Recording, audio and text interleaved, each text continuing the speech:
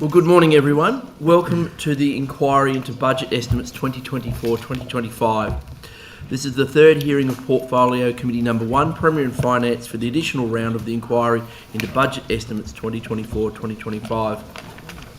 Firstly, I acknowledge the Gadigal people of the Eora Nation, the traditional custodians of the lands on which we are meeting today.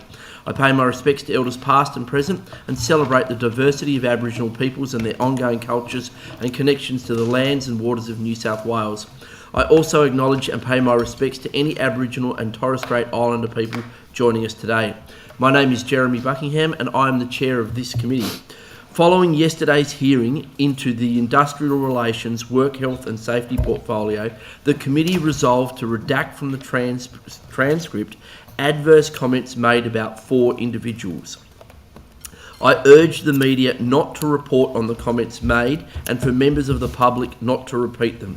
Any act in contravention of the committee's resolution may not be covered by parliamentary privilege, may constitute an unauthorised disclosure and therefore represent a potential contempt of Parliament. Turning to today's hearing, I welcome Minister Harris and accompanying officials. Today the committee will examine the proposed expenditure for the portfolios of Aboriginal Affairs and Treaty, Gaming and Racing, Veterans, Medical Research and Central Coast. I ask everyone in the room to please turn their mobile phones to silent. Parliamentary privilege applies to witnesses in relation to the evidence they give today. However, it does not apply to what witnesses say outside of the hearing. I urge witnesses to be careful about making comments to the media or to others after completing their evidence. In addition, the Legislative Council has adopted rules to provide procedural fairness for inquiry participants. I encourage committee members and witnesses to be mindful of these procedures. Again, to the witnesses, welcome and thank you for making the time to give evidence. All witnesses will be sworn prior to giving evidence. Minister, I remind you that you do not need to be sworn as you have already sworn an oath to your office as a Member of Parliament. I would also like to remind most other witnesses that you do not need to be sworn as you've been sworn at an earlier hearing before the committee during this inquiry. Dr Sutherland and Mr Tutt, you will need to be sworn in. And what I need the witnesses in the overflow area to do, if there are witnesses in the overflow seating area, I would like to remind you that if you come forward to answer your questions, to please bring your nameplate with you and place it in front of you on the table. This assists Hansard in ensuring the correct witness is identified in the hearing transcript. So if I could ask Dr Sutherland to please come forward and please state your name and position, title and swear either an oath or affirmation. Good morning, I'm Kim Sutherland. I'm the Acting Deputy Secretary in the... Sorry. Good morning, I'm Kim Sutherland. I'm the Acting Deputy Secretary in the Clinical Innovation and Research Division of New South Wales Ministry of Health. And could you please swear either the oath or affirmation? I solemnly, sincerely and truly declare and affirm that the evidence now about to be given by me shall be the truth, the whole truth and nothing but the truth. Thank you very much, Dr Sutherland. Mr Tutt.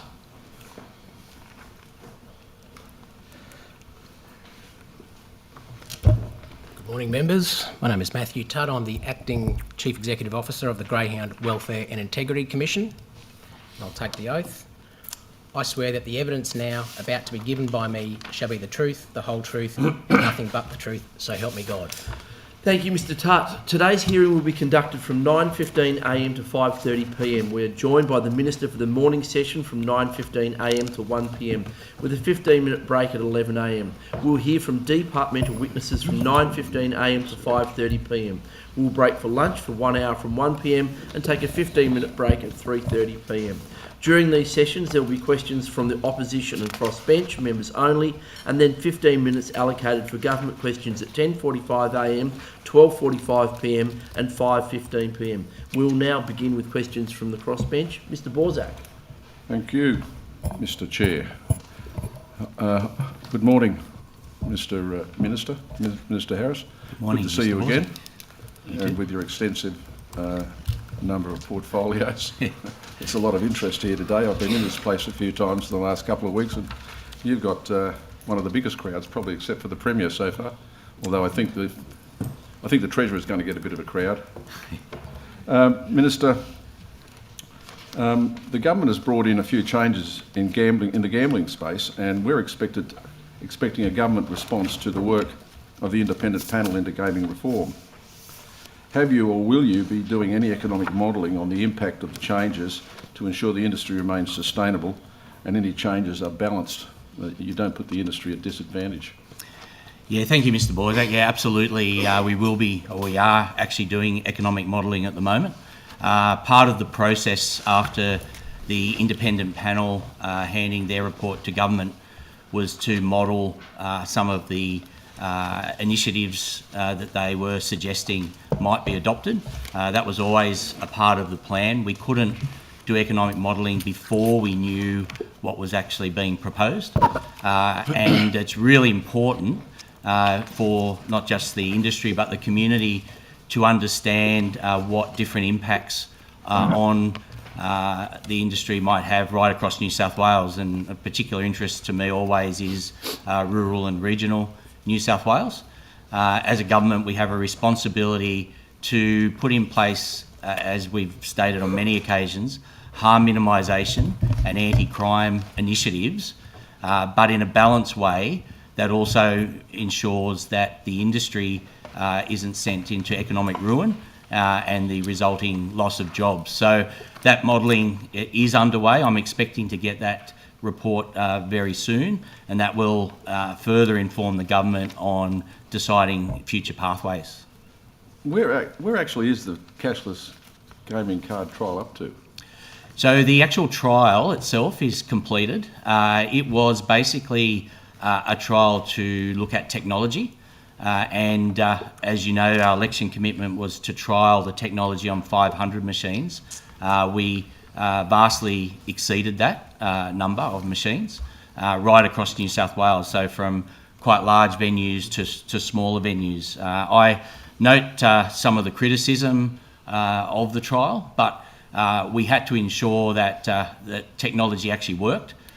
We know that in the community itself there's a resistance, particularly to new technology, where cybersecurity and protection of personal information is paramount. That always complicates any reform. We are also talking with colleagues, particularly in Victoria. So Victoria are about to start a trial of their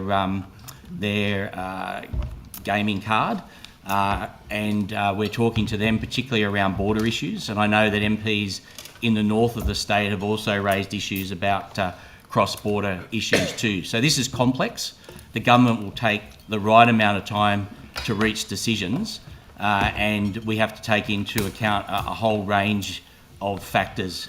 If we get this wrong, then it can be disastrous, not just for the industry but for the state. But as I said, paramount to us is protecting those people who have issues, making sure that they have support, and we've already put in a range of different strategies to address some of those issues. So we haven't been standing still whilst the trial and the other deliberations have gone forward. We've also currently got a discussion paper out, or two discussion papers. One is on the first and third party statewide exclusion program, and the second one is on facial recognition. And we certainly would encourage not just industry but community to comment on both of those papers, which will give the government more information about how we implement those election commitments. Do you think gamblers, especially those that are playing poker machines, are naturally predisposed to have the government have a government-controlled card and have the government look over their shoulder? Yeah, I think the simple answer is no, they're not.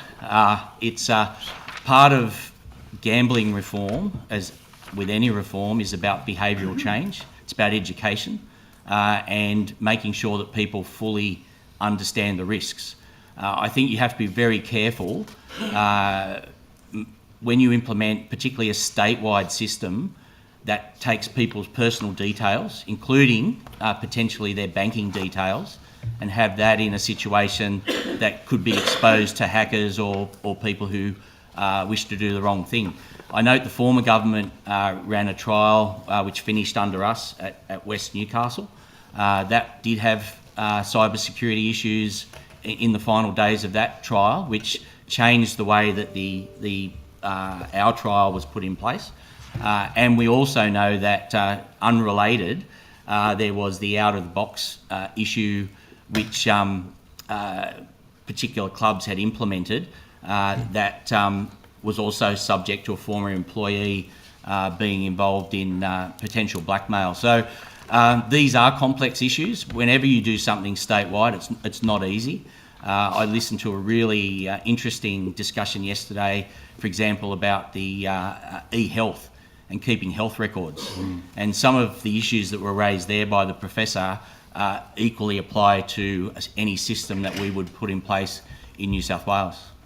Well, I'm involved in the Electoral Matters Committee and have been for the best part of 15 years. And I remember starting in this place 15 years ago and they were saying everything was going to be computerised on the voting side of things. And I've watched it get to the stage now where nobody wants any involvement in any way, shape or form with electronic voting systems over the internet, simply because of security issues. What makes you think that you can get over those things with the security of data in relation to gaming and gambling people? Yes, so it's all about risk management.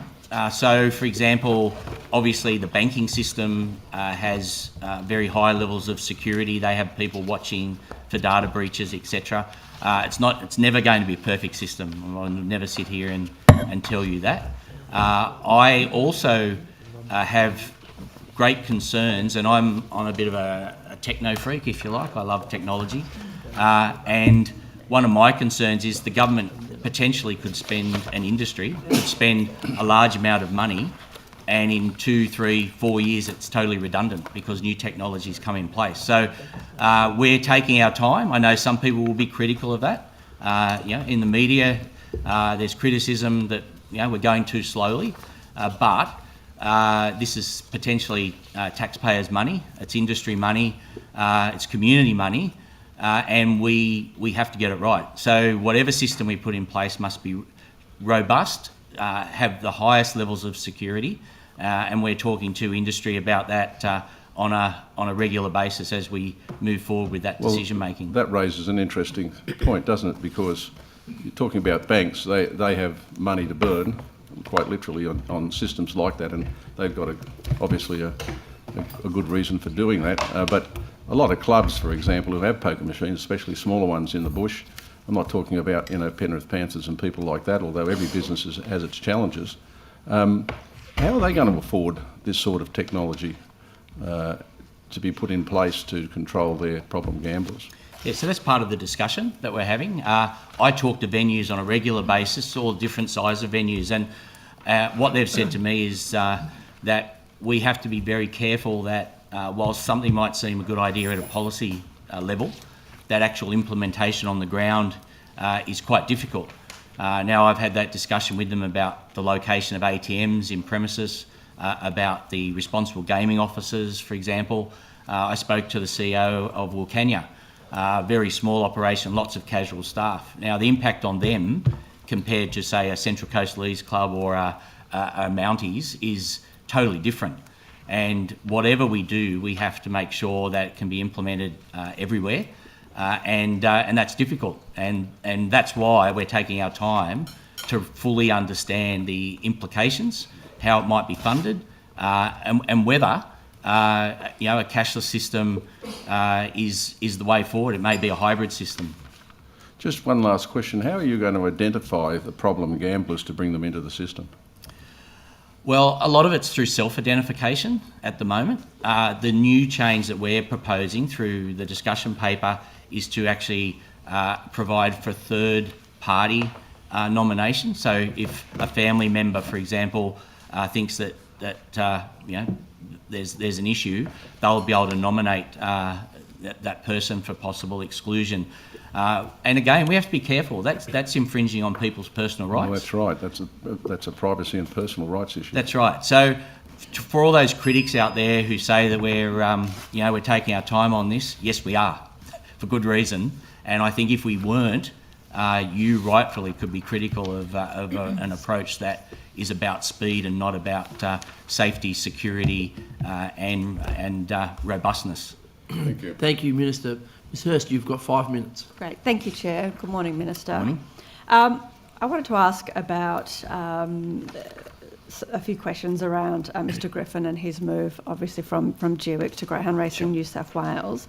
To your knowledge, was Mr Griffin, prior to his appointment as CEO of Greyhound Racing New South Wales, has he had any involvement whatsoever in regards to the Drake inquiry, in the lead-up, in the setup, in a meeting, in discussions around how that inquiry is going to work?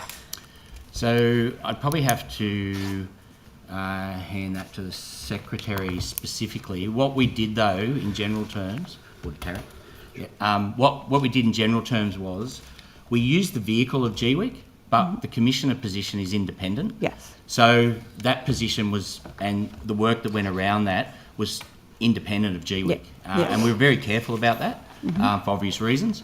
And I think that we were able to achieve that. So the quick answer is no, I don't think he did, but I'll hand over to Tarek. And I might come back to you in the afternoon Sure. on that. It'd be good to get a bit more details of whether he was sort of involved in any meetings or had any kind of inside information. I understand that the Commissioner herself is quite independent. Are you aware that, Minister, that in the 6 months after Mr Griffin first became the interim CEO of GWIC, that there was a dramatic drop in disciplinary action that was taken? So we saw if I compare the 6 months prior to his appointment and the 6 months at the beginning of his appointment, we saw a 50% drop in suspensions and over an 80% drop in disqualifications and fines. Were you aware of this dramatic shift in the oversight? No, I wasn't. His appointment was before my time. Yes. Obviously, the industry have been very highly praising of Mr Griffin at the time that he took that role. I know that you've written to both Greyhound Racing New South Wales and to GWIC raising some of your concerns. Do you feel like those concerns have been met, and can you tell me a little bit about what those concerns are? Yeah, so I received very good advice from the department on the process when this sort of move occurs. It is not a usual move, I have to say. It wasn't that we had concerns necessarily. It was that we wanted to make sure that there was proper probity, and that we had advice that any potential conflict of interest would be handled appropriately. I have had responses to those initial letters, and we have gone back with some further clarification around that. So I'd say that's an ongoing process. Nothing has been identified specifically at this stage, but we will continue to monitor that. Are you willing to table a copy of the letter that you sent? Yeah, I don't think that's a problem. It's confidential, is it? Yeah. Thank you. What's the salary for like a role as CEO in GWIC?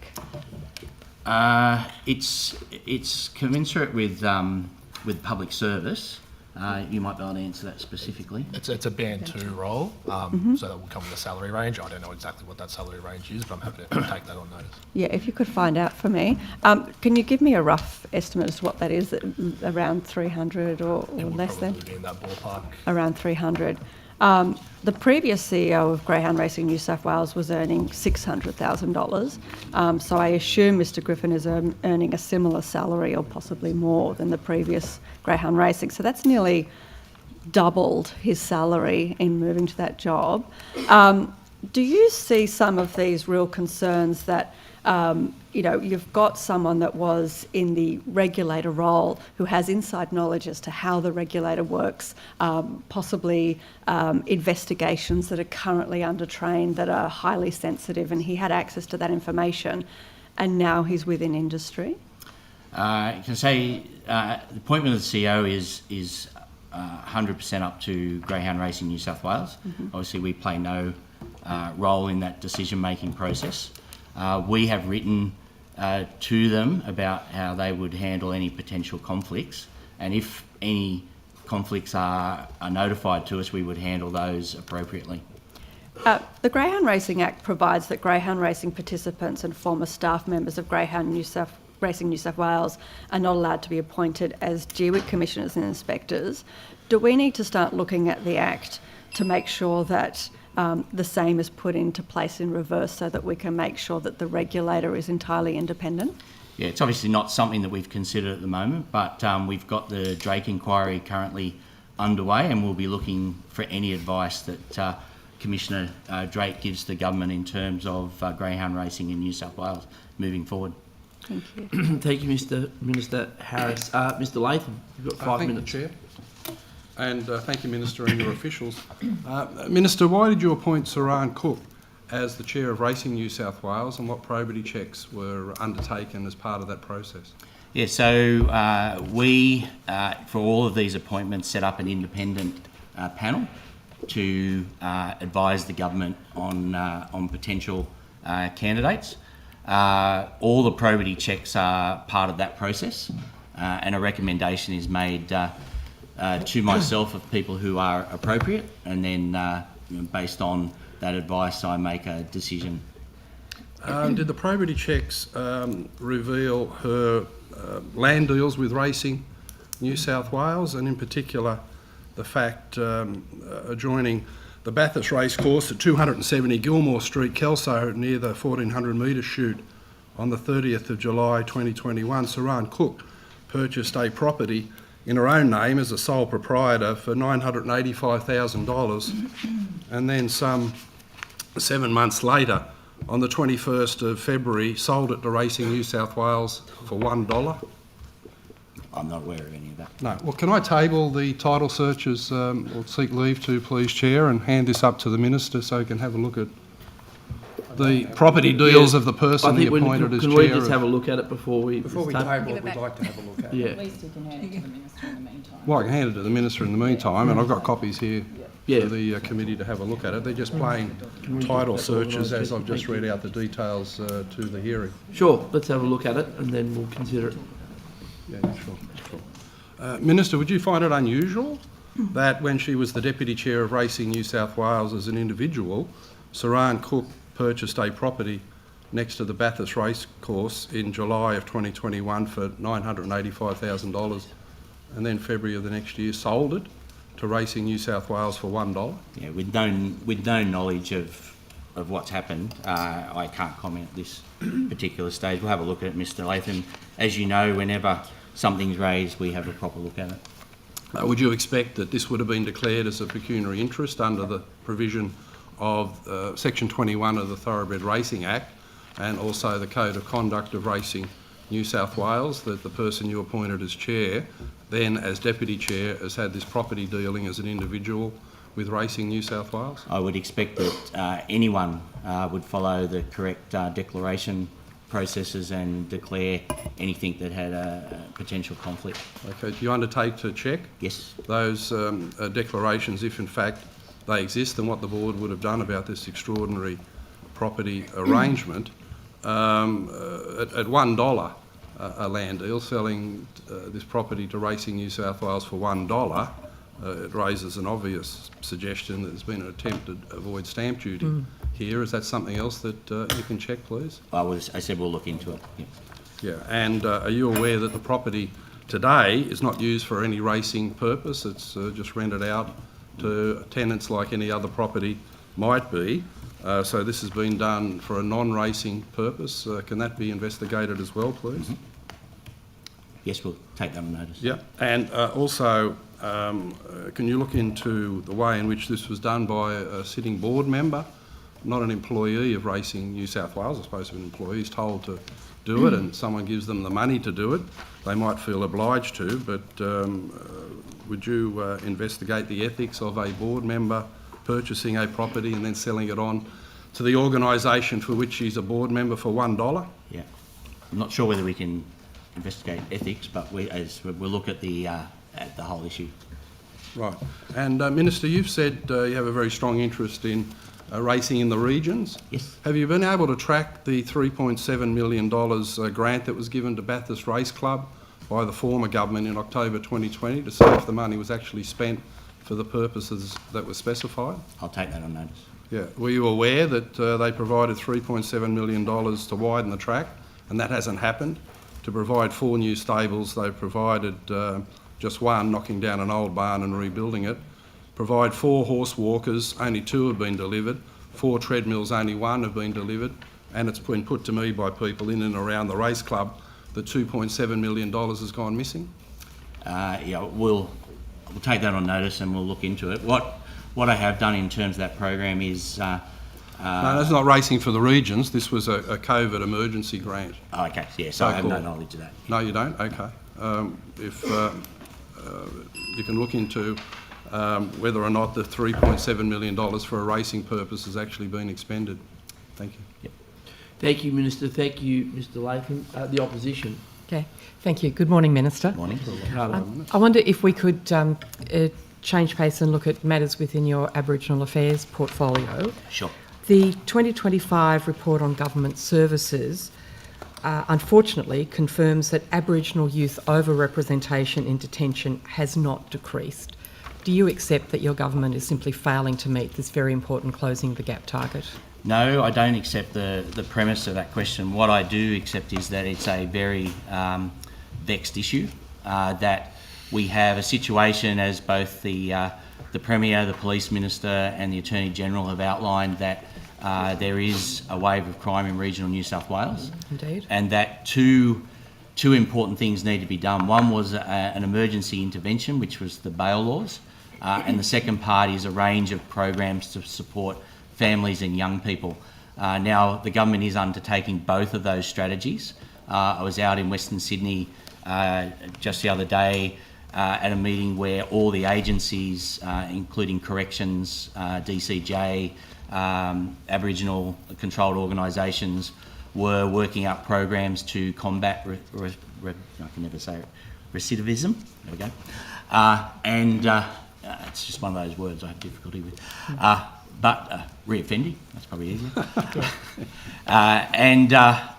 But it is a serious issue. Yeah. We want to see the figures go the other way, but we also have a responsibility to the community to support communities, but families and young people as well. And we've had another example of where someone who has offended on multiple occasions has crashed a vehicle in a police chase and not just put their own life at risk, but the lives of the other people in the car. And as someone who's absolutely committed to the rights of Aboriginal people, sorry business is a terrible thing when it affects a whole community. So it is hard. There's no easy way around this. If it was easy saying don't do it and they stopped, that would be... No, but Minister, that's not the case. Entirely recognise that it's not easy, and thank you for letting us know that you were at a meeting the other day dealing with strategies and implementing programs to deal with recidivism. Does that mean that there are actually no strategies or programs currently in place if you're still meeting and talking about doing this? No, what is happening right across communities in New South Wales are programs already in place. Can you give us examples of 3 programs actually happening now in Moree that are addressing Aboriginal youth reoffending? I'll take that on notice specifically, but I do know that there is a lot of work going on with with the respect, local health Minister. service and others. Order. The Minister's in the middle of answering your question, so allow him to answer. Yeah. So I think the committee needs to understand that both Mr. Draper and Mr. Hamilton, along with other secretaries, having regular visits to Moree.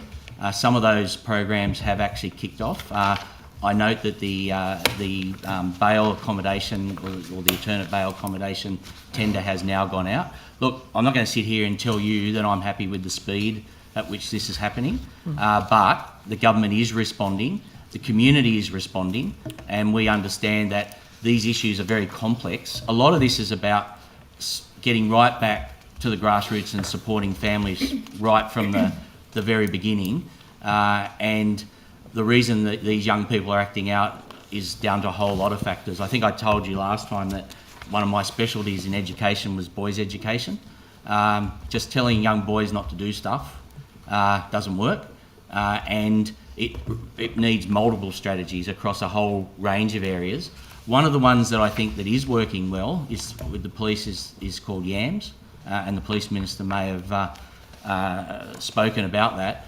But that is a multi-agency response to So the just on behaviour of some of YAMS, these young people. have you provided additional funding for YAMS, which I believe was an existing program, not a new response? Yes, that's happening through the police portfolio, and it has been expanded into, for example, on the Central Coast, it's been in place now for just a bit over a year, and So I met with the additional coordinator funding last through week. your portfolio? Not or- through our portfolio, it's not covered under our portfolio. Great, thank you.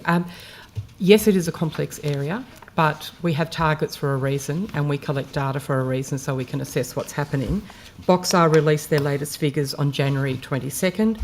In New South Wales, we have the highest number of Aboriginal adults in custody ever recorded. That simply is New South Wales failing on target 10, isn't it, Minister?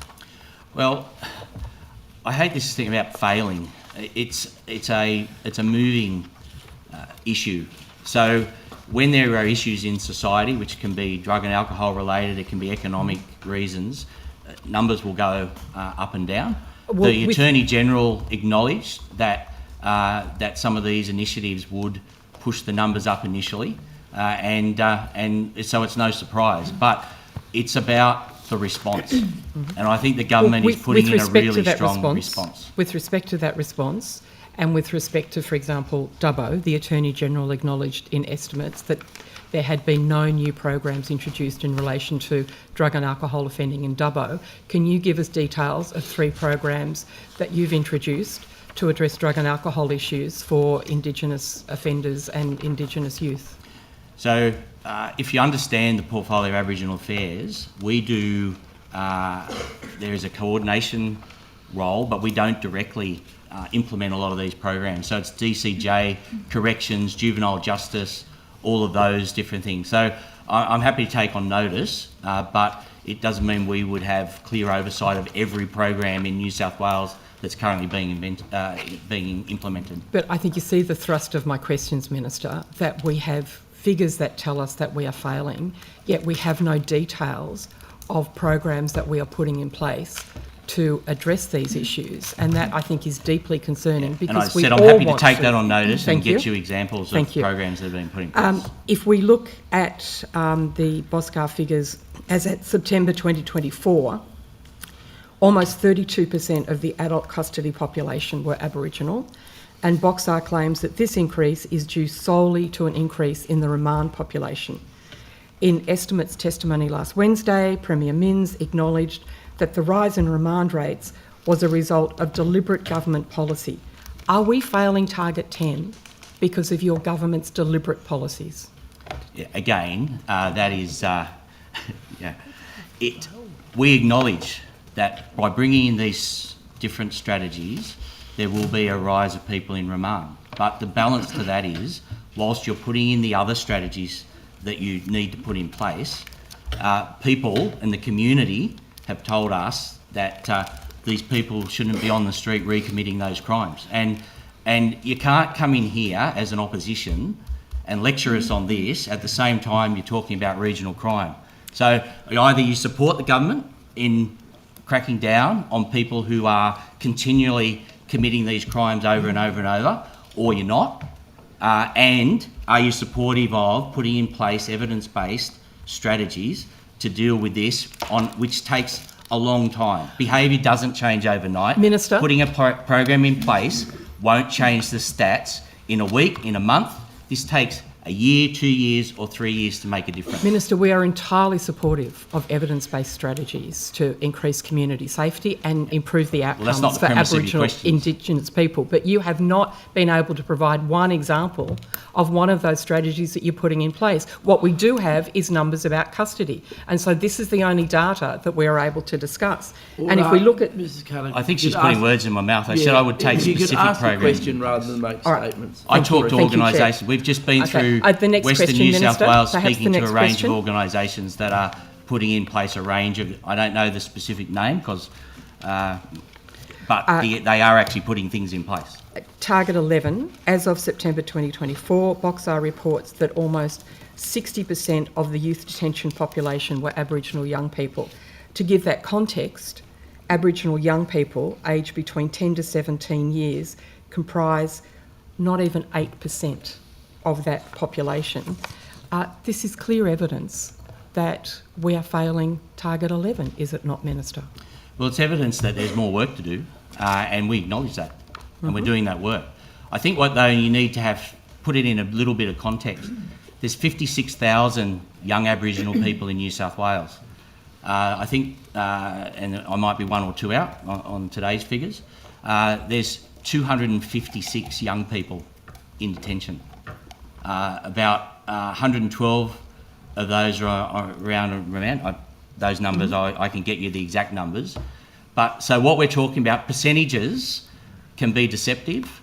The majority of Aboriginal young people are doing the right thing, and they're very productive members of society. And I hate this sort of characterisation that young Aboriginal people are out there madly going on with crime. We're talking about, and the police tell us this, that across the state, they have identified a number of young people who are doing recurrent crime, and they are targeting those people and putting things in place. And there will always be an increase when you change the bail law and you say that, if you've committed 1, 2, 3 times the same offence, that you're not going to be released again, then the figures will go up. But these young people need to be targeted, supported, and make sure that they're actually don't get released and then go and recommit crime. So there was a conscious decision then by your Cabinet when the bail laws for young offenders were introduced that it would disproportionately target Aboriginal young offenders, but you decided to proceed anyway? No, not at all. What we saw was... That's effectively what you just said, Minister. No, what we saw was regional crime. We saw communities crying out for assistance. We saw elderly people worried for their lives, and the Cabinet made a decision to implement bail reform and to implement and allocate money to programs to address some of the other societal issues. But you're not able to give us details of these other programs that are currently in place to address Look, I'm not going to sit by... here and have your gotcha moment. There's hundreds and hundreds of programs being implemented Minister, right across the interested state in this and would like to by hear Aboriginal details of this. community-controlled organisations doing an amazing job in leadership, in supporting kids with culture, in supporting families. There's a whole lot. The fact that I can't name 3 of them, you can go away and make what you want of that, but they are happening. And I will get you lists of different programs that are being put in place. I've already made that commitment. That would be very good, thank you. As well as the targets, of course, there are priority reform areas under Closing the Gap, and priority reform area 1 deals with essentially ensuring that it is the Aboriginal and Torres Strait Islander people themselves who decide their representation and who choose their own representatives. So are you concerned that in the Central West, where a representative body chosen by the Indigenous community, the Orange Local Aboriginal Land Council, makes representations and provides their opinion about the McPhillamys project, that opinion is disregarded and the views of a different Aboriginal group are preferred instead? It's the state supported the application. A different decision was made at the federal level. We are in discussions with the Aboriginal community about, in detail, about who speaks for country. It's a very complex issue because the federal native title rules don't necessarily interact kindly with the Aboriginal Land Rights Act, for example. We understand that this is an issue, and there's active conversations with land councils, with Aboriginal people, including one that was directly with the Premier, to raise these issues. And we're looking at ways that we can address those concerns. So, for example, with the issue which has arisen today in relation to claims in relation to Mount Panorama, you will be listening to the Orange Local Aboriginal Land Council rather than other Indigenous groups? Yeah, well, that's a matter for Minister Sharp. I don't directly have input into Aboriginal cultural heritage, but what we are saying is that there are concerns in community about who speaks for country. They're legitimate concerns.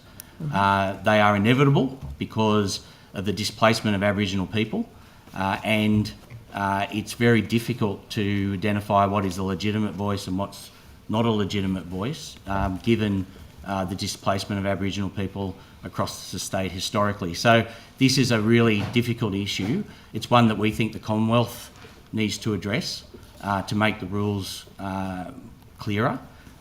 But there's a federal election about to start, so I'm sure that's not something they're going to address in the short term. With respect, it's an interesting approach if you think about what Priority Reform Area 1 is trying to say, which is empowering local voices to say this is a problem that should be solved top-down from the Commonwealth. Isn't this really, if we're serious about Priority Reform Area 1, something about really listening to those elected, local, chosen voices rather than letting all other voices dominate? Yeah, so if you fully understand the system, there are laws, and those laws have been made by parliaments, and they have to be respected. Within that framework, we are working with Capo, for example, on local decision making on a whole range of different issues to strengthen the voice of local communities. That work is underway, and we sometimes they're quite animated discussions, but we are trying as much as possible within those legal frameworks to ensure that local communities have the voice that they need to have. Thank you, Minister. Thank you, Minister. Just on something you said there, you touched on the, I get that it's going to take time for the things you've implemented around regional crime to make a difference. When do we see numbers coming down? Like how much time do you need to make an impact on this? That's a question that you can't answer. Okay. That's a bit unfair, actually. I mean, regional crime's been happening for a long time. The previous government had 12 years. They would have made impact through some of the programs they've done. Communities change, and so you've got to keep changing your approach. To say that you will eliminate crime or how long will it take is how long is a piece of string. You've got to be able to be nimble in terms of changing strategies to meet particular problems, and that's just the way policy works. If there was a solution, then every state in Australia would have implemented it, and no one would be in jail. Some states have brought down numbers. In New South Wales, we brought down numbers for a while, and then conditions change and numbers go up again. It's one of those dynamic things that have happened throughout history. I think I'm never going to be tied to a date or a time or those sorts of things. You have to make sure that even when you implement a program, it may not have the effectiveness that you would have hoped, and so you have to change it. That is the nature of policy and the nature of implementing community change. We might change track a little bit now, and I'll come back to it when we have more time later on. But Minister, according to the veteran strategy, 60% of veterans live in regional New South Wales. Correct. Can you tell me what veteran-specific state-funded centres exist west of the Great Divide? So currently, you have to understand the responsibility of states and the Commonwealth when it comes to funding services for veterans. The Commonwealth is responsible for Department of Veteran Affairs, and traditionally New South Wales has been responsible for commemorations, memorials. We've been moving more into employment, and we've been working more with the Commonwealth to implement wider strategies through other departments, through health and education and different areas. We're about to launch our new 4-year strategy, which takes into account the Royal Commission into veteran suicide. But what I will say, that this one thing that the federal government is doing very, very well is the implementation of veteran hubs. That is being done in consultation with New South Wales RSL, New South Wales Life Care, with the state government, and we're identifying sites and rolling those services.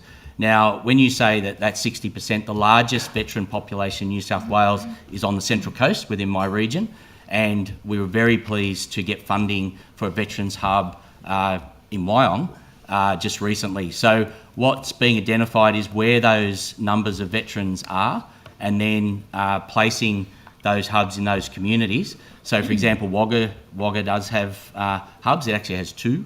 They were actually their community supported, but they're becoming part of the program as well. So this is a rollout by the Commonwealth and supported by the state, making sure that that veterans have better access to services across the board, which was identified in the Royal Commission.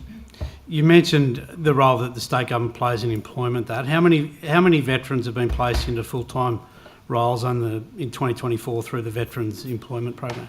I might ask Caroline if she wants to give the specific numbers on that. Could you please come forward if you...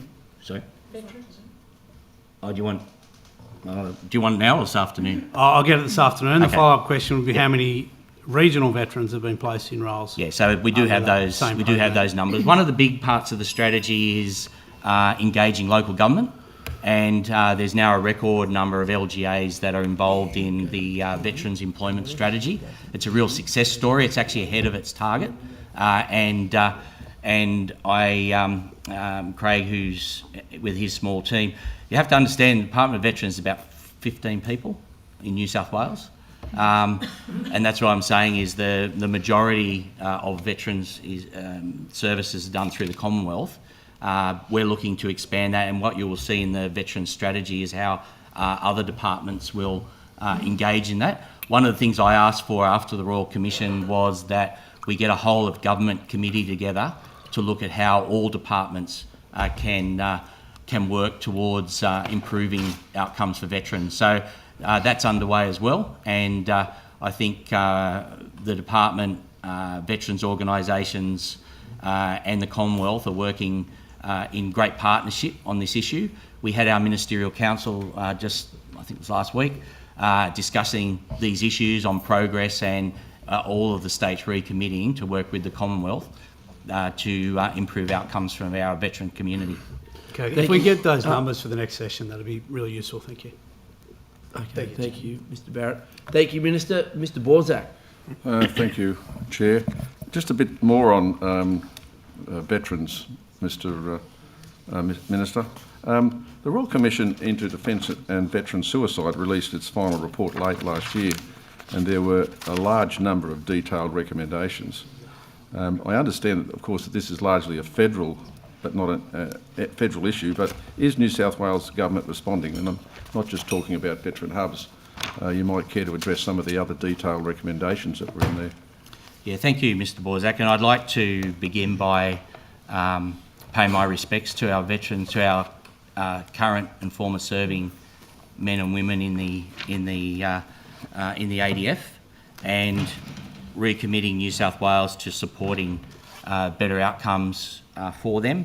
I often make the comment when I'm speaking to veterans that as a community we can't just use special days to think about our veteran community. We have to do it 365 days a year, and that's certainly what the government's focused on. The final report was presented to the Governor-General on the 9th of September 2024, so it wasn't that long ago. There's 122 recommendations, of which 12 have been identified which directly relevant or impact the New South Wales Government. In December 2024, the Commonwealth announced a comprehensive response to the recommendations. The New South Wales Government is committed to implementing these recommendations, and the New South Wales Office for Veterans has been coordinating that response across government, which I just said. The Veterans Strategy that will be released will be in part a response to the Royal Commission. It takes us through to 2030 and will encompass many of the recommendations from the Royal Commission. I'm very committed, and I've spoken to Premier and other ministers about the importance of this, about departments examining how they can improve things for veterans and their families. And as I said, it's pretty dear to my heart, given that the largest number of veterans in every category, every age category, reside on the Central Coast, Lake Macquarie, in that vicinity. So I spent Sunday at a saluting our service with local veterans and sub-branches, playing lawn bowls. And part of that is not just the social engagement, but it's actually talking to them about their needs. And of course, I then feed that back into the decision-making processes. When do you expect to actually respond in a detailed way? So the timetable is the strategy is ready to go to Cabinet, and so pending Cabinet approval, I would expect that that's very soon. Have you got a feel for the amount of dollars the government's going to put into it? So again, that's a difficult thing to quantify because it goes right across different departments. There will be some direct strategies with dollar amounts, subject to ERC and other things, the lovely Treasurer. But a lot of it is going to be the way that departments do business, how they allocate resources. For example, one of the things we're looking at, which the Commonwealth has asked for, is a box on the enrolment form for students at school to indicate that they are from a family of a veteran. So some of the things will cost not a lot at all, and other things, particularly when it comes to health, access to health services will have a greater cost, which each of the departments will have to provide within their resources. Thank you. That's me. I think Mr. Latham, you've got 6 minutes. Thank you very much, Chair. Can I table that document that has been circulated, please? Yep. No objection. Okay, thank you. Minister, who undertook the probity check on Saran Cook as the new chair of Racing New South Wales? Hand over to the Secretary. He would have been the probity advisor to the recruitment panel. I can take that on notice because it was a year or so ago, but it would have been an external probity provider. Okay, and Minister, would you expect them to bring this $1 land deal to your attention as something that needed to be explained as at a minimum by the Deputy Chair? It's hard for me to as I said, I didn't know anything about this until today. We'll make inquiries as I've committed to and find out if that was. So I would assume that if it had come up in the probity investigation, it would have been in the report. But would you have expected to be notified of a $1 land deal of this nature, so unorthodox, by someone already on the board as Deputy Chair? Would you have wanted to be notified of this and get an explanation about it? I would expect that any probity check was detailed. Right, and in your investigations about this, can you also look at whether or not a finder's fee was part of the arrangement, given that Saran Cook lives in Bathurst and might have found this property, and a finder's fee is sometimes part of these real estate arrangements? Yeah, if I can, I will, yes. Okay, thank you. And can you also, Minister, have a look at the 21 and 22 annual reports of Racing New South Wales? They're supposed to provide a full account of their finances. Are you aware that there's no mention of this $1 land deal in any of the work by Racing New South Wales as ticked off by their auditor? Yeah, so it's before my time, I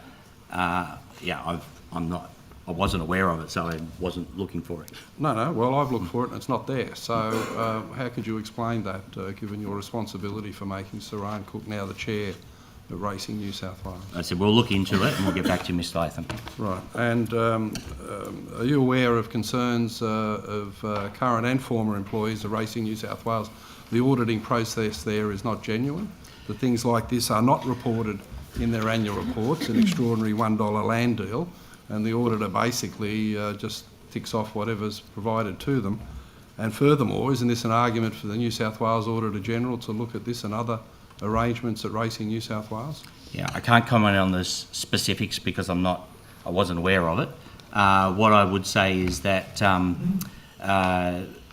the expectation is that any annual report correctly reflects what the organisation does and spends, and we will, as I said, we've taken this on notice and we will look into it more deeply. Would you normally expect an organisation like this to have in its annual report that it purchased a property for $1 off its deputy chair? As I said, I can't go into specifics. It was before my time, and I have an expectation that in reporting their operations, they're accurate and truthful. Well, if you find this to be inaccurate, will you now ask the New South Wales Auditor-General to look at this, but also the other 50 properties that Racing New South Wales has purchased in the last 5 years? I'll take that on notice. I'm not sure the legalities of whether that's possible or not, but I will look into it for you. Right. Are you aware that at the Bathurst Race Club, the original $3.7 million COVID emergency grant, there's been no accounting to the directors of how the money's been spent? I'll have to take that on notice. Are you further aware at the Bathurst Race Board that Saran Cook's been involved on the selection panel to put directors in, and there's a general perception that she has a pretty good relationship with the Bathurst Club, her hometown? Yeah, we'll have to look into all of that, Mr. Latham. I'm not aware of any of the things that you're describing, and so it's very hard for me to have an opinion. I take it, because you're always truthful with me, that these are all facts, but without doing investigation, I can't comment on whether it's right or wrong or otherwise. Yeah, well, I've raised probably 50 matters about Racing New South Wales with you, and I think you've found them to be factual and based on evidence. And furthermore, because a lot of things have gone wrong and come out of this extraordinary $1 land deal, in January and February of last year, are you aware at the Bathurst Race Club, the club secretary was caught paying electricity bills from the COVID emergency grant and had to be disciplined as a result? Are you aware that Andrew Small at Racing New South Wales approves all payments and approves all invoices that go through the Bathurst Race Club, presumably including the $3.7 million grant? Yeah, so these are all operational issues, so it's not unusual that the Minister would not be aware of these things because we don't get involved in operational issues. No, but Minister, I hope you appreciate they're all incredibly concerning and worthy of investigation as part of your portfolio and ministerial responsibilities. I just want to make it clear, though, that the department and my office don't have an investigative role. We refer, when things are raised with us, we refer to the appropriate body. Yeah, didn't you set up an investigation into greyhound racing because of concerns? We referred that to the appropriate bodies and followed the process. Right. Are you aware that early in 2021, Racing New South Wales, this time putting their own name on it and paying the proper amount, rather than the Deputy Chair being directly involved, paid $1.35 million for a property at 252 Gilmore Street, Kelso, 2 doors down from the property subsequently purchased by Saran Cook? So that's a purchase of $2.7 million in total, which seems to correspond with the missing money from the COVID grant. Can that be investigated as well, please? As I said, if you submit all of these issues, we'll have them looked at. That's why I'm here. Thank you. Thank you, Mr. Latham. Ms. Fairman, you have 5 minutes, Thank you, Chair. Morning, Minister. unless Ms. Boyd comes back and then She you've got will. 10. Minister, on the 20th of November last year, the House passed a motion for papers on gaming and gaming reforms, Understanding Order 52, on the 20th of November, to be returned within 21 days, asking for, among other things, all documents sent to or provided to or by members of the Independent Panel on Gaming Reform. I'll stress all documents. The response by agencies, including yours, was that all documents covered by the terms of the resolution were lawfully returned. Far from it, Minister. Only 2 boxes with threadbare information were returned for non-privileged and 2 boxes for privileged. Why hasn't your office, and I'll ask other agencies about this in other budget estimates, but why hasn't your office returned all of the documents lawfully required to be returned? I am informed that the New South Wales Government fully complied with the call for papers. Certification letters were provided as part of the relevant ministerial offices and agencies' return. The New South Wales Government is currently considering the Independent Panel on Gaming Reforms roadmap through the Cabinet process, which makes some of those documents Cabinet in confidence. But my advice is that all documents that could be provided have been provided.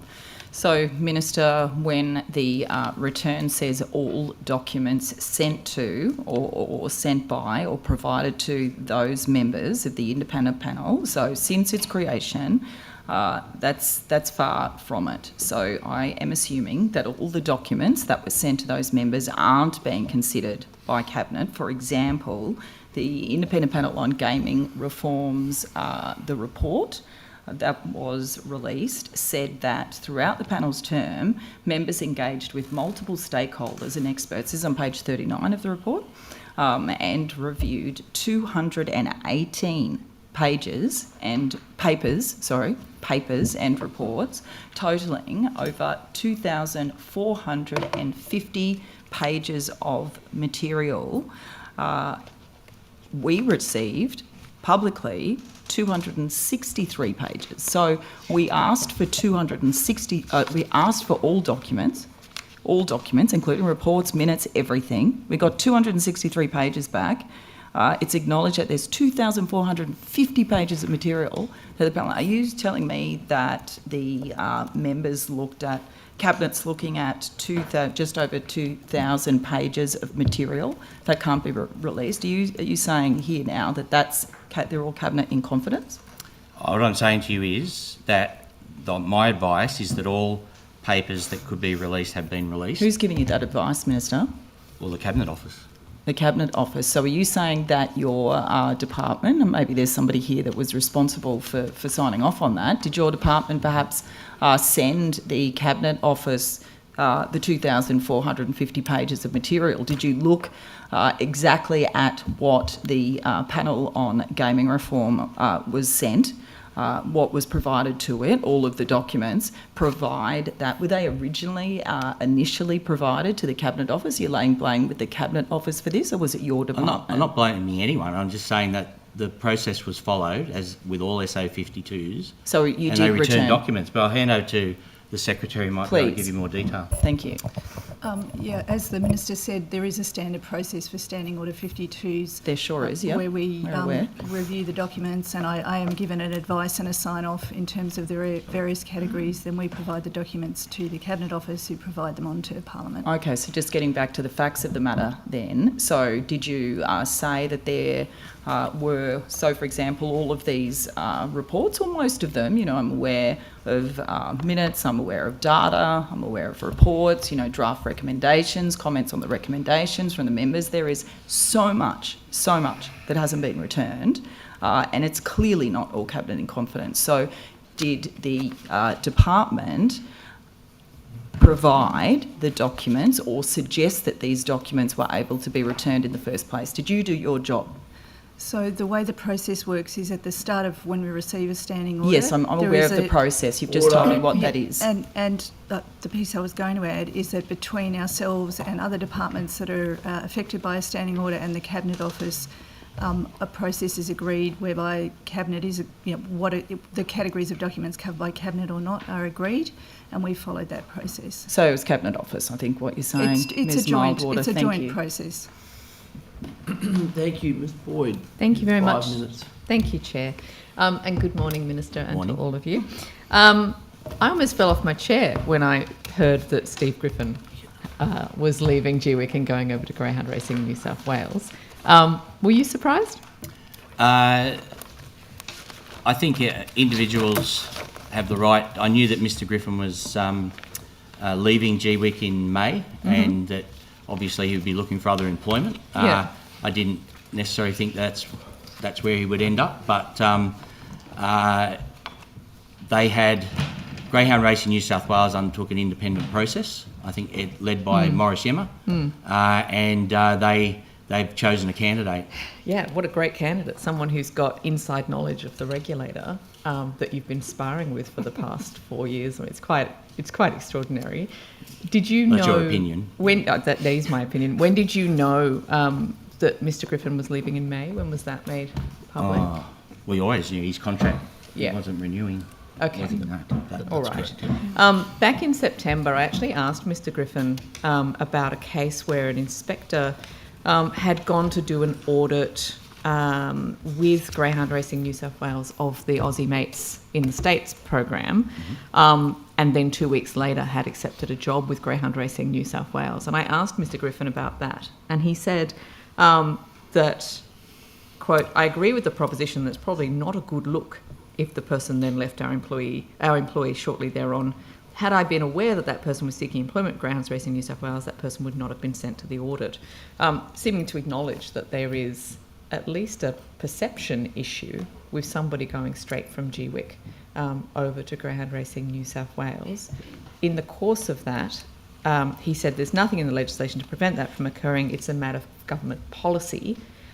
Given this has now happened more than once, will you be looking to amend the legislation to ensure that we don't get people going from a regulator to the people they're supposed to be regulating? So we've got Commissioner Drake looking at all of these issues, and we would expect that when we get her recommendations, she's been very, very thorough, that the government will look to implement her recommendations. Okay, you'd think that this one you didn't really need to wait for recommendations. I mean, it's fairly obvious. We have a regulator.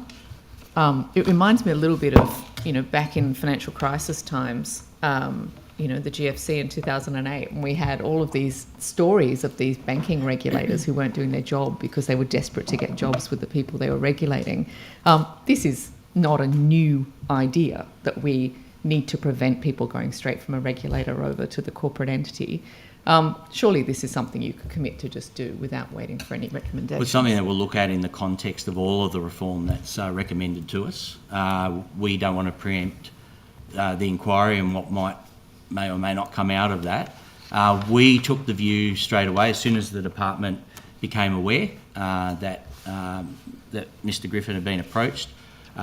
We put in place probity regime, so we wrote to Greyhound Racing New South Wales and asked them to identify how they would handle any potential conflicts of interest. And we also have done the same with GWIC. As I said, nothing at this stage has been raised, and if there is, then we will have to deal with that. It's not just about conflicts of interest after the event, though, is it? It's about the idea that you may have people within the regulator, as I say, it's happened more than once, people within the regulator who are incentivised to be nice to the corporate entity they're supposed to be regulating in order to get a far more highly paid job. This is an incredible, as I said, I almost fell off my chair. This is an incredible revelation that he's gone to work for the people that he was regulating. That's your opinion, as I said. said. But as a person, are you not horrified at the idea? My job is to implement the law and policy as it stands. If policy needs to be changed, then we will look at changing policy. When GWIC was already so under scrutiny, the idea that this could then happen, it must have at least made your day a bit worse.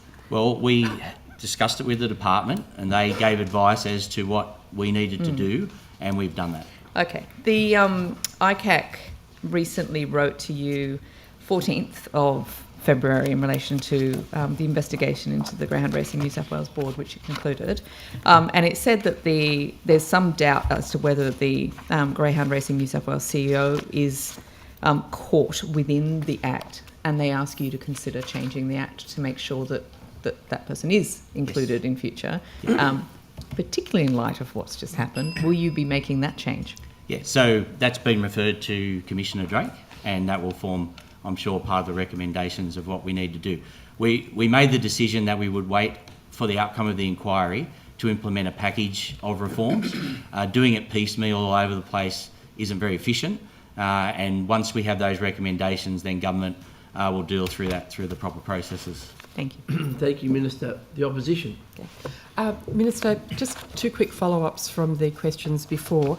I believe you were talking about veteran services west of the Great Divide, and you gave the example of a community service in Wagga that was now being funded by the state. Is that right? No, I didn't say funded by the state. I said the federal government funds hubs. Federal government funding the hub. So there's no state funding of anything west of the Great Divide? I can take that on notice. I think that's a very broad question. Thank you. As I said, Veterans is a very small department. It's traditionally had a very defined role. Understood. And other departments have responsibility. So it's not a question I can give in a very concise answer. And in terms of Wagga, are you aware of the great work being done by the community through the Pro Patria organisation in Wagga? Yes, I've actually met them, and also the local member, Joe McGurr, speaks very highly of the work they're doing. They're very keen to talk to you about employment because of their own volition. They have organised employment services and they would love to receive your support, Minister. Excellent. Thank you. Put them on the Craig. Thank you. Minister, you referred earlier about one of the responses to the Royal Commission was just adding a box to a form for the Department of Education. I didn't just say that. I said some of the changes are very small and obviously some of the others are larger.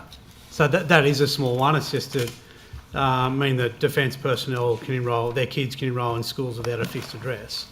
6 months on, we've had the start of the school term. If it is just adding a box to a form, is that not a priority to get that sorted as one of the recommendations of the Royal Commission? Yeah, that's a question for the Education Minister.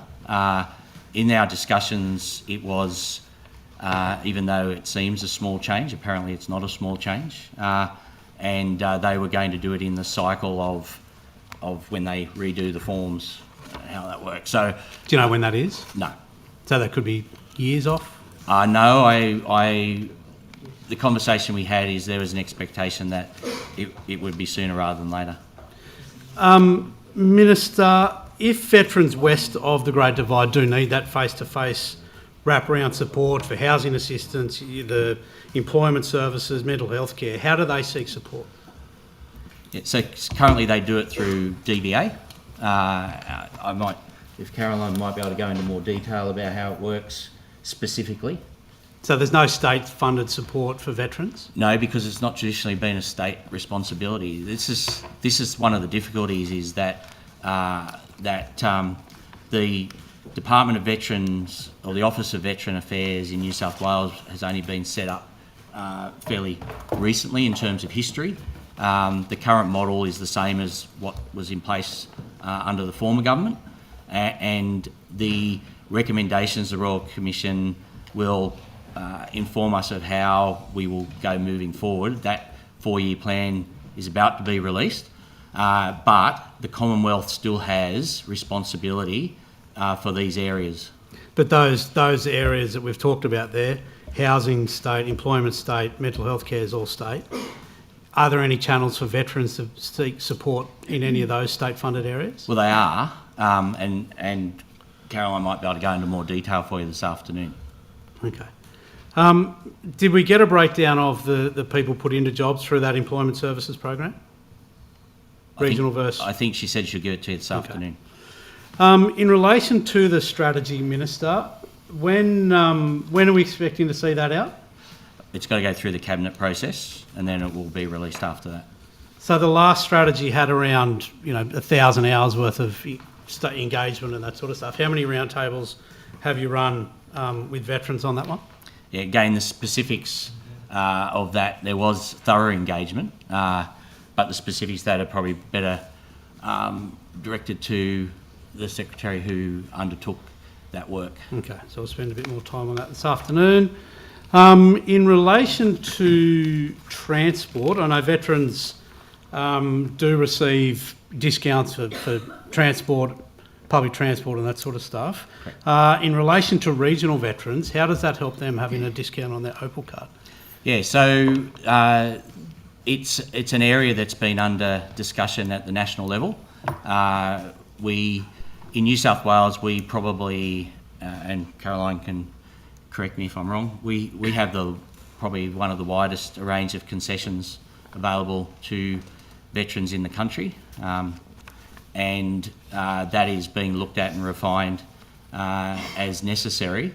It's as I said, regional transport is a discussion I'm having with the minister more generally through that committee that's looking at a whole wide range of these issues about how government can respond overall. Will you look into subsidies for transport for veterans to travel to medical appointments where they do have to travel long distances, where fuel subsidies and discounts will be more beneficial? Yeah, certainly we can look at those things, but they come under the relevant minister. Minister, on the 22nd of March, the Belgian Magpies will play the Australian Army Rugby League team in a charity match and memorial to Matthew Locke in Belgium. Are you familiar with that game? And they'll win. Quite probably? Yeah, not specifically. So Matthew Locke was an Australian soldier and recipient of the Medal of Gallantry, who was killed in Afghanistan in 2007. As well as a memorial, this is a fundraiser for Legacy and the Grub Club, and also which plays an important role for advocacy and support for veterans and camaraderie.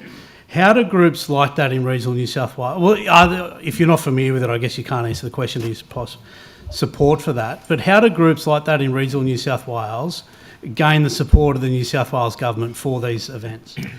Well, I'd assume there's a range of grants they could apply for through sport, through other agencies, potentially might be through regions. We have support for a grant for commemorative services. I don't think it quite fits that category. It's a very specific thing. As I said, the current structure of the department is very defined, and mostly those sorts of events would be funded through federal grants. So is this something, given the importance of this and the noted lack of support in regional areas, is this something that we can look into, how we get more support for these events? Yeah, firstly, I reject that you say there's a lack of support for people in regional areas. State-funded support? What I would say is that we would be happy to have a look at it. It may be something that I can advocate to colleagues on their behalf. As far as I'm aware, we've never received a letter or... No, so we can't do what we don't know about. Yeah. But where we are made known about different events, we do our best to find support. Absolutely, thank you. And I know the local member up there, Michael Kemp, a veteran himself. Yes. If you are free on the 22nd, we'd love to have you up there for that day. Minister, in relation to the gold card concession, so I think that my understanding is a lot of pensioners receive a gold card which does give discounts through Transport for New South Wales, for instance, licences, driving tests. However, veterans, despite being gold card carriers, are not eligible for discounts on council rates as other carriers are. Right. If that understanding is correct, would you take that up with the local government minister to see if we can provide equity with this support? Yeah, as I've said, we've got a whole of government committee looking at a range of issues from a whole of government perspective in responding to the Royal Commission. So I think that's a first. It's not existed before. And so I'm pleased to refer that to them to have a look at. And I think it's the role of the state and the Commonwealth is evolving, and it's still at its very early stages. As I said, the report was only released in September last year, and some of these things will take some time. That's 5 or 6 months ago. Well, you've got holidays and the whole thing. If you've obviously never been in government and understand that the term fast track is used very loosely. Minister, how often does that whole of government committee meet? I have to take that on notice. At what level is that? Is it ministerial? It's at quite a high level, yes. Okay, so can we take on notice how often that's met? I can take that on notice. Often it's met. Minister, I'll just go to this one here, and I won't make a habit of this, but it was put to me from a local veteran who was very passionate about all this, and he's looking for a bit of some hope, I guess, for immediate improvements for veterans and his fellow veterans. And to be honest, I can't paraphrase it any better than he has done. So if you'll indulge me, I'll read his question that he asked to put to you. Minister, if veterans from Dubbo, Burke or Broken Hill were standing before you today, what tangible support could you promise them right now beyond telefob-off, Wi-Fi welfare, vague commitments, more reviews or pointing fingers at Canberra? Well, if you understand, and a lot of veterans don't necessarily make the distinction, the responsibility for veterans lies with the Commonwealth. The state services work with the Commonwealth to provide different things, as I said, in health, etc. It's a role in New South Wales that's still relatively new. I think it was only implemented during the time of the last government, and as I said, now we've got the Royal Commission, then it may evolve. But the hubs, one of our roles has been to help locate where hubs might be able to go, and that's working with other departments to find vacant buildings, etc., work on planning approvals, all of those sorts of things. So we are working really hard on that, but the Commonwealth is the responsible, and I know it's hard and it's not the answer you're looking for, but it's the truth. If the Commonwealth were to devolve more money to the state to provide services, then we would certainly be interested in that, and that's part of the discussion that's happening at ministerial level, but we're not there yet. What lobbying have you had, direct lobbying have you had to ask for that additional funding? From who? Have you made, what Yes, so lobby have you made to the federal? MinSec, yeah. So we have had discussions with the Commonwealth. The Commonwealth have indicated that they do want the states to play a greater role, and the states have gone back and in those conversations said that we possibly could do that, but we need to be resourced appropriately. Minister, there's obviously a lot of talk around funding for homelessness, reducing homelessness and building new homes. Within the government's affordable housing agenda, how many homes have been reserved specifically for veterans? I have to take that on notice. How many, I guess along the same vein, how many for regional veterans? Yeah, take that on notice. Does the government rely too much on charity-run programs like the RSL Life Care instead of providing state government funded emergency accommodation for homeless veterans? Yep. So the environment that has built up over time is that those organisations funded by mainly the Commonwealth provide those services. It's a direct relationship, so the grant funding comes directly from the Commonwealth to those organisations. The state, in some circumstances, may support that through individual grants, but that's the relationship as it currently stands. So are there any state government funded emergency accommodation programs specifically for veterans? We are working with organisations like New South Wales Life Care to explore and assist them in furthering some of those sorts of initiatives, but I can take on notice specifically, but it's, as I said, it's not been a responsibility of state governments.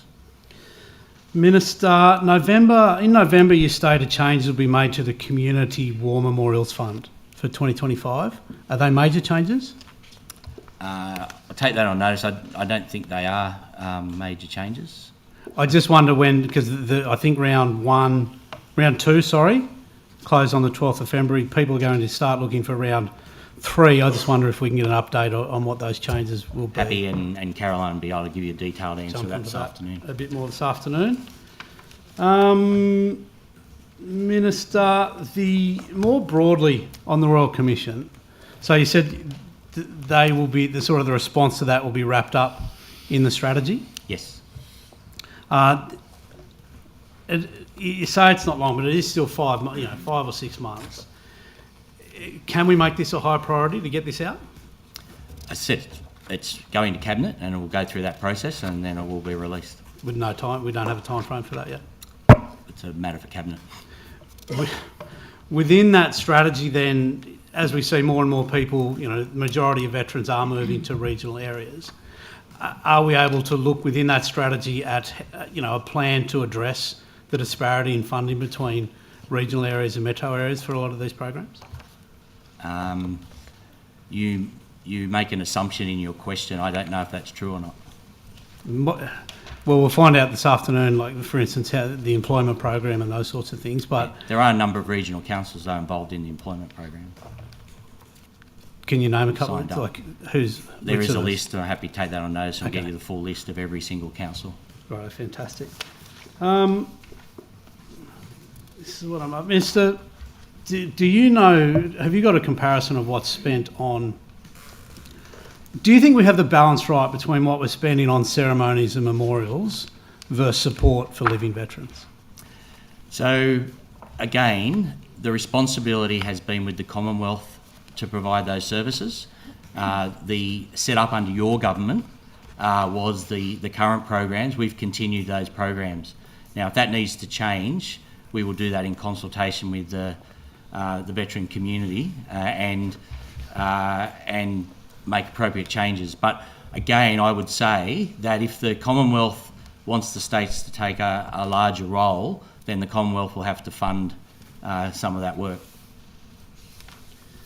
Do you think people would be more accepting? Or I'll move on if that's all right. Minister, where are we up to with Hyde Park? Does it need the Hyde Park Memorial? Does it need more work done to it?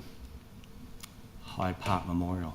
So you're talking about the Anzac Memorial in Hyde Park. Memorial. Yeah, so we're updated on a regular basis on the work that, or the restorative work that was done after the upgrade that occurred in 2018. Some of that work is still underway. I believe that some of it's getting closer to sign off, but the Trust won't sign off on it until they are sure that, that the work has been completed to the standard that's needed. And is more funding needed for that?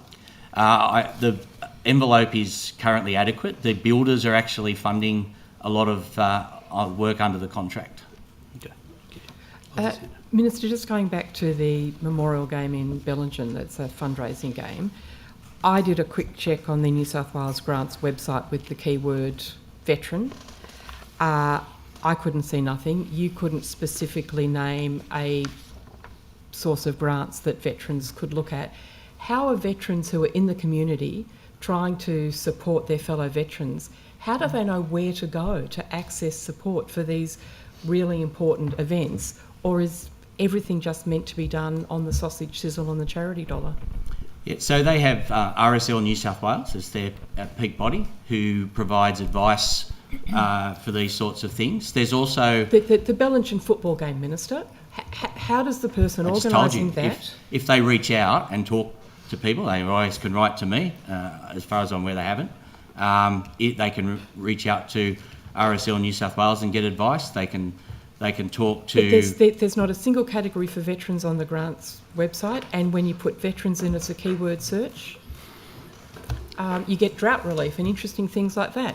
Obviously of concern to some veterans, but if it just seems like we are expecting men and women who gave everything for us to be running sausage sizzles to provide for their needs when they return. Is that appropriate? Well, I don't think that's 100% correct, because if you actually understand the environment of sub-branches, etc., many of them have relationships with other organisations, including RSL clubs. They can access grants through that process. They can access grants through... So just to clarify, the quite grants a few of them they would get quite a through the RSL sub-branch, is that state government money or is that RSL money? It's RSL money. Okay, so if we're looking at state government support for veterans' activities, where is it? Exactly the same as when you were in government. We had specific programs. We are about to release a 4-year plan.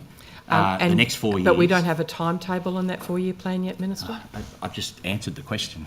Yeah, and I think what you said was that it's with Cabinet, but... Well, it's not with Cabinet yet, it's going to Cabinet. Okay. And how long till it gets to Cabinet? Well, it's imminent. Days, weeks, months? We play this game of trying to tie things down. There's a cabinet process where you have to lodge things and you go through the process. I don't think you're in government, so you may not be aware of how that works, but it's in the process. I think the veterans are watching this and they are very concerned at whether this is actually a priority for this government or not. Well, it's absolutely and a priority. And hearing talk about process and whatever doesn't I think I'm being verbal, Chair. That's not what I'm saying at all. Let's avoid making statements and limit ourselves to asking questions. Thank you. Minister, can you provide an update for us, please, on how the Veterans Health Centre at Concord is going? I believe it's a collaboration with New South Wales Health. It is. It's actually a great success story. When you say how it's going, I'd have to take that on notice and know more specifically what you mean. Just an update of Sure. the status. Thank you. How much time do we have? We've got 2 minutes, so there's a gap you can run through, Mr. Latham. 2 minutes. Chair, on this question raised by Ms Boyd about the head of GWIC coming over to head greyhound racing in New South Wales, we have a cooling off period whereby ministers aren't allowed straight away to go into employment where they take some of their ministerial knowledge and use that to advantage. Minister, don't you think we need a similar cooling off period where a regulator can take specialised knowledge and make advantage of it into the operational arm of a racing code? It's a suggestion, I think, that has merit and will be looked at in the context of what the Drake report recommends to us. Right, and if it has merit, is it too late to veto the Griffin appointment? I think retrospectality is a very, very difficult thing. I don't know the legalities of it, so I can't comment. Well, when's it expected he'll start at Greyhound Racing New South Wales? He said he was leaving GWIC in May. I believe he started, Mr. Lee. Sorry? I believe he started. Started, right. You thought he was leaving in May, he left earlier. Yeah, so he resigned. We can get you on notice the exact timeline, but he resigned from GWIC and he took leave. He resigned from GWIC. I'll get you the exact dates, and then he's started his new employ. Right, okay. But you will look at the cooling off period as a future... I think we're looking at everything in regards to this. Okay. Yeah. But if you think it's got merit to have a cooling off period, you don't want an overlap between regulation and operation. Doesn't that apply specifically to thoroughbred racing and Racing New South Wales, where they're very much integrated, incredibly integrated? So do you support the recommendation for a review of the Thoroughbred Racing Act? Yes, so as I've indicated to you, there will be a statutory review. We're currently going through the process of finding the person who will undertake that review, and after that process, we're making sure, particularly for your benefit, Mr. Latham, that we're trying to find any potential conflicts of whoever that person might be and have them fully independent but have an understanding of the racing industry.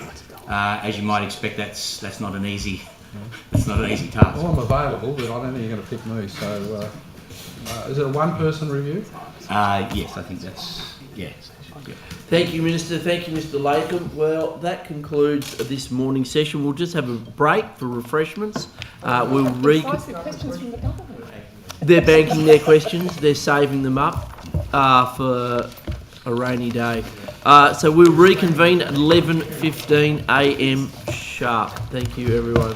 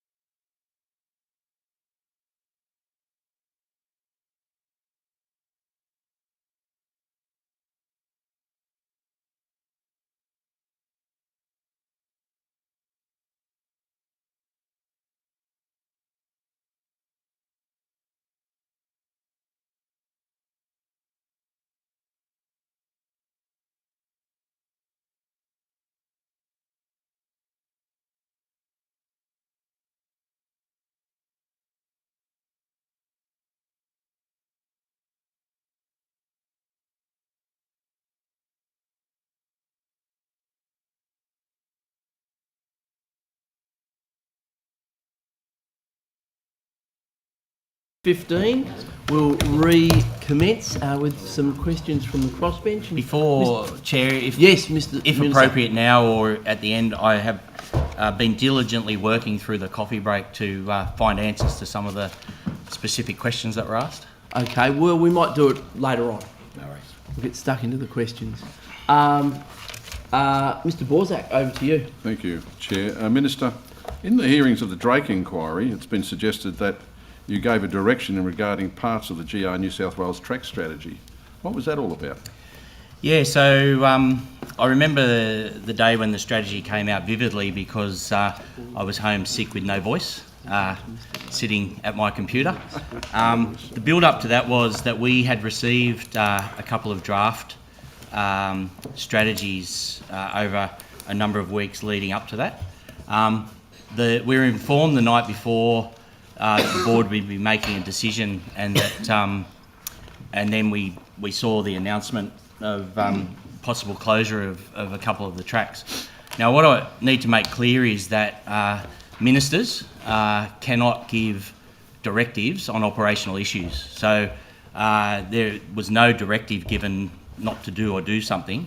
What happened was that I had concerns that some of the tracks that were put forward to close were on the list of the safest tracks. So I get an update on a regular basis of green, orange and red in terms of injury rates. And so what I asked for was, before a final decision is made, can we get clarification on what the thinking was behind the decision? Because obviously I was going to get asked about it. But that was in no way trying, if that's the decision of the board, that's the decision of the board. If that was what they decided to do, then it was up to them to do that. I need to make clear that when you give a ministerial directive, there is a process that's followed. So we have advice from the department. It's actually drafted legally, making sure that it is in compliance with the Act, and then it's sent in written form. It's never occurs verbally. So that was the context of that. I had received phone calls from a number of MPs asking questions. I didn't know the answers, and so that was my instruction to my staff, because I had no voice, was to find out what the thinking was behind it. Would it have been appropriate for, not necessarily you of course, but your department, would you have expected, and would it have been appropriate for you to be consulted in relation to a major strategy change like that? As I said, the Greyhound Racing New South Wales, to their credit, had provided us with a couple of updates about where they were heading. I have to say the final release was different from the previous ones, and that's why I was seeking clarification. It's one of the big issues I've had, and it's no secret, I've said it publicly, I've said it to the media, is that I have a responsibility to look at injury rates and to make sure that that Greyhound Racing New South Wales, particularly through the government grant that's provided, is addressing those tracks that have specific issues. I don't think it's any great secret I wasn't happy with the speed at which that was happening,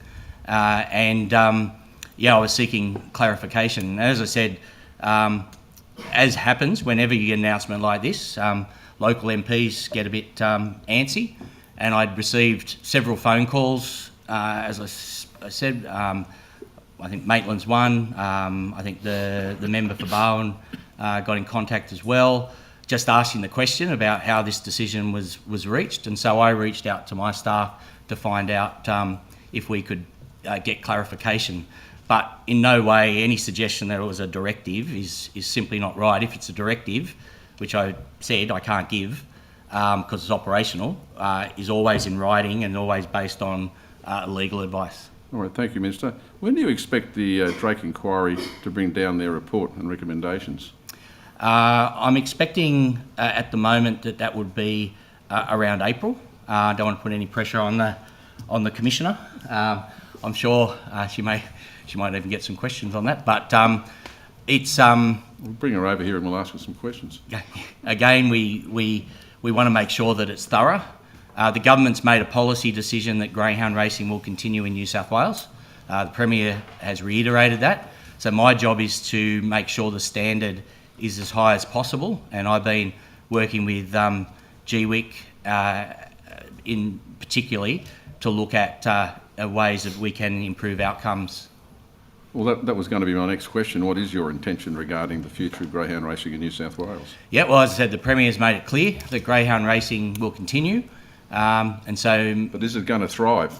Well, me as the responsible minister is to ensure that it does thrive, and that it does so by being as safe as it possibly can be, that animal welfare is at the highest standard, and that the infrastructure is best practice. Is the Greyhounds as Pets programs transferring pet dogs to the USA still continuing? My understanding is yes, that's currently continuing. Are you aware of how many dogs are currently in that program? I can take that on notice. If you could, please. Thank you. Minister, are you going to review the revenue sharing arrangements between the various racing codes anytime soon? So we have had an approach by Tabcorp to review some of the arrangements that are currently in place. A special direct dealing process was set up, so I can't comment on that specifically, but part of any look into this area would have to look at issues such as revenue sharing, etc. So I believe and they've got a special name, what's the name of it? Race? Intercode agreement. The racing distribution agreement? Yes. Intercode. Yep. There's been some discussion between the codes around that. I think at this stage we're not ruling anything out, but we have to ensure that any decision is actually in the best interests of all three codes, and of course the Treasurer also wants to ensure that it's in the best interests of the community. Yeah, no, that's true. But aren't they one and the same when it relates to greyhounds? I mean, they've been so badly treated for so long under the current TAB arrangements. And I'm not blaming the TAB for that or the current government, but isn't it past due time that it was looked at fairly and properly?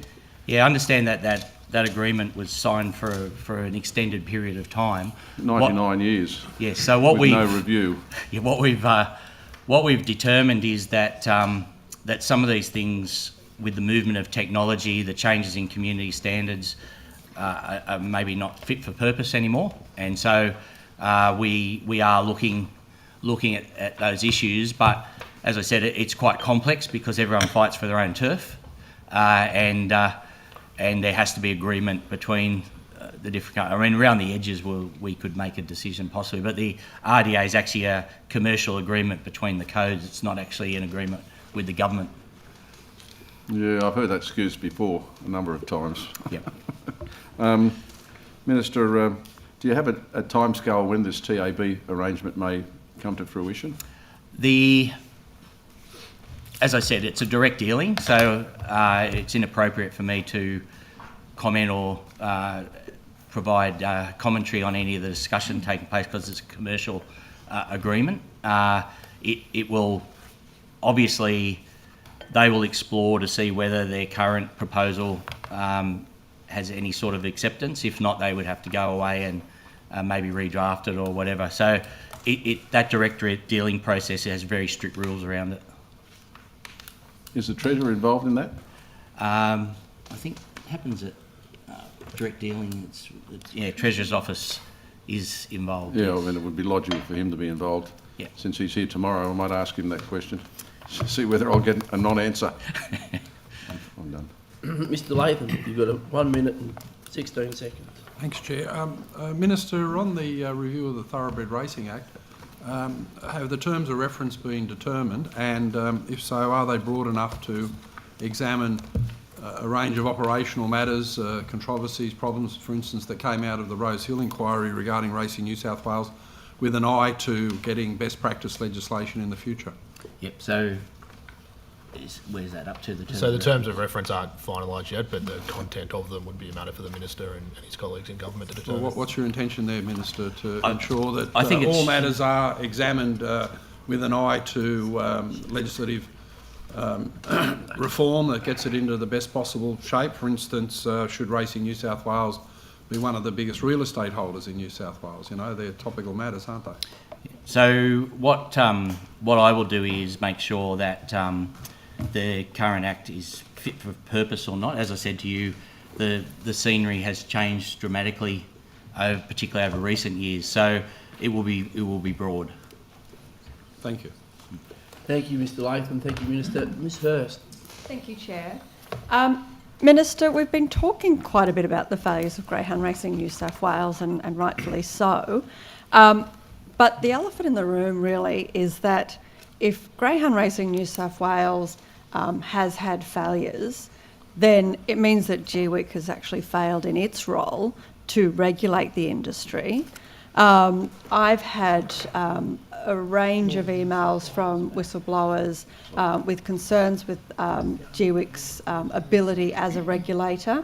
One of those contains an assessment by Craig Hollis, who was working at GWIC at the time, and he made a comparison of penalty comparisons when compared to when the greyhound racing New South Wales industry was actually self-regulating, compared to when GWIC took over, and there was a dramatic reduction in suspensions, disqualifications, fines, reprimands, and he made the point that GWIC wasn't actually doing the work that they were being required to do, that they were doing a worse job than the industry itself. That dropped further when Steve Griffin was appointed. There was another dramatic drop in oversight from the industry. And now obviously he's gone from being a regulator to an employee, doubling his salary and doing so from about 300 to roughly 600,000 based on the former CEO's wage. I mean, what is your office doing to investigate GWIC and the failures of GWIC within all of this? Right. Well, the first thing I would say is that that you put forward the notion that everything's been a failure. In fact, the industry's actually made a lot of ground, and there's a lot of improvement. So you have to balance that. Yes, we Minister, want higher you've put standards. a special commission of inquiry together because there were some major concerns raised. And my point is, if we get to a point where we need a special inquiry put together into an industry because the concerns that are raised are so great, then we have to question, how did this situation come about? What is the regulator failing to do where a report like the Alex Britton report came out? Yeah, so obviously the department undertook a review into GWIC. The issues that you have raised, I have not seen them, and so to my knowledge, they haven't been sent to us. This is one of the biggest frustrations I have, is that there's a whole lot of scuttle out there in the community, and everyone says all sorts of things, but they actually never send it to anyone to actually investigate. Every issue that has been sent to my office has been referred on. Mm-hmm. Now, as has been mentioned earlier, ICAC looked at the issue, and they didn't have an adverse finding. There was a lot of the number of issues that had been raised on a regular basis. That is why we put together the commission of inquiry. So if there are, to provide this to you, yeah, Minister, so if there are that you can see that. I mean, these are somewhat historic documents. I mean, there could be a whole range of reasons why that's the case, Sure. not just that people are purposely doing the wrong thing. But I guess what I'm trying to say is, if we've gotten to a point where we needed a special commission of inquiry into greyhound racing New South Wales, then the regulator has failed in its role to regulate the industry in some way, or at least, maybe if we don't even want to conclude that much, we need to be able to say, has something gone wrong here? And you said your department's looked into GWIC. Is that the only investigation that's currently occurred into GWIC and their potential involvement in what has actually, caused this entire commission? So that was in inquiry? regards to the YE issue. Mm-hmm. That there was a examination of GWIC's role in that. Mm-hmm. More broadly, of course, if the recommendations come back from the Drake inquiry that says that there needs to be further look at some of these issues, then we will do that. There's a big difference. GWIC is obviously a government statutory authority. Greyhound Racing New South Wales is not, and so the approach is different. But obviously the Drake inquiry, I mean, the Drake inquiry is set up under GWIC. So it's, it's almost... Well, it's not under GWIC, it's within, parallel. Parallel, yeah. So but it's under the powers of GWIC. It's correct. It can't really investigate itself if it's kind of... It wasn't required to, that wasn't in the terms of reference. That's right, that's what I'm saying. So, Yeah, that's but it doesn't kind of mean that terms of issues may reference. not come up through testimony, etc., that there may be things that need to be looked at. My understanding is that no one from GWIC has actually given evidence at the inquiry. Is that correct? I'd have to take that on notice. Thank you. Sorry, what was the investigation with your department? Can you give me some more details Yeah, it was about the outcomes it there? was any potential role that they played in the issue that was raised around YE. So did anything come out of that, sorry? Did that final report on the YE Greyhound Disperse facility was referred to Commissioner Drake to consider. Thank you. Thank you, Mr. Barakat. Thank you, Minister. Mr. Latham, you've got 5 minutes. Thank you, Chair. Minister, on the weekend, the chair of the Australian Turf Club put out a circular saying that the brick pit at Homebush has been abandoned. The proposal for a replacement track at Horsley Park has been abandoned, and spoke only of upgrades at Warwick Farm and Randwick. I'm not too sure ATC members want a gym and spa to replace Rose Hill, but that's a matter for their vote on the 3rd of April. But given that Racing New South Wales has said that it would veto the proposal as it can under its infrastructure powers in the Thoroughbred Racing Act, if there's no replacement track, then why is the government persisting with this proposal? Yeah, so I make clear that this is outside the purview of my responsibility. The process that's been undertaken by the government is continuing. I am aware of the article. I saw the nice pictures and read the article. That's my only level of knowledge. He didn't send you the email. I got the email. You didn't get it? I don't think we got an email. No? I got it in the morning clips and had a look at the. Well, Mr. Draper, you're involved with the USP, and you're going to leave early. We might as well, make you earn a little bit of your pay. So what's going on there? No replacement track. Racing New South Wales will veto it. What's the point in carrying on?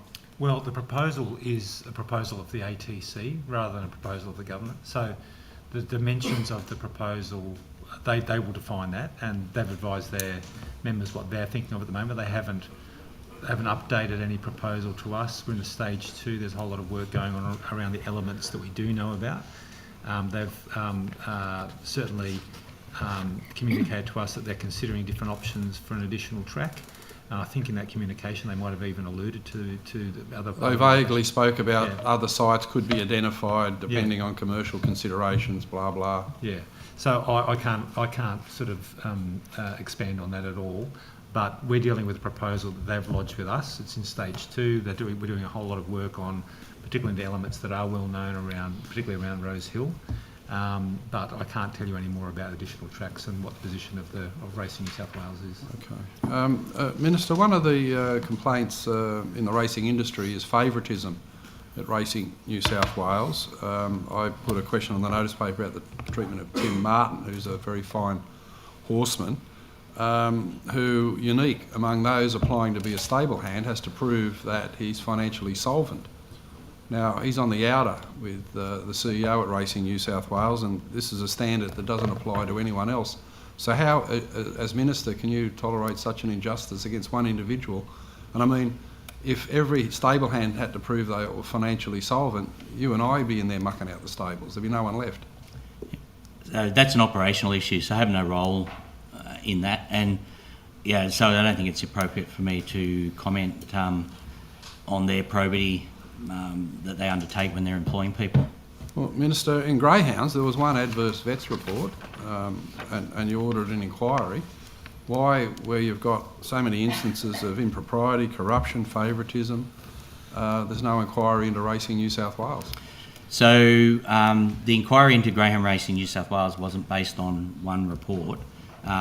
We'd received a number of things which added, and I thought we had a responsibility to look into those specific allegations. I checked with the Office of Racing last week, and we haven't received direct, other than questions on notice, we haven't received any direct allegations against Racing New South Wales. So, as I said, when we where appropriate, where you put things forward, we ask the questions, and that's appropriate. But it was very, very different. I can tell you that when I took office, on the day that I took office, there was a blue folder sitting on my desk, quite a thick folder, full of allegations against Greyhound Racing New South Wales. I have not received the same thing for Racing New South Wales. Well, you've got 30 questions on the notice paper from me. What, do I got to print them out and put them in a blue folder? Yeah, but no, as I said, that when, because they're operational issues, when we ask the question about thing, there is a explanation as to why something did or didn't happen. So, well, if you got the Rose Hill report, which has got compelling evidence from whistleblowers about misappropriation of JobKeeper funding by Racing New South Wales, avoidance of fringe benefit tax, illegal surveillance of staff, interference in race fields, trying to stop Amano running in the 2022 Cox Plate, and the list goes on and on and on. I've got a list here of 30 there's items. a government response into the Upper House inquiry that will be coming out. But you've got all these soon. matters, so why haven't you treated thoroughbred racing the same way you've treated greyhounds? It's part to do with the way the acts are constructed. It's also the way that it's, as I said, we have not received, other than through yourself, we have not received, and I would have thought if individuals had serious concerns, then they would be writing to the office asking for those concerns to be looked at. Well, Vin Cox Mr. did one Latham. time, and he ended up being persecuted through the media. Thank you, Mr. Latham. Thank you, Minister. We'll now move on to questions. You'll get another go later. We'll now turn to questions from the opposition. Thank you, Chair. Minister, I understand that you've now finally appointed the 3 treaty commissioners for that process. Yes. How will they report the results of their work? Yeah, so they'll do that through reporting. So I had a very good meeting with the 3 commissioners last week before. And how will they report the results of their work? Well, they'll write a report to government. Okay, and will Aboriginal communities have a role in assessing that work? Absolutely. And what's the process this for is that to Aboriginal happen? designed and led. So the actual commissioners are designing the process, not the government. And the Aboriginal commissioners... So, in terms of Aboriginal designed and led, I understand that you contracted with Naree Proprietary Limited to consult on free, prior and informed consent. When did that consultation begin? Yeah, so that was like a precursor. So when did it begin? The department now has... when did it actually... Oh, I'd have to get the exact date. Yeah, we'll take that on notice. Yeah. Okay, so you can assure us that it actually began and was completed before the treaty consultation process has begun? No, I think more widely, there was a view from the commissioners themselves that they should take on part of that role. Because I thought the whole design of it was that there would be this prior consultation on free, prior and informed consent so that Aboriginal communities felt really able to take part in this process. The commissioners gave feedback on that, and so this is the thing is when you give self-determination and you receive advice from Aboriginal people about how they want it to run, you're a very silly government. You don't really believe in self-determination if you tell them, no, you can't do it that way. Was that advice received from the commissioners or from Aboriginal communities at large? My understanding was it came through the commissioners, didn't it? Yep. Okay, so is that actually a consultation with Aboriginal communities or with 3 Indigenous commissioners? Well, they're the ones designing the process. So this is the whole thing. If government designs the process, it's not Aboriginal design and led. No, thank you. Will the consultations be held in language? That's a matter for the commissioners. And what languages do they speak? That's a matter for the commissioners. Okay. What's the due date for the commissioners to report? The government originally put that it would be a 12-month consultation. Now, if the commissioners come back to us and say they need additional time, then the government would consider that. So do we have a timeline for the process? There is one being developed at the moment. But we don't have a due date for the work yet? No, it's got to go to Cabinet. Yes, yep. Okay. And when can we expect the revised timeline for the consultation to be available? Revised timeline? Well, there was a timeline. It's now going to cabinet. It's being changed. When will this work be completed? No, there wasn't. We never put forward a timeline. When will we know when the work is due to be completed? When they've completed their work. Thank you. Will there be a consultation with the non-Indigenous community? Part of our discussion is with the commissioners, but separate to their work, is that there obviously would be some consultation with non-Indigenous people as well. But we need to be very, very careful that that we fully understand the wishes of Aboriginal people in New South Wales first. So the questions that are basically being asked is, do you want a treaty? And if so, what might a treaty look like? So they're very basic, high level. It's not what's in a treaty. And then when will those same questions be asked of the non-Indigenous community? Well, this is a matter for Aboriginal people. Okay, so because they're the ones that any treaty would be with. You do understand how it works. I understand that treaties are normally bipartisan or multi-partisan, so will all potential parties receive the same consultation? Correct, because then the government will have to make a decision, which obviously they would consult on. So the government will make a decision, or the government will consult with the people of New South Wales about that decision? No, the whole point of it is that it's done in a consultative way. So when does the consultation with non-Indigenous people commence? Well, we don't know what Aboriginal people are asking yet. And if Aboriginal people say there should be no consultation with non-Indigenous people, will there be consultation with non-Indigenous people about a treaty? Well, I think that's very premature, and I think it's actually a little bit silly, to be honest. So a treaty that is multi-party, you have no view about how all the parties will be consulted? You're honestly sitting there saying that there would be a secret treaty signed between the government and Aboriginal people. No, is that what you're suggesting? I'm sitting here asking about the entirety of the consultation process because I think it's relevant for the people of New South Wales. So we've committed, our election commitment was to have a consultation with Aboriginal people. Thank you. And then find out what they wish, and then obviously that will lead to the next steps. All right, thank you, Minister. Minister, on the 1st of June 23, you wrote to the Chair of Greyhound Racing New South Wales, John Williams, requesting explanation for a series of complaints. Are you able to take probably on notice and table that letter for us? I don't think it'd be a problem. We'll take it on notice, and if we can table it, thank you. How were you made aware of these complaints? As I said, there was a folder with complaints that was in my office when I arrived that had been sent, and then there were subsequent complaints from other parties that fed in to that. That resulted in a referral to ICAC, and I asked the board to investigate. I think that was the purpose of the letter on the 1st of June. Sorry, a folder sent by who? It was sent anonymously. So when you walked into I'm just trying to visualise, as you walked in on day one, there was a blue folder sitting on your desk as number one priority for you to deal with, and it was an anonymous list of complaints? They were very detailed. It was also followed up by multiple sources, including the media. Did you receive a response to your letter to Mr. Williams? Yes. Are you able to table that on notice as well? I went back and forth, yes. As well as this response from Mr. Williams, were you also aware of external inquiries instigated by the Board of Greyhound investigating these complaints? Yes. Did you see these reports? Eventually.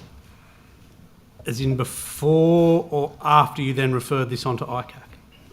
So my responsibility under the Ministerial Code is that if there are serious complaints made, that I have a duty to refer to the appropriate body, in this case was ICAC. I don't get to make a determination whether they're true or otherwise. I do so without prejudice. Part of the process is that I don't publicise the fact. I can say that it happened now because ICAC have published a letter, but before that I couldn't speak about it because it may impact on their investigations. I was aware that the board also undertook an inquiry with an external group who then reported to the board. The board indicated to me that it was legal privilege and wouldn't share. They shared a summary, but they would not share the whole report. I received advice that wasn't appropriate, and that then led to a whole lot of issues in terms of trying to see what that report actually said. We then finally received that report, and we also, at very similar time, I think they were very close, received the Chief Veterinarian's report, and therefore we then launched the Drake inquiry. So despite the response from Mr Williams, these reports, you still thought it was serious enough to forward these complaints? Yes. Do you have also a responsibility to substantiate No. these sort of complaints before they go off? No, I don't. My office and department does not have an investigative function. We have to refer to the appropriate body to do those things, whether it be police, to ICAC, to if there's another body. Why then did you write to Mr Williams, put the complaints to him for a response? Because they were operational issues, and they're things that the board should have been aware of and inquire into, because the CEO is employed by the board, not by me. What was the ICAC response? The ICAC initial response was that they may not have jurisdiction. Legal advice was that may not be correct, and then ICAC's now published their response. Which said?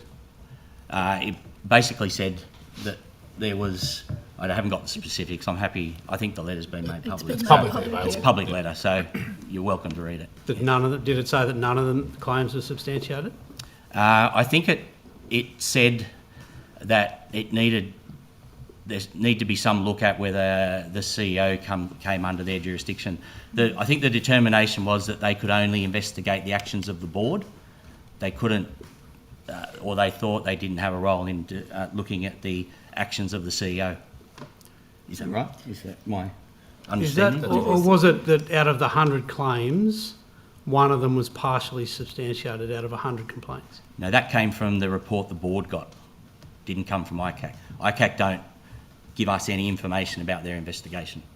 Okay, so despite this ICAC investigation, nothing turned up to be substantiated about the claims? As I said, ICAC, from my recollection, and I haven't read the letter in a few weeks. It's on the website. They issued a media release. Yeah. So, okay, so I think I'm just getting through now. The investigation did not identify any evidence of corrupt conduct. Does that sound familiar from the report, from the response? That's what the letter said. That's what it says on the website. Yeah, okay. So, do you then think that Mr Macaulay, as the chair, has anything, as the former CEO, has any questions to answer in relation to these complaints? That's not my role. As I said, I do this without prejudice. It's not my decision to decide if something's right or wrong. It's up to the investigative organisations. As I said, my role is very specific, is that my duty is to report things, and then the appropriate body investigate that. Now, in this case, because of the veterinarian report and other information that continued to come, we instigated the Drake inquiry with an independent commissioner to look at the claims that people were making. You get to a point where there's so much noise that the board and the organisation finds it very hard to do their job when every day in the media there's allegations being made. I thought it was appropriate that that they be looked at seriously, and either there's findings or there isn't findings, but that's not for me to determine. So, given there were no negative findings, do you have any, regret in relation to? No, not at all, because my duty is to report. My duty is not to show any sort of prejudice. If I was sitting here now and I didn't refer these things and there's something had been found, you would have been getting stuck into me that I hadn't undertaken my duty. I took my duty. It's in, can't remember what number, I've got it blown up on an A3 sheet because I have some quite interesting portfolios of my responsibility in terms of reporting potential corruption. That's what I did. So any complaints you receive need to be forwarded on regardless of how substantiated they might be or be able to be? Yeah, it's not for me to determine. Okay. Minister, budget estimates in September 2024 we understood that there was a commitment for the medical research strategy to be finalised within that calendar year. What's the status of that document? Yes, so as we announced at the Cardiovascular Awards on Thursday night, it's in the final stages of editing, etc., and it will be released. When? Next month. We think next month? Yes. Okay. And can you outline the intended priorities of the upcoming plan? I will take that on notice specifically because they're quite detailed. Thank you. And I would hate to misquote some of them. In addition to that 10-year strategy, it was indicated there was also going to be developed a 3-year action plan focusing on short-term decisions. What's the status of the 3-year action plan? Yeah. Kim, do you want to talk about that specific? Perhaps I can ask that this afternoon. If you're not across that, Minister, I can follow that up this afternoon. Well, again, I really take offence at the characterisation that I'm not across it. It's very detailed, and I would rather you get a proper answer. No, absolutely. I understand that. The Microbiome Research Centre, are you able to discuss that, or I should follow that up this afternoon for details? Yes, its current progress is probably better discussed this afternoon. Yep. Okay. So, Minister, you would be aware of the NHMRC inquiry into the use of puberty blockers. What's the New South Wales Government's stance on this issue? That's a matter for the Minister for Health. I think it doesn't come under my portfolio. It's medical research, especially when you look at all the research papers being produced by Westmead. It's not covered by our department. Okay, and so you don't know whether or not we're going to continue to administer hormone therapies while they're the subject of review? No idea. It's outside my area of responsibility. Right, okay, thank you. And the Lang Walker Medical Research Building, are you able to answer questions about that? We can take them on notice. I was at the opening, but I don't have specific details. Okay, so you can't tell us what the New South Wales Government's doing to encourage collaboration between the stakeholders and the research institutes and the programs? Oh, absolutely. Yes, yeah? yes. Okay. So part of the strategy is working more closely in a collegial way across all the different institutes, local health districts. The new strategy is actually built on that. It's been very well received by stakeholders who are already moving towards building those relationships. They understand that in a tightening research funding environment, particularly from the federal government, and what's happening in the US, that it's more important that they work more closely with each other to share resources, to share research and outcomes, to make sure that New South Wales is at the forefront of medical research. So we joke, as we did on Thursday night, that we're in a bit of a race with Victoria. We want New South Wales to be number one. The strategy is looking really closely at how we can continue to foster those relationships. It's also, the consultation has also made sure that our current funding programs continue to be appropriate. In fact, in New South Wales, we're very much congratulated because of our support of institutes outside their federal funding. We actually have a grant which actually supports their operational requirements, and I think New South Wales is the only state that does that. Victoria does. Okay, we don't like talking too much about Victoria, but so there is a lot of work there. We meet with the different institutes. One of the great examples is the network that's been set up to reduce the use of animals in research, and that shows that there's a real collaboration to make sure that they're doing the very best work that they can do. So is that the institute that's also looking at using pluripotent stem cells instead? And are there ethical concerns about the use of pluripotent stem cells? I think that's part of. It's not specifically. So have you looked at the ethical constraints around the use of pluripotent stem cells? I have to take those on notice because. Okay, thank you. I'm not. Might come back to that this afternoon. Thank you.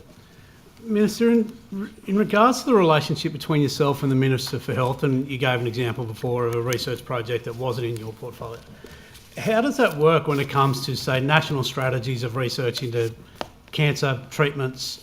Who determines whether we sign up to those things as a state? Is it you as the Minister for Medical Research or the Minister for Health? It's a bit of a hypothetical. It depends on the situation. So most of the responsibility for national agreements lies with the Minister for Health, and the structure that was set up under the previous government, which is one we're operating with now, is that my role is more about supporting through funding specific project funding, and also working with institutes, local health districts to raise awareness within government about the work they're doing, the importance of the work they're doing, and obviously try to attract more funding. So it's just a little bit confusing as to which ones you control and which ones... Who sets the overall strategy of where we're headed with our research? There is no... So research comes through the Office of Health, Medical Research and Innovation, and they develop that strategy. They work within the Department of Health on those things, and that's where the strategies come together. It's the model that was set up under the previous government, and we, in a bipartisan way, we think that it's a model that has great merit, and we continue to pursue it. What's your budget for project funding? I'll take that on notice. Thank you. And it's fairly extensive, though. Okay, and so the office that develops the strategy for medical research sits outside the Ministry of Medical Research? No, there is no. So the office you just mentioned that develops the strategy that for is medical... that is the ministerial office. So I thought I understood you said that operated out of Health.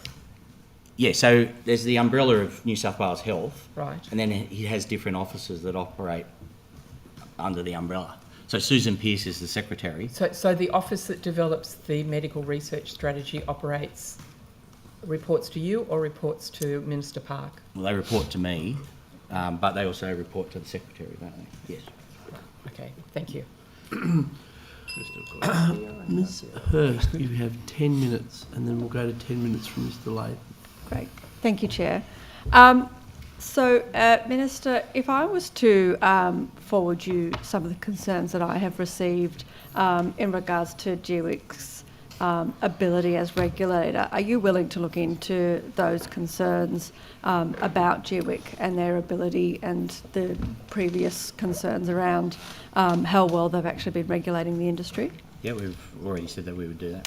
Thank you. And just in regards to a question that was asked by Ms Boyd before, and I think you said that that the concerns around Mr Steve Griffin becoming a regulator and then the CEO of the industry he was regulating, that specific issue has been referred to the Drake inquiry. Can I just confirm that you have specifically asked the Commissioner to actually look at this specifically, that you've put that through as a request, or are you just hoping it may fall into the terms of reference more generally? No, I don't think I specifically refer. I'm not sure that you said that in your answer. I don't think I did. Yeah. So you say, did you say, so when Ms Boyd was asking questions about this concern, you said that has been referred to the Drake inquiry? No, I don't think I said that specifically. I think I said we would wait on the report from the inquiry and see if that would form part of any changes that we do. Okay. I didn't say they would make a specific recommendation on it. No, not a specific recommendation, but specifically that they look into this concern, because I'm assuming we're quite deep into the Drake inquiry now. I don't know if there's any further What hearings. I would say though is you've got to be very careful. There's no, whilst people may not like the look, nothing illegal has occurred. So under the legislation, this isn't stopped. But that's the problem. Yeah, but that's a decision for government. That's exactly what. Yes, it's a decision for government to look into it. When we get the recommendations of Drake inquiry, we'd also look at other things as well. Yes. Okay, so even if that's not included in the Drake inquiry report, you're going to look further into some of those issues. Well, it may be a consideration when we're looking at the total picture. Yeah, I guess I'm just trying to say that, you know, that there's a lot of issues that have come to the Drake inquiry, and I'm not sure that the timeline of this particular issue is going to fall into evidence that that inquiry will consider. I'm not sure. It's certainly not in the terms of reference. No. It hasn't been referred specifically to the Commissioner. No. And so it may just be that when you get that report and the recommendations, that hasn't been able to be considered within the terms of reference and the timeline of that inquiry. We're constantly looking at all of these issues. So, as I said to you before, this is a bit of a moving feast. So, as things arise, we will look at them. But you've got to. The difficulty we've had is that we inherited a structure out of a great deal of turmoil, and we've made the commitment to make it the best that we can make it. That's not going to happen overnight. It also it's quite complex because one person. So, for example, you raised all the issues about GWIC not being hard enough. When I'm out talking to community and some of the members in this place, they're telling me GWIC's too hard. So a lot of this stuff is perception. It may not be reality, and we have to sort through what's real. The evidence and that I what's gave not you was real. just the data that GWIC That's right. There may be have put reasons for together. that. It may be that more people are doing the right thing, and it's been a success. That's what I said earlier. Immediately following the change of hands from Greyhound Racing New South Wales to GWIC, there was a drop of suspensions from 21 to 0. Yeah, but you've got to understand the CEO doesn't make those decisions. But I'm talking about the regulator generally. I'm Yeah, talking about. So you're saying the commissioners, everybody, have all suddenly conspired to do the wrong thing? I'm not talking about a conspiracy. Well, you're drawing a conclusion no, that's from absolutely data. not what I've said at all, It Minister. may be that what I have people are said doing to the you, right Minister, thing. is that when Greyhound Racing New South Wales was overseeing themselves, there was 21 suspensions in 6 months. And the immediate 6 months following, there was 0 suspensions when GWIC took over. And GWIC themselves, employees at GWIC, raised the concerns and said that they're not doing the job that GWIC is supposed to be doing to actually oversee and regulate the industry. These are concerns that have come up from GWIC themselves. What I'm saying to you is to look into it's come from an what employee, has it hasn't come happened. from GWIC themselves. No, it's come from an employee within GWIC. Correct. And what I've found with all of these things, whether it be racing, whether it be greyhounds or whatever, a lot of employees have a lot of opinions.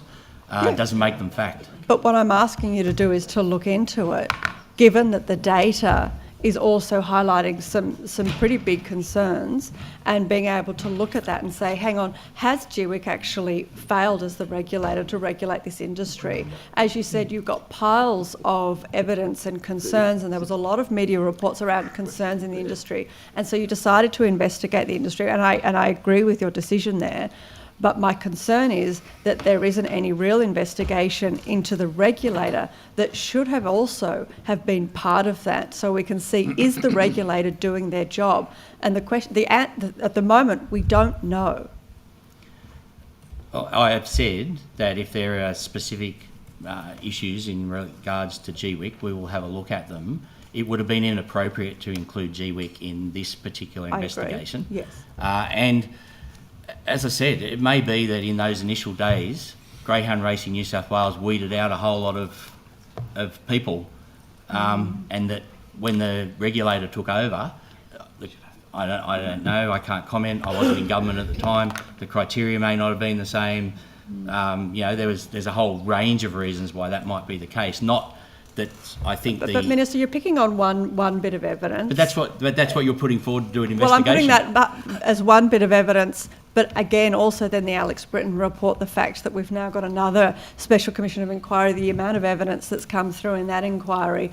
I don't obviously have time on the clock to list all of them. I'm giving a few examples of why there is concerns around the ability for GWIC to be the regulator. Who would you have as the regulator then? No, I'm not suggesting that you change the regulator, but is the regulator performing their function is the question that we don't have an answer to, and that's why I'm hoping that there will be an investigation. GWIC reports on what they do, etc. It's not been raised with me specifically, other than people say they're too harsh. So you feel, as Minister, that you have confidence in GWIC as the regulator, despite all of the evidence that was coming forward, that then caused you to actually call for a special inquiry? Were about different things. A lot of the stuff was around employment and office issues, not about welfare of animals. Well, remember, GWIC doesn't oversee those things. It oversees the welfare of animals. Yep. And so... Well, a lot of things were coming up on the welfare of animals too, particularly in that Alex Britton report. Yeah, but I would argue that the industry itself has reformed and has made changes. It's not perfect, and that's why, as I said, our job is to make them the best that they can be. Minister, I just think if you're just going on I've only got 2 minutes, so numbers, I'm just going to I'd move have to look at every quickly. individual case and understand why they did or they didn't I've only got prosecute. 2 minutes It's not left, about just so I'm just straight going to numbers. move on. I want to ask you if you're familiar around the recent temporary closure of the Tari racetrack after the death of 2 greyhounds. I am. So this was described as a $6 million centre of excellence. It was also described, and I quote, one of the safest tracks in the state. After these deaths, it was revealed by GWIC that the track didn't even have a safety rail. Which has now been put in place. Which has now been put in place. But it was described as the safest track in the state and a $6 million centre of excellence when there wasn't even a safety rail. What action are you taking to address the fact that actually no greyhound tracks in New South Wales currently meet the minimum standards? So that has been part of the discussion I've been having with Greyhound Racing New South Wales since coming into the role. And obviously, I'm not happy with the progress. We've discussed it. We've got money sitting in an account that is supposed to be spent to upgrade tracks. None of that's walked out the door. Now, everyone will have different reasons why they think that's the case, but my expectation is that money gets spent to bring tracks up to standard. So just to jump in on that, and thank you for your answer. My understanding, I've heard a figure of about 100 million is needed to bring the tracks up to the absolute minimum standards. We don't have that much funding though, do we? What's the shortfall? So there's a lot of conjecture on what is the minimum standard, and that's part of the discussion that we haven't been able to find resolution on. So GWIC and Greyhound Racing New South Wales have differences of opinion on certain things. Part of the response to that was that there was an agreement by industry to trial 3 strategies, which are being trialled, and that will be examined. So that's what I talk about, is that the industry is trying to do better. I cannot fault. I have frustrations about the speed of things happening, absolutely, but I can't sit here honestly say that there has been no effort. There has been effort. There may be disagreements about how that might happen, what speed it might happen, what actually is a minimum standard, for example, and that's what we have to resolve moving forward. That's why we'll take the recommendations of the Drake inquiry and we'll look at what the next steps are. So the industry came from a place where it was shut down to going through a whole lot of changes, which I would argue that it did have improvements. It now is into the next stage. It goes back to what I've said all the time. As a principal, someone being involved in leadership, it's about continuous improvement. You never stand still. So you never reach the standard. So you keep working, because when you reach a point, you've got to be looking at what you do next. So, and in this industry where there are injuries, then you continually have to examine how and why that happens and what we can do to alleviate that. Thank you, Minister. Thank you, Ms Hurst. Just before I go to Mr Latham, members, I've just circulated some correspondence regarding Mr Draper and Ms Marr, who have raised with me their desire to leave a little bit early. They've got some important business to attend to relating to the cyclone. Ms Marr at 1 p.m. and Mr Draper shortly before 3 p.m. So I've agreed to that, considering the seriousness of the issue that they're dealing with. just for noting. Mr Latham, you have 10 minutes. Thank you, Chair.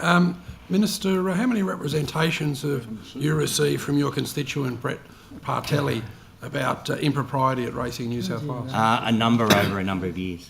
Right. Does that include the matter I raised on the notice paper with you and you answered in June last year, referring to Mr Partelli's claim of impropriety against the Chief Executive of Racing New South Wales concerning coercion and financial inducements?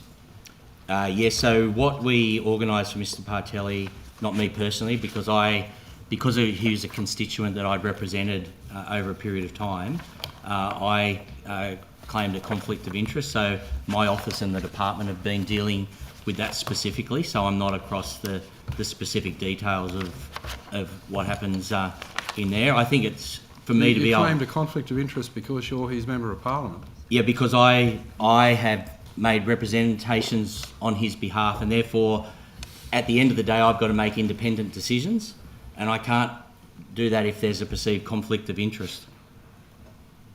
Isn't it your job? You've been elected to represent him? Correct, but I'm saying that as a minister I have a different role to act on advice and... I find that incredible. I've been around a while, I've never heard that one before, but you've received all these matters and representation. Well, just let me clarify. Mr Partelli. So if I take action against Racing New South Wales, they would be able to claim a perception of bias because I'm acting on behalf of Mr Partelli because he's my constituent. So I've got to be really careful to stay above that. Okay, well, if that's your standard as an MP. But having received all these complaints... As a minister. That's different from being an MP. Having received all these complaints from Mr Partelli, why did you tell the committee earlier on you've only received them from me? No, what I've said is they went to the department, not me personally, and there's been an arrangement put in place to deal with that, is my understanding, without knowing all the details. But you referred Mr Partelli's one to the department because you couldn't handle it because you're his local member? Correct. Okay, so the department did receive the Partelli material? Yes, and it says that's here been that dealt with meetings through... were organised with him? Yeah, and that's been dealt with through a process, I understand. Okay, and did you also receive representations from Wyong Race Club about the inequity of the Racing New South Wales funding arrangements? I receive a lot of information, comments, thoughts from a range of clubs in regards to the portfolio, and they all have views about how things can be different. That's different because that's at a policy level. But aren't these all complaints about the way in which Racing New South Wales is discharging its duties? No. So why did you tell this committee earlier on that the only complaints you've received are from me? I'm talking about specific complaints against individuals. Well, Mr Partelli's is against Peter Volandes. Correct, and that's why it was passed on to the department, and the department... Okay, so you received it and the department received it. So why have you said to the committee that it's only come from me? Because it's a...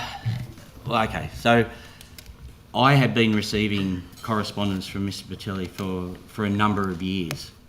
When I came into the role, when that issue came up, I said to Mr Partelli that I would refer it to the department to deal with. My understanding is that an arrangement's been made, there's been meetings with the board of Racing New South Wales on that issue. So it's different. So as Minister, I was already in possession of those things before I became a minister. Okay. Do you want to correct the record from what you said earlier on? Well, yeah, okay. If that's not specific, I'm happy to do that, but I was talking in my role as minister, not my role as local member. Okay. And did you also tell Mr Partelli you've received other complaints about Racing New South Wales that you referred to ICAC, the Ombudsman and the police? I think, as I said, I can't publicly say what I do with some of those things. Well, you have. You told Mr Partelli, who gave me your correspondence, and I raised it here at this budget estimates hearing last year. Yeah, so... And I've got an SO 52, which I'll get to eventually, to seek the papers.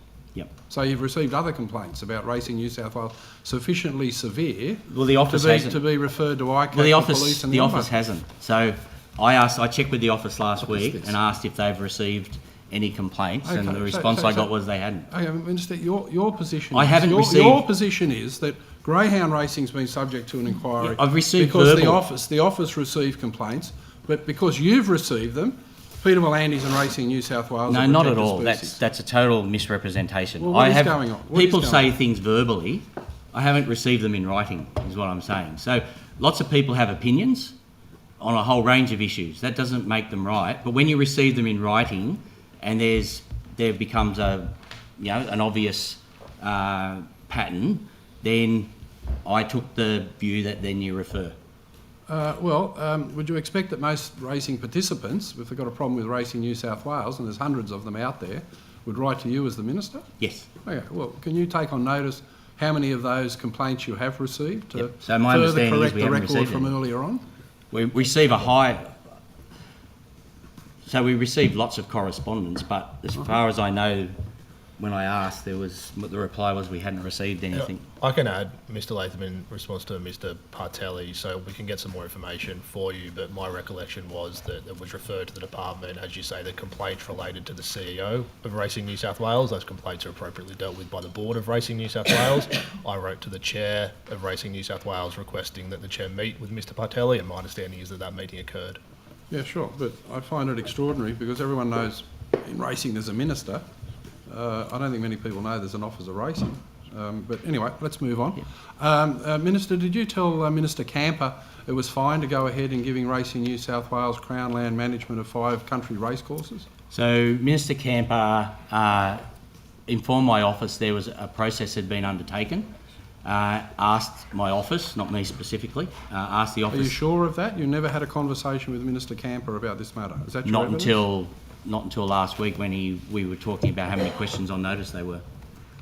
I don't have a role in No, but you're the racing minister, and was there any approval from your office, you or the Office of Racing, my understanding is that allowed the regulator to run its own tracks and regulate itself?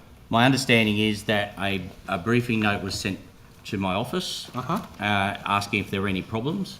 That the process that had been followed was the correct process, and so that's the process. Right, in asking were there any problems, did your office write back with problems?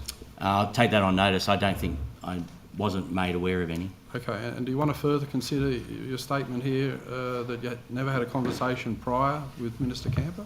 I do not recall discussing it with Minister Camper up until last week or the week before, where he said he'd got all these questions on notice. Yeah, my word. I wasn't even aware of it before that. Yeah, well, you're aware of it now. Do you think it's right that Racing New South Wales... It's not for me to determine. There's an independent process that's undertaken by the department. This is the Crown Land, and you're the Minister for Racing, that the General Manager of Industry at Racing New South Wales, Scott Kennedy, has said that these Crown Land management of racecourses are simply the first step to having freehold title. Do you think the New South Wales government should hand over ownership of Crown Land to Racing New South Wales just because they request it, and Peter V'landys has got lots of media friends? As I go back to, I have no authority to make the decision about Crown Land matters, including the appointment of Crown Land managers. The authority is with the Minister for Lands and Property. The appointment of New South Wales, Racing New South Wales as a Crown Land manager aligns with the priorities of Crown Land's 2031 strategic plan. I was informed when I received the briefing note that there was extensive consultation, that this application from Racing New South Wales first applied for in August 2022, and that process to become a Category 1 Crown Land manager has been undertaken over that period of time. And as Minister, what consultations have you had or discussions with Racing New South Wales about their extensive real estate strategy in New South Wales, now involving 50 properties with an outlay of $125 million, Crown Land management of 5 racecourses, ownership of Scone, Moruya, Cessnock and Goulburn, and also the proceeds of the Rosehill sale? Isn't this something that should be a subject of consultation, not just with the industry, but with you? They're operational matters for Racing New South Wales, but I will say that that the CEO had spoken to me about their strategy to ensure that these places were protected for racing into the future, and that he had some concerns that given the financial constraints of the industry, some of the clubs may have chosen to sell land or property that may not be racing related. So Racing New South Wales has a strategy about this. They're going through whatever processes that they have to go through, but they don't have to ask my permission. Why isn't their strategy in their strategic plan? There's no mention of this Crown land management expansion. Well, it was only granted very recently. You said they applied in 2022. There was a Correct. strategic plan last year. Why isn't it mentioned? Yeah, I don't know. It's an operational issue. It's not something that I can answer. Thank you, Minister. Thank you, Mr. Latham. Mr. Barrett. Thank you, Chair. Minister, Star Casino seems to be in a bit of trouble at the moment.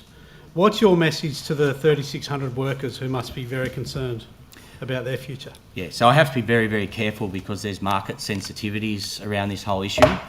So I can't say a lot other than the government committed to an agreement with Star around the retention of employees. So far that has been honoured, and we want to make sure that wherever possible the employees are looked after. And how long does that agreement go forward? It goes whilst they're in operation.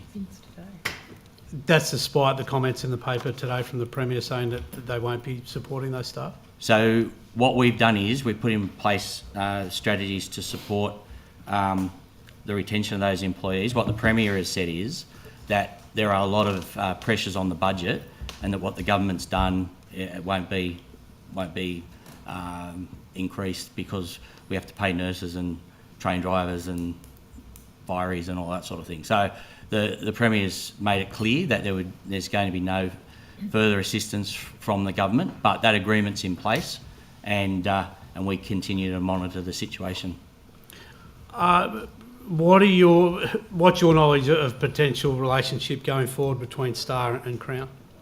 That's not something I can comment on. It must be something you consider, though, at the moment. They're two and what that private would companies. Their relationship into the future is for them. Phil might want to give something, but the regulator obviously has to look at any proposal that may or may not come forward. But I don't look seriously. This is a really sensitive issue, and I don't want to be in the media anyway. Giving an opinion or something that might influence the current situation. Did you want to add anything, Mr. Crawford? But perhaps we can come to Mr. Crawford this afternoon. All right.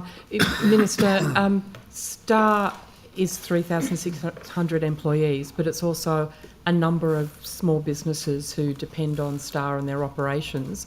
Does the government have any plans to step in and assist all of those small businesses who depend on the operation of I Star? refer you to the Premier's comments. So if you were a small business supplier for Star, what level of confidence should you feel now? I refer you to the Premier's comments. So you've got nothing further to add? The government is looking at a range of contingencies, but I refer you to what the Premier said. Thank you. Is that because, as you said before, you don't want to be in the media because of it, or because you're legally prohibited from making comments? You may or may not understand that this company is listed on the share market, and any comments that people may or may not make may influence a whole range of things. So my strong advice is to not comment specifically on what the government may or may not do, because it could actually impact on the commercial sensibilities. Minister, in December 23, you announced a big, broad, cashless gaming trial. How many people took part in that trial? So there was about 2,500 different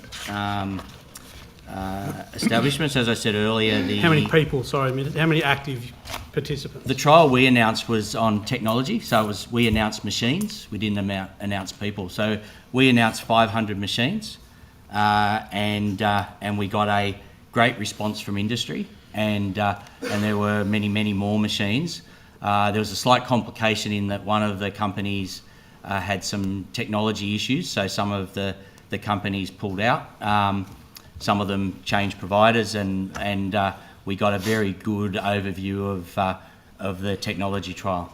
So there was, and going to the independent panel on gaming reform said there was 14 genuine active users. How many of those 500 machines did those 14 people use? Well, there wasn't 500 machines. As I said, there was 2,500 machines. But how many of those 2,500 machines did those 14 people use?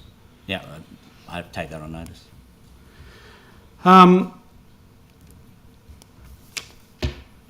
When will the government be responding to the recommendations of that roadmap? So the government's been rolling out a whole range of issues which I mentioned earlier for Mr Borzak. The government is now put out 2 discussion papers, as I said, which is on first and third party exclusion program and also facial recognition. The government's also doing an economic analysis on any implementation of further regulation, and the government will make their decisions at appropriate time in terms of where we will go moving forward. So you say you've done a range of measures. Those measures are 2 more reports and a discussion paper? Not at all. I'm happy to give you a full list. Maybe you can take that on notice. Yeah, so we've done everything from the positioning of ATMs to responsible gaming officers to removing advertising outside pubs to reducing cash limits on new machines to recently announcing that we were going to remove advertising from public transport. So we've done more in less than 2 years than the previous government did in 12 years. This is complex. It affects a lot of people's jobs and businesses. It also affects those people who need help. So we are doing a whole range of things, including increasing funding to services for people who are experiencing harm. We're also giving more money to the Responsible Gaming Trust in order to do more research, etc. for us. So to categorise one small portion of the total gaming reform is very, very disingenuous, given that this is an environment that has built up over decades. Minister, I was responding to your answer before, but I appreciate your response there. You mentioned you're doing work around the economic modelling. Wasn't that part of what the panel was tasked with doing? So it was made clear to us that until the panel knew what an environment might look like, you couldn't do economic modelling. And so we've undertaken to do that post the report, which has been made public, post the report, which also has input from industry and harm minimisation groups. We've been very transparent with this. What does it, you talked about some of the issues for the border communities. What were some of those issues that have been raised with you on that? Well, obviously people are concerned about gambling harm, and we take that issue very, very seriously. What we know is that this is a lot... But specifically to the border communities that you mentioned earlier this morning? Oh, the border communities, yes. So it's been raised with us by some of the local members in those areas that we need to be making sure there's consistency, because there's the potential, if New South Wales does one thing and Victoria does another thing, that we get the old story of border hopping, and that can affect businesses. Same with the Queensland border. So you might note that Tasmania actually worked down the pathway, the Liberal government there, to look at cashless gaming. They've actually stopped that and said that this needs a more broader national approach. So we have to be aware of all of those issues. As I said, we haven't met, I don't know if at a departmental level, I think there's been meetings with Queensland. I haven't met with the new minister in Queensland yet, but I've certainly met with the Victorian minister a number of times. I think I described to you they're about to start a trial as well, and we'll be looking carefully at that too. This does need a consistent approach, and New South Wales is behind the 8 ball a little bit because we have one-way communication to venues. Victoria has two-way communication. So before we do anything, we've got to upgrade that communication network to make sure we can, whatever is decided can actually be put in place. Now that's because there's been no investment for decades in that area. I think Mr Crawford told me that was implemented. Actually, Mr Foggo, who was the chair of the independent panel, was the one that actually implemented the one-way communication back in the day, which happened in about... I take the exact year on notice, but a long time ago. Yeah, it was a long time ago. So there's been no investment since then. So we've got a bit of catching up to do. Minister, with respect, we are talking about the harm that gambling causes people, and it seems like there's a lot of talk about, well, we have to get all the states together, we have to talk with the territories. What are we doing to actually stop this gambling harm now? A gambling harm that was actually, or arguably caused, when Bob Carr made sure that there was a poker machine practically on every street corner. That's exactly what I'm saying. This is decades in the making. It And- cannot be and- unwound in but- 5 minutes. But it shouldn't be taking decades to fix. No, and- this is, and your we're government- hearing about your talking and previous talking government and did talking. nothing. We had a whole plan ready to go, Minister. Had and a whole what's plan happened ready to to go. your trial? We actually have to What's implement happened to your it. trial? Having a whole plan with a trial that actually got hacked isn't a great outcome. And neither is talking about having lots of meetings with states and territories No, but rather we've- than actually I getting just on outlined and all, addressing the issues. I've just outlined all the harm minimisation things we've put in place. And in fact, our most recent one actually had support from the harm minimisation organisations congratulating the government on what we're doing. We're doing some tough stuff. I was talking the other day to one venue. So moving poker machine, ATMs, 5 metres from the gaming room cost one venue $160,000. So every time we make a change, whether it's responsible gaming officers, whether it's limits on machines, whether it's ATMs, all of these things that we're doing, removing advertising, there's a cost to industry. And every time somebody spends too much on gambling, there's a cost to that family as well. Order. Yeah, well, it's great to moralise after doing nothing for so long and now saying to a government that's been in place for less than 2 years that, oh, you haven't done anything. Well, the truth is we have done a lot. There's more to do. At least we're honest about it. You guys, we had a plan and a failed trial. So, Minister, the Wesleyan Mission has said that the Minns government modest reforms have had zero to negligible impact on reducing gambling harm. They also said that halfway through the government's term, the New South Wales operates in an even more chaotic and conflicting environment. That's quite contradictory to what you've just been saying, isn't it? Well, what you have to understand is, and I go back to, I don't know, have you done much in behavioural studies? Not as much as I'd expect from the Minister. Changing people's behaviour is a difficult thing. So just the fact that you know something is harmful doesn't stop people from engaging in it. Now, we live in a democracy, we live in a free country, and gambling is not illegal. So we have to work at a behavioural level to educate people and get them to change as well. Expecting the industry to take on the total responsibility at the expense of their businesses and their staff across every community in New South Wales is not acceptable. It's not acceptable. The community has to change. And when I go and talk to people who use poker machines, they don't want the government interfering. That's the feedback. That's even what the trial said. They're worried about government controlling how they spend their money. They're worried about government looking after information about where they're spending their money. They're worried about the banks knowing what they're doing with their money. These are private citizens. These aren't criminals.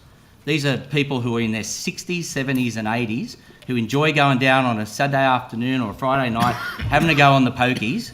And you know, it's great for us to moralise whether that's a good way for them to spend their money or not. I mean, I don't go and moralise to people if they go to a $300 restaurant and buy $200 worth of alcohol. Minister, you know, let's be really careful and honest about this. We tell people that it's harmful. We help them if they really need help. We put in place as much as we can, but it's not illegal. They can engage in these activities. And if they don't do it on a poker machine, the risk is they're doing it online and then government has no oversight of them. Minister, could we see a different system in regional and metro areas, given what we were saying before about the impact that it is having, particularly on some of these smaller communities where the pub or club is the only focal point? Yeah, so that's all the considerations. That's why this is so hard. So when I spoke to the CEO at Wilcannia, most of her staff are casuals. So even implementing a responsible gaming officer regime was difficult for them. And that's what I mean. It's easy to sit here in a room in the middle of the CBD and say the government's not moving fast enough and all the rest of it, but the practicalities of what this means in the real world has to be taken into account. And I would be irresponsible if I didn't listen to those concerns and make sure that when a government makes a decision, it's not destroying. Now in Wilcannia, that's a big employer. It's the club there is the only one in town. The community go there for celebrations, birthdays and all that. If it closes, then what do regional communities do then? And that's why you cannot just say, let's extract this out, let's extract it out, and then, you know, it doesn't matter what the effects are. But that's what you're criticising us for doing, because we're actually examining closely what this actually means. Minister, we're asking questions, as is the process for budget estimates. Yeah, but you're also Minister, insinuating You've that, suggested it could be a hybrid system, and then you've talked about other states that are wanting it Yes. back. Are you winding back from the commitment to cashless gaming? We made our commitment, and you can check our election commitments, was to undertake a trial. We made no commitments past that. You made commitments on that, and you even put dates on it. Now, looking at what we know now, your dates were ridiculous. They were totally out of step, and Thank you would have Minister. sent business after business broke. Minister, the Treasurer said before the election that Labor would take 9,500 poker machines out of New South Wales by buying back pokie licences. How many of them have been bought back? Right, so that was part of what the independent panel looked at. We are examining that. But what I would caution people is this. So I know this is what the Treasurer said before the election. Yep, that's what I'm saying. Yeah. So you make those commitments before an election, then you actually get in and you do the work, and you realise what's this going to do. Well, you're in opposition now. You'll find out how hard it is when you're making election commitments with no support. What we found is it's not the number of machines that's the issue, it's the intensity of play. So the state could pay $60 million to remove those machines and make no difference other than that $60 million out of the budget that could have been spent on harm minimisation. So did the Treasurer go rogue making this commitment? Not at all. He was making those statements at a time before we'd actually done the trial and actually had the evidence to guide us.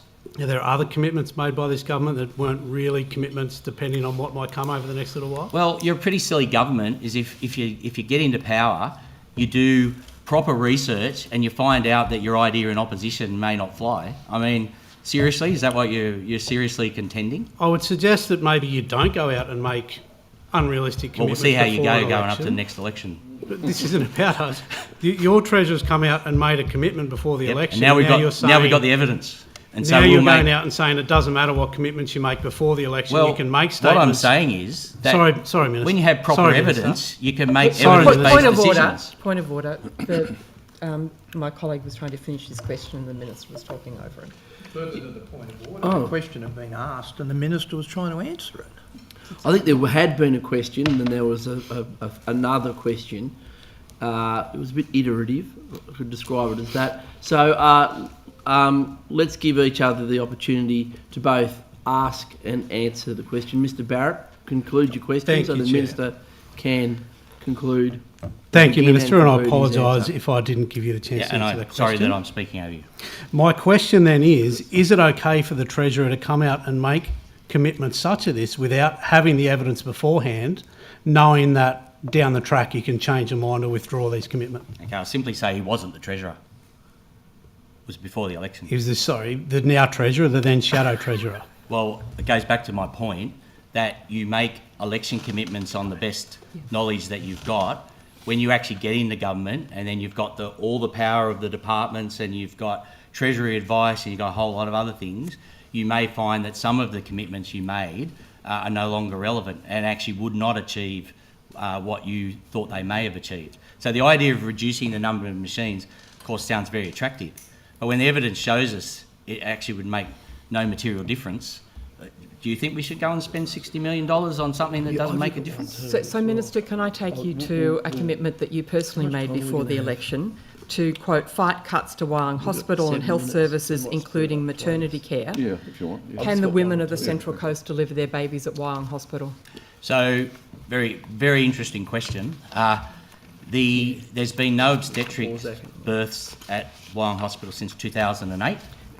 And in 2020, the former government stopped all birthing at the hospital. So there hasn't been a cut. You guys made the cut. So there hasn't been a cut. The services at Wyong Minister, Hospital are the same. Your commitment, Minister, was in relation to maternity care at Wyong Hospital. Correct. Can the women of the Central Coast deliver at Wyong Hospital?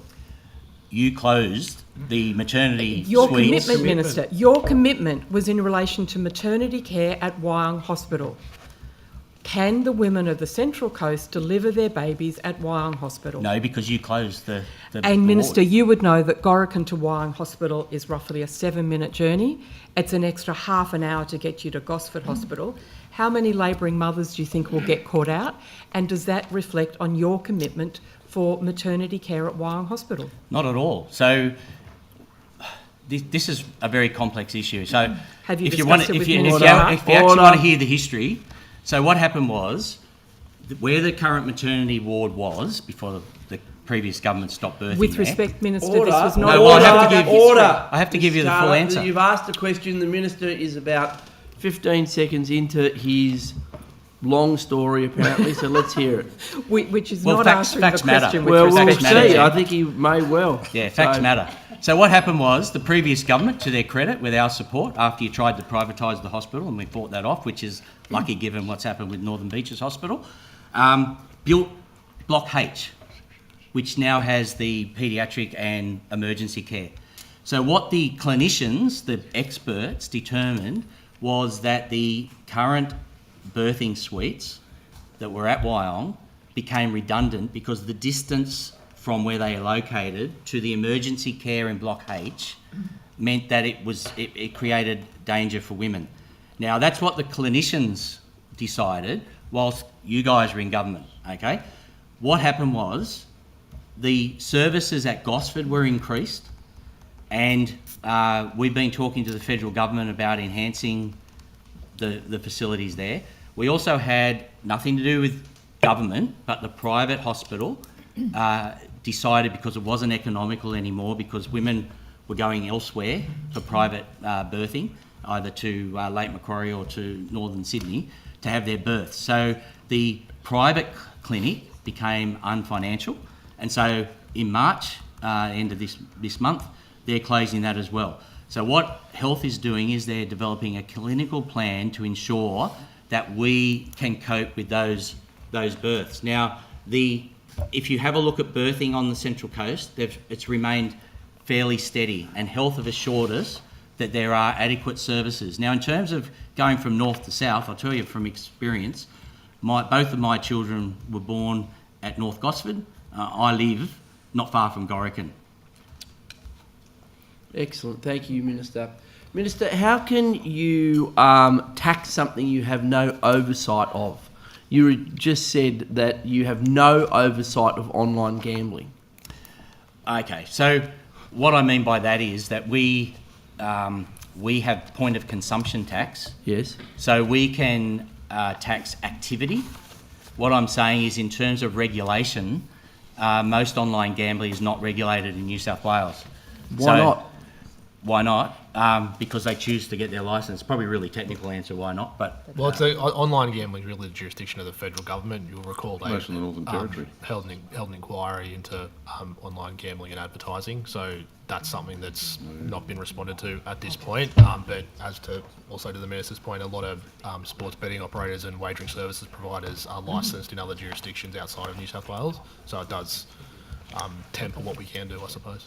Is that something that you'd commit to redress? Because it seems to me a strange circumstance that we have hundreds of millions, if not billions of dollars now being wagered in New South Wales on an industry that we can't regulate. We can tax, but we can't regulate.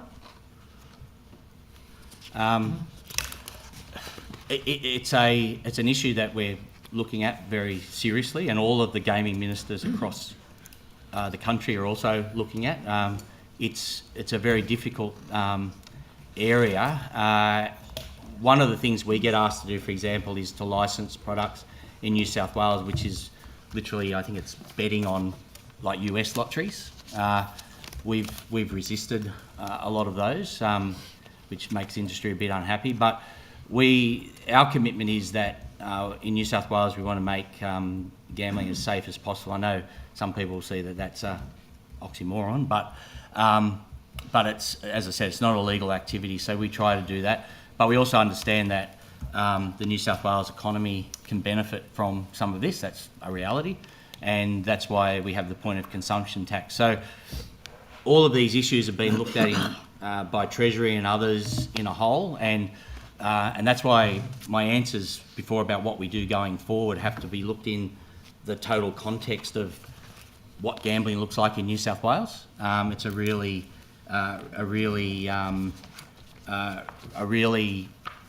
important area. And of course, we're waiting for the response by the federal government to their inquiry too. So that will obviously guide some of where we go. Thank you, Minister. You may not be surprised to learn this, that the uptake of medicinal cannabis has been higher on the Central Coast than almost any other jurisdiction in Australia. Public transport is not fantastic there.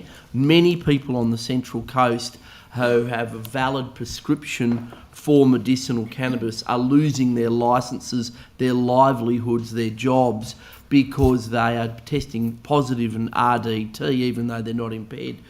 Is that an issue that you're aware of, and what would you do about it? I'm aware of the wider issue because there's discussions within government in regards to it. The government is looking at a range of issues around this, I think there's other ministers who have jurisdiction over this who will be able to give you a more fulsome area. What I would say is, though, that given the population mix on the Central Coast, particularly those who with disabilities or who have impairments through work accidents, etc., is high. So it doesn't surprise me that people are turning to those sorts of medicinal cannabis remedies to address some of those problems. Thanks, Minister. Mr. Borzak. Just a couple of quick questions, Minister. Just going back to the harm minimisation questioning, how many players would you put in that category of harm that would need to be regulated by harm minimisation? So the official figure's around 1% who have serious problems. What the research is showing us is there may be another group of 5 to 13%, I can get the exact figures for you, that may have, it's not a, it's categorised as a slightly less difficult thing. So we're only talking about a small number of people who actually play, and that's why our focus so far has been on making sure there's support, so increasing access to services for counselling, looking at signage, because signage is a trigger, moving ATMs away so it forces people to take breaks in play, reducing cash limits on machines. The responsible gaming officers are really important because they can engage in those conversations, and of course the first and third party exclusions is probably the most important reform in terms of helping those people who have serious issues. What would be the harm to communities if the government stuffs up this attempt to regulate and work on the harm minimisation to the people that actually are harming themselves and their families? What would be the effect on communities if it was got wrong? Well, it would be massive. And actually, rightly or wrongly, because of the way the industry has evolved, it subsidises a whole lot of things. So in communities like mine where people are on low incomes, they can go out and have an affordable meal and a drink, a bit of entertainment, etc. If we get this wrong and those venues are closing down, it affects everything right across the board, and it would mean that those people who are putting themselves through uni, or they have part-time jobs if they're single mothers or whatever, that employment would disappear. And I've heard an argument that they just move to other jobs. That's a little bit superficial and not really examining. In small communities there aren't other jobs. It would mean they may have to leave the town to find employment elsewhere. It also means, and these are the effects that people don't talk about a lot, but it also means that if your little club in your town or your pub closes down, you jump in your car and you go to the next place. Now, it's not hard to say is why people shouldn't drink drive, but that could be an outcome. So this is really important we get it right. It's not just about the evil industry making millions of dollars. It's about how that money is then distributed back into the community. I was talking on the weekend to a number of venues who they have their tax money that they do through clubs grants, and then they pay above that. And they're funding things like domestic violence interventions.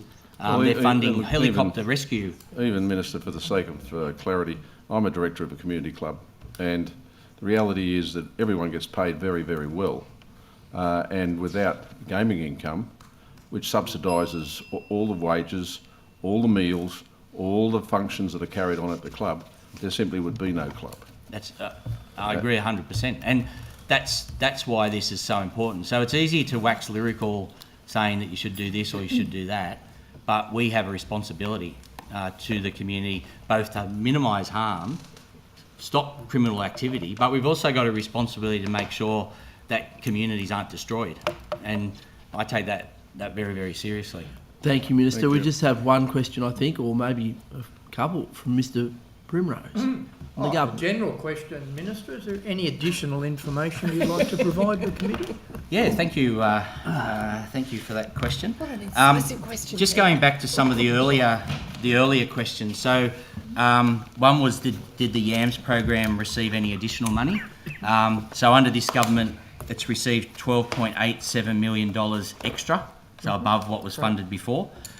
People were asking about some of the programs. So, for example, the government's announced $1 million in grants, which includes Maury PCYC, $314,000 to expand their Unite sport and mentoring program, the Shea Academy with $152,000 to deliver specialised youth programs with staff support until 2 a.m. Mireille Bire with $282,000 to improve and expand their Street Beat program to operate later until 2 a.m. There's also a $350,000 rolling grants program that will provide flexible grants to encourage innovative community-led activities to support young people. So that's goes to the three programs. Minister, can I just check, are they all Moree based? They are, but they're examples of Yeah, no. of I what's understand the idea of the Moree response. I just want to check they're all Moree based. Thank you. The question around the funding for the Hyde Park Memorial, I'm informed that the government has also contributed an extra $800,000 in additional funding for preservation of the original building, so that's on top of its normal budget. The football game, rugby game up at Bellingen. Which Bellingen will win? Which Bellingen will win. The Anzac community grants can cover that, but they'll obviously have to apply. But I'm informed that if people write to myself or the department, we look to assist in any way, pointing them to the right direction. The Saluting Their Service is the Commonwealth grant, and it's fairly substantial. So organisations have the ability to engage in that. The Community War Memorials Fund's changing. So the specifics are they're going from from 2 rounds to 1. Now the reason that's happening is because in New South Wales, because of a bit of pork barrelling, we've tightened the grants guidelines, and so we're actually able to, by going to 1 round, increase the value of the grants that people can apply for. So that's a positive. And from 22 to 24, under the Veterans Employment Program, there's about 1,015 people have been employed. They're ahead of target. They not only work with local government, but they also working with corrections, transport, and a range of other government organisations to promote veteran employment. And there are a series of roundtables that occur through the federal government, but where state bodies are involved, in order for veteran support organisations to be aware of those programs and how they can engage. So I think hopefully that covered a lot of those specifics, but I'm sure you'll ask the very good officials this afternoon with some more information. And I'd just like to, unless there's any other questions. Oh no, that was a very fulsome answer to my question. I'd just like to thank the committee. I have a very wide range of portfolios. I rely heavily on people to keep across the specifics, but on most issues I'm pretty aware of what's going on and where it has on. They brief me to death probably sometimes, but I really appreciate the opportunity to come and answer the questions. I try not to be aggressive, but I'm very passionate about the gaming area. I think we're on the right track, but we have to do it right. So it's not wanting to offend anyone or anything. It's just I do get a bit passionate about that. So I'm sorry if my you're responses very well became behaved. late. Better than most. Thank you very much. Sorry, Minister, Ken. you have something else? There's some corrections.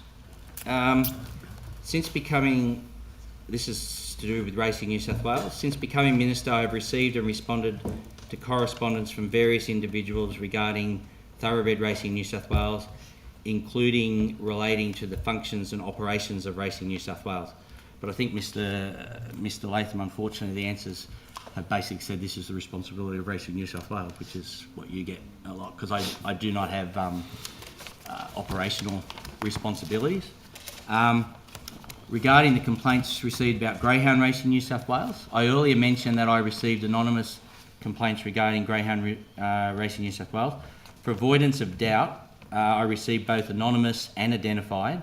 My office compiled these for me and I then referred them for advice from the department, and that advice was to send them on to the relevant body. So hopefully that's a bit more fulsome. That is more fulsome. We very much appreciate it, Minister. No other questions from the government? No, well, thank you very much for your attendance. A few things taken on notice. I'm sure you will get back to us on those. For everyone else, we will reconvene at 2 p.m.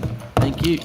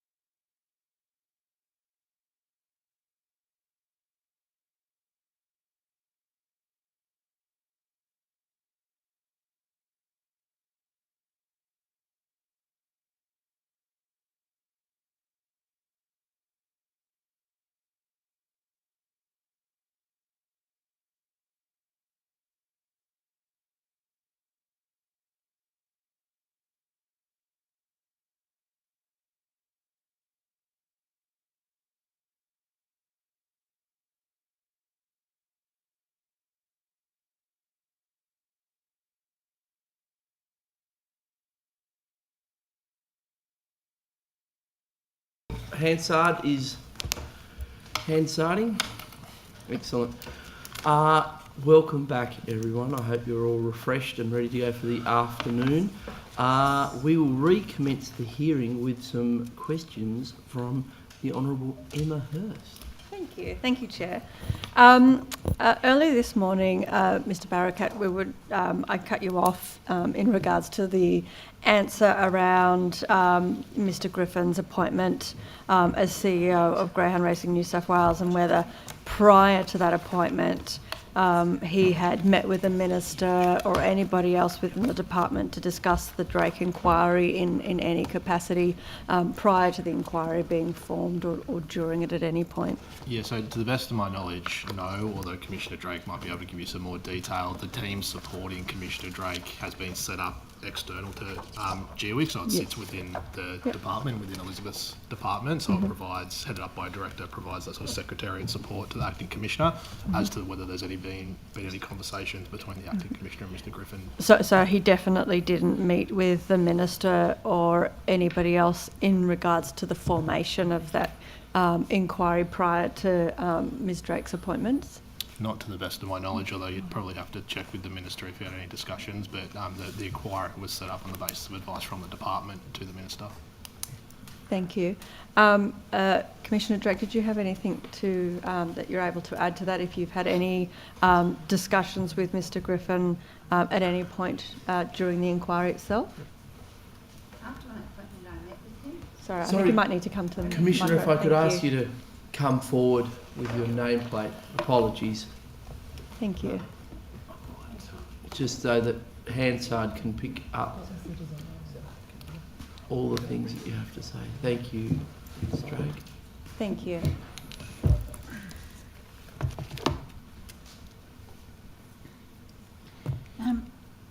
I had a meeting with Mr Griffin and the two commissioners immediately after my appointment. Really just a question of introducing myself and good manners. That's about it. So I met with the two GWIC commissioners and Mr Griffin. He was there as the CEO. Some senior departmental representatives were also present. We've had no other meetings or communication. Council Assisting has met with Mr Griffin to obtain background information, answers to specific questions. I didn't attend those meetings, although the Director of the Office of Inquiry and the Inquiry's Senior Solicitor did so. Other than those background briefings, if the inquiry has required any information from GWIC, the Director of my office or the has dealt with all of those Sorry, inquiries. Ms Drake, can I just ask that you bring the microphone a little bit closer? It's Sure. directional, and I can... It doesn't move. I said, Does it I'll move? move. I'll move. It's a bit heavy. It does move. Yeah. So, did you hear me? Yes, I think. Yes. I think we picked up. Okay. It just assists with Hansard. So really, the So there was just that one meeting, introductory- hello, how are you, shake hands. Mhm. Thereafter, there's been some direct inquiries by Council Assisting and some meetings with the Director of my office. Thank you. So has he provided any specific evidence to the inquiry, or more just answering questions as they come Answering through? questions. Okay, thank you. Thank you for that. Thank you. I have some questions which are probably better directed to Mr Tutt. And thank you for coming at short notice. In regards to the CEO position, is there any record that's made in regards to who the CEO meets with? Like, is that something that's documented, that if I said, you know, could I find out whether or not the CEO has met with these people, that would be details you could provide on notice? Not really. There might be sort of diary notes in individual diaries, but not as a rule. It's not specifically recorded. I was just wondering, and perhaps this is something to take on notice, and with that understanding, whether or not you could find out whether any meetings took place between the former CEO and a man by the name of Shane Stiff. I guess just over the last 12 months. Sorry, what was that last name? Shane Stiff. Shane Stiff. Shane Stiff. All right, I'll take that on notice. Great, thank you. I also wanted to know if, I know that, and we're talking to the Minister this morning about the fact that the Greyhound Racing Act provides that greyhound racing participants, former staff members of Greyhound Racing New South Wales are not allowed to be appointed as GWIC commissioners or inspectors. I'm just wondering if GWIC has any inspectors or commissioners that have formerly worked within Racing New South Wales or Racing Victoria or other racing codes outside of greyhound racing. I'd have to take that on notice if there were any individuals. Yep. I believe not, but I'll take that on notice. Great, thank you. And any sort of details that you're able to provide around that, the number of individuals, for example, would be really helpful. I also talked a little bit about this morning as well, that it's been stated publicly that not a single track appears to meet or appears to have ever met the minimum track standards set by Greyhound Racing New South Wales concerning animal welfare. Would that be a breach of Greyhound Racing New South Wales operating licence? That'd probably be a matter for GRNSW. Mm-hmm. The Commission doesn't have any involvement in the operating licence between the Minister and GRSW. Mm-hmm. Even if it pertains to issues of animal welfare? The Commission has no involvement in the operating licence, whether it's got matters to do with animal welfare or otherwise. Mm-hmm. Okay, thank you. And the other questions I have is going back to Commissioner Drake, and thank you for your time today.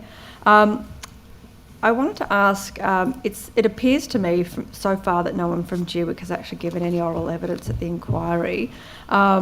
Is somebody giving evidence, or have I missed somebody that's giving evidence? No, you haven't missed anybody.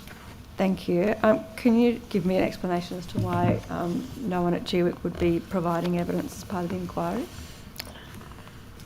Not without going into details of what might be in my report, but Right, I can be of sorry. assistance to the extent that I've considered the cooperation I've had and the information supplied to be sufficient to proceed to other inquiries, and I haven't thought a personal appearance to be necessary. If I had, I would have called them. I wouldn't have, despite the fact that we would be, I'm a Commissioner of GWIC, it would not have caused me to not call. I haven't felt the need. Okay, thank you. And the last hearing was on the 13th of February. Was that the final hearing? It is intended to be, yes. Yeah. And I know that the Minister sort of alluded to this morning as well. Obviously, you've had a huge volume of materials, and Yes. that's expanded beyond the original scope. Are you anticipating to still have a report together for the 30th of April? Yes. Yes. That's what I'm anticipating. Thank you. I suppose there's some question about whether we get one printed in the formal way or simply get it out and then printed. Yeah. I would prefer to do the former rather than the latter. Yeah. There's a huge number of submissions and questions keep arising. Yep. So the staff are very busy and we're doing our best. But that, I'm anticipating we'll be able to do that. I'm sure the department is desperate for us to do it. Yeah. But if there's a change in the date, it might be a day or two here or there rather than... If something new arose, but on my present assessment of the material before me, I don't think it's necessary. Okay, thank you. And I know you sort of said that there's a lot of people doing a lot and there's a lot of public interest. Do you have any update on when written evidence submitted to the inquiry might be made public? Statements will always be available, subject to some question of public interest arising from those documents. I think they're automatically available. There's some other documents that I have to decide about. I'm in the process with my team of doing that now so that everybody can have a look at what is going to be available. There is also a public interest question in relation to those. That we're in the process of deciding that. Okay. I'd like to do it sooner rather than later because it makes the report writing easier. But Yeah, okay. So you're sort of hoping to get that in the next month or so? Oh, definitely it'll be for... well, yeah, I guess before the... We've only got 6 or 7 weeks. Yeah. It's on the agenda. It's being done as we speak. I can't give you a time. That's all right. Thank you. And I also wanted to ask, the Minister sort of talked about potential legislative reforms to ensure staff who work at GWIC could not be subsequently employed by Greyhound Racing New South Wales. In your understanding of the scope of the terms of reference, is that something that you have the ability to look into? It's possible. It is possible. I just thought I'd say Yeah. that I don't understand that GWIC is the regulator for GRNSW. That's not my understanding. And so when questions are put on the basis of people at GWIC transferring employment to GRNSW, that is not a question of the regulator, someone employed by the regulator moving to the regulated. GWIC is actually the regulator for the industry at large. I just make that distinction. Whether the Minister in the end decides to restrict that kind of transfer, and depending what organisation is left after the report for it to be applied to, it's another question. But just thought I'd make that clear. Thank you. Thank you. Ms Boyd. Thank you, Chair. 10 minutes. If we could just pick up on that then, Ms Drake, because I think I'm interested to know then, how much of that is semantics in terms of if GRNSW is the commercial arm of the racing industry. I don't think it's semantic. They're two separate organisations, and one is either the regulator or not the regulator of the regulated. Yeah. And I think that is a question that would be beneficial if it was made clear at the end of the report or in the outcome the Minister visits. But I just think that the basis on which some of the questions were put was not entirely accurate for that reason. Sorry, I hadn't finished the question. The question was, okay. Do you see Greyhound Racing New South Wales as the commercial, what do you see it as in terms of part of the industry? Is it the commercial arm? Is It's an operational arm of the industry, I think. It's a convenient way to describe it. But I think it would be beneficial if we weren't seeking a definition, if it was clearer than that. Yeah, I guess historically there's been a lot of conflict between Greyhound Racing New South Wales and GWIC in terms of a bit of animosity between the characters involved, and also, we've had years and years of this on this committee investigating that particular tension. Do you not see there being any, conflict between? I can't comment on that because it's something I might deal with in my report. Yeah, okay. It's just that you made the statement that you didn't see it as being a regulator for... Yes, well, that kind of regulator, bank to banking regulator, is a much clearer situation that was relied on. I think I just sort of make the point that I don't think it's as clear in this situation as it is in those other ones. Both organisations have welfare responsibilities, I think, and one has an operational responsibility much more clearly, and GWIC's responsibilities are for the industry at large as well. So it's just not as clear as it was put in some of the questions. No, sure, but that's the only regulator we have for this industry. Maybe. So it's, it seems... I can see why you make the point, but I don't think it's as clear as that. I don't think it says... I think there's all different sorts of regulatory models, and I think, I'm record saying that I don't think that the GWIC one is a particularly effective regulatory model, but yes. I can't comment on that. Okay. So can we just clarify then, when I know that my colleague has asked these questions as well, but just to be absolutely clear, when Mr. Harris said this morning, and I'm getting the transcript or someone to actually write down for me what the words were, but he did say that he had forwarded on the communication from ICAC to yourself in terms of whether or not the CEO of GWIC should be included within the ICAC. Whether they were included or whether they should be? Whether they should be. So the ICAC letter that was sent to... sorry, I'm just trying to find it now. So I asked the Minister about the ICAC recommendation that he'd got in a letter on the 14th of February that asked the Minister to consider whether or not any kind of legislative change was required to the ICAC Act to ensure that the CEO of Greyhound Racing New South Wales could be included in it. And he responded with, yeah, so that's been referred to Commissioner Drake, and that will form, I'm sure, part of the recommendations of what we need to do. It wasn't sent to me by the Minister's officer. I think it was sent by ICAC Direct. Okay. That's my recollection. I could check, but I think it was sent by them. The question arises about the structure of GRNSW, and it might be that a recommendation arises about that, dealing with the question raised by ICAC, but it's a matter for consideration for the report at present. Okay, good. And the other point then about any changes required to the, to the appointment terms of people working at GWEC and whether or not they can then go on to work for Greyhound Racing New South Wales. That would arise out of determining what kind of structure GRNSW should end up as. Okay, so that may be part of the report. Might be. Okay. Good. All right. Thank you. Let's leave that bit there. Can I ask Mr. Tutt, welcome to Thank you. your interim role. The life cycle report, the quarterly life cycle report for October to December, ordinarily it would have been published in mid-Feb, but it's not been published. That's right. When is that due and why has it been delayed? Soon. There was a request to change the template. So the Commission's just considering that.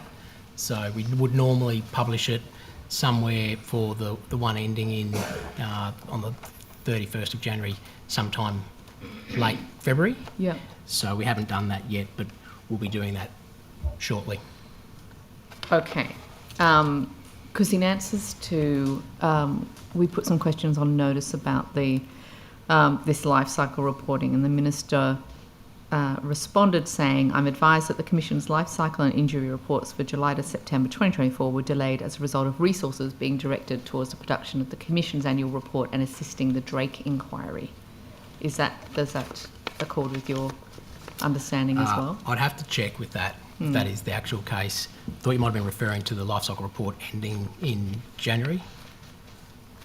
October to December quarter was the one that we were asking for, and we were told it was delayed because of resources being directed to the Drake inquiry. Right, I'll take that on notice and I'll provide a response to that.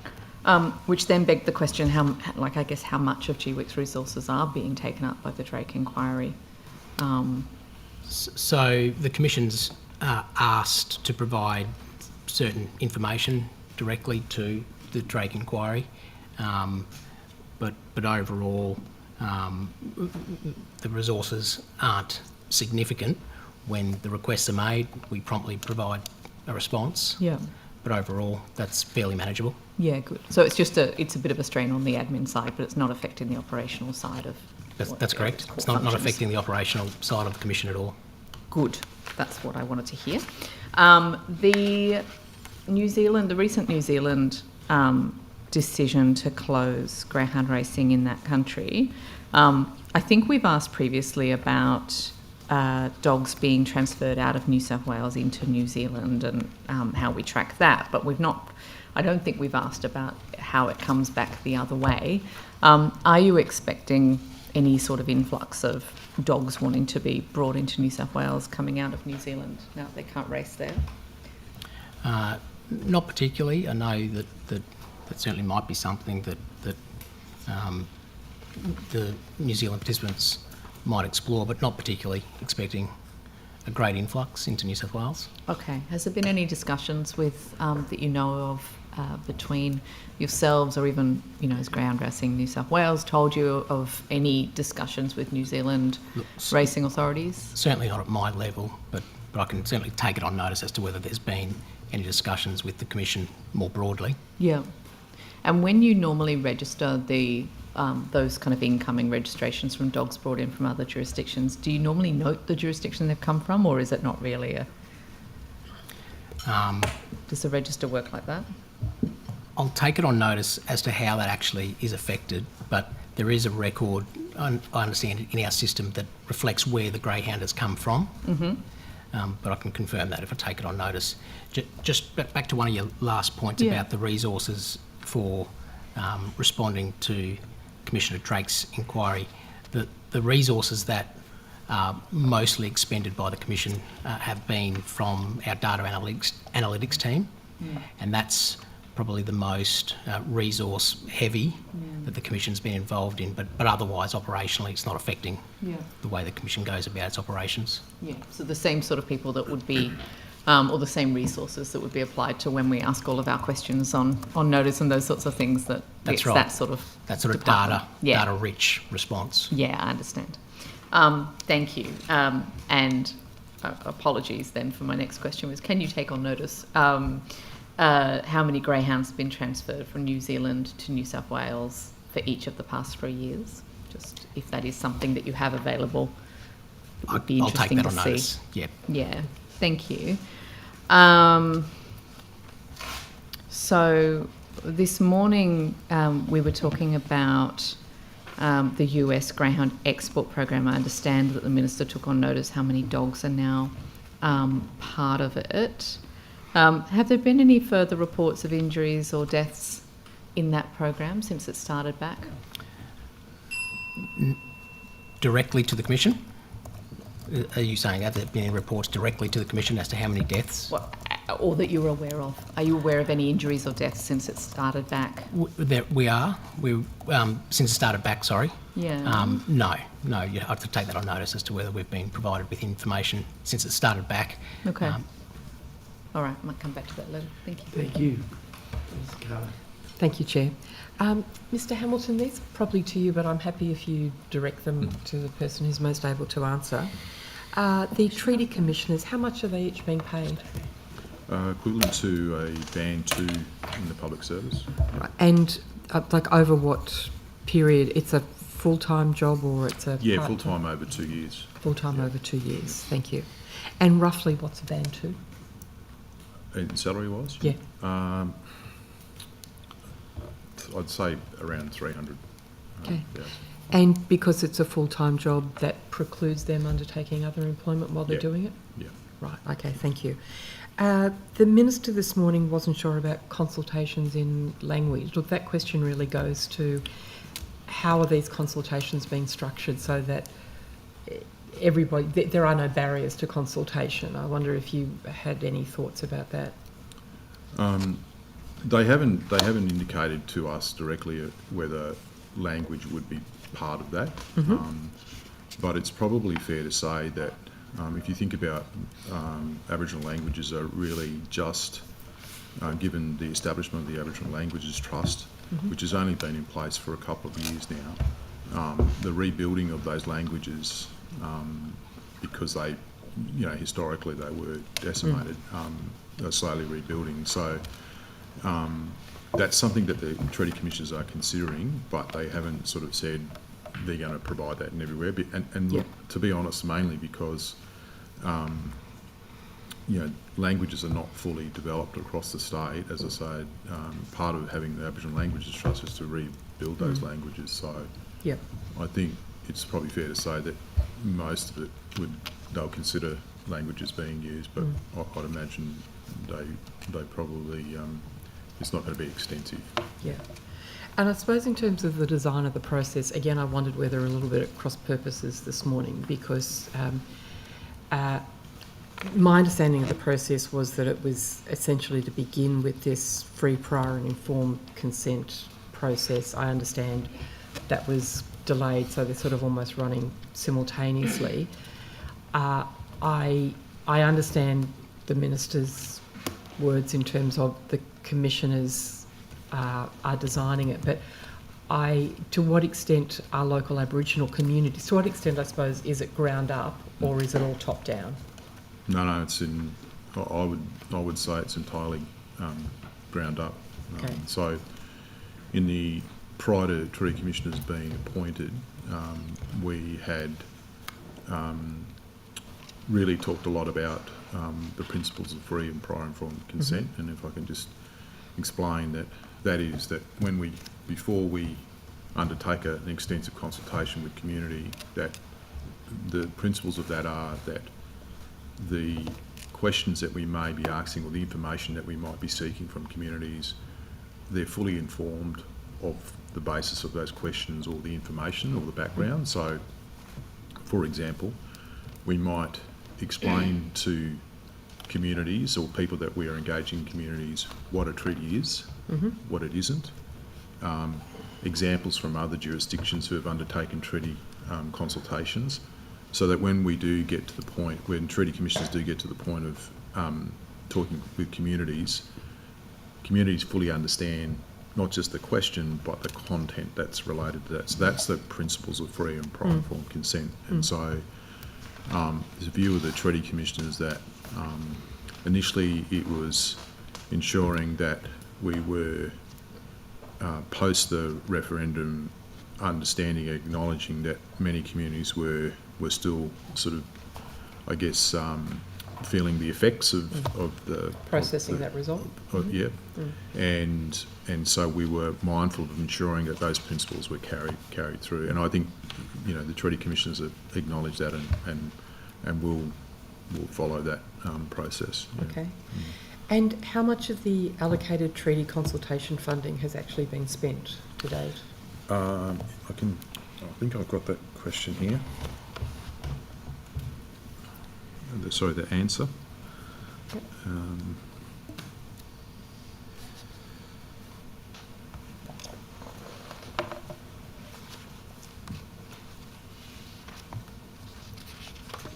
Sorry, I have got it. Can I? Happy for you to take that on I'll notice. come back to you with that. Yeah. No, Sorry. no worries. And while we're looking at costing, what's the cost of the contract with Nari Proprietary Limited in relation to that free, prior and informed consent consultation?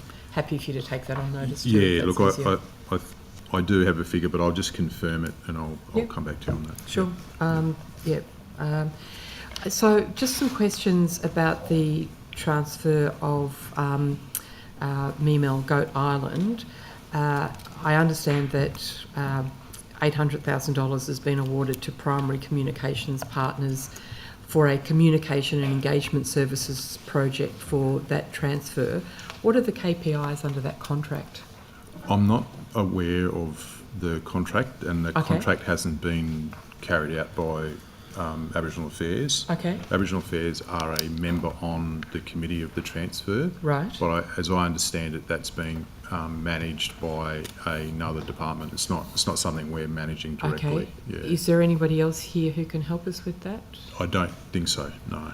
What other department is it? Like, to whom should these questions be addressed? I think it's Heritage.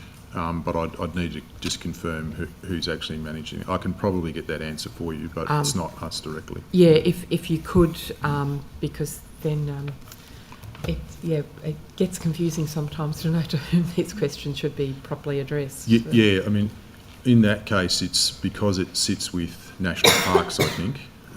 So they're responsible for the transfer, but as I say, we're a member of that committee. Okay, Yeah. and what about the $1 million that was invested to focus on ensuring the Aboriginal community remains at the heart of engagement while shaping the vision and future options for Goat Island? Are you able to answer questions about that? Same, I'd say it's the same, yeah. Okay.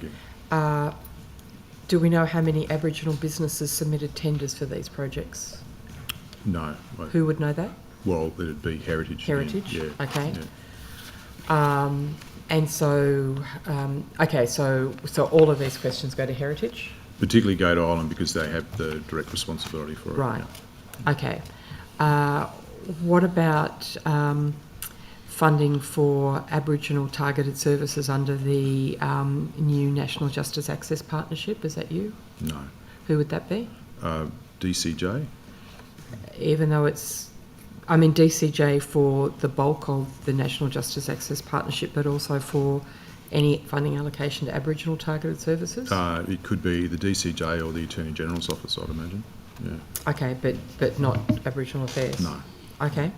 How much discussion or consultation do you have with AGs and DCJ about this type of project? We get, through the normal process in government when cabinet submissions or submissions are going up, we get the opportunity to comment on them, whatever that might be, whether it's a program or legislation, introduction of legislation, we would get comment on it, yeah. Okay.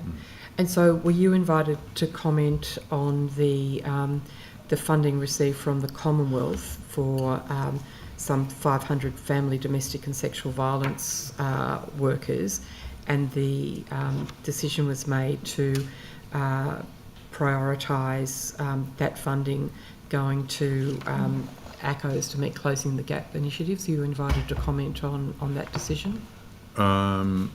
I'd have to check. I probably was. So I'd need to check on where that would come from. Whether it was on a committee that I might be on, and whether I had comment. But could you? Generally, we are consulted. Yeah. Yes. Yes. And are you aware of any other funding streams that where they're also being used to prioritise Closing the Gap targets? Oh, there's a number of different. Maybe if I can explain Closing the Gap. There's we don't have responsibility for funding of the entire Closing the Gap budget. We have responsibility for a portion of that, which I can talk about. But Capo or Capo partners would have a particular agreement with a department, in this instance either DCJ or the Attorney General's department, on a particular program that's been funded to go towards Closing the Gap. So they would have the finer details on the contract they'd have with a Capo partner organisation, and then some of the work that needs to be done and the targets that are set within the Closing the Gap implementation, and some are not necessarily part of that. They're other sort of business as usual. So does anybody have overall oversight on, I suppose, the budget allocation for Closing the Gap initiatives, and who would that be? Yeah, so we have oversight of the entire envelope of the Closing the Gap budget. We have a portion of that budget. We have a direct contract with Capo on certain parts of that ourselves. I think it's about 33 million out of the 221, and the balance of that sits with other government departments who have that contract arrangement or partnership arrangement. So I can give you the overall, where the 221's broken down and what it's funded for. Yes. But we don't have we have a coordination role across government. But I can give you the breakdown of the 221. If you could give me that on notice, that would be great. And as well as the coordination role, I guess I'm really interested in who sits at the Cabinet table and takes responsibility for how we're going on Closing the Gap.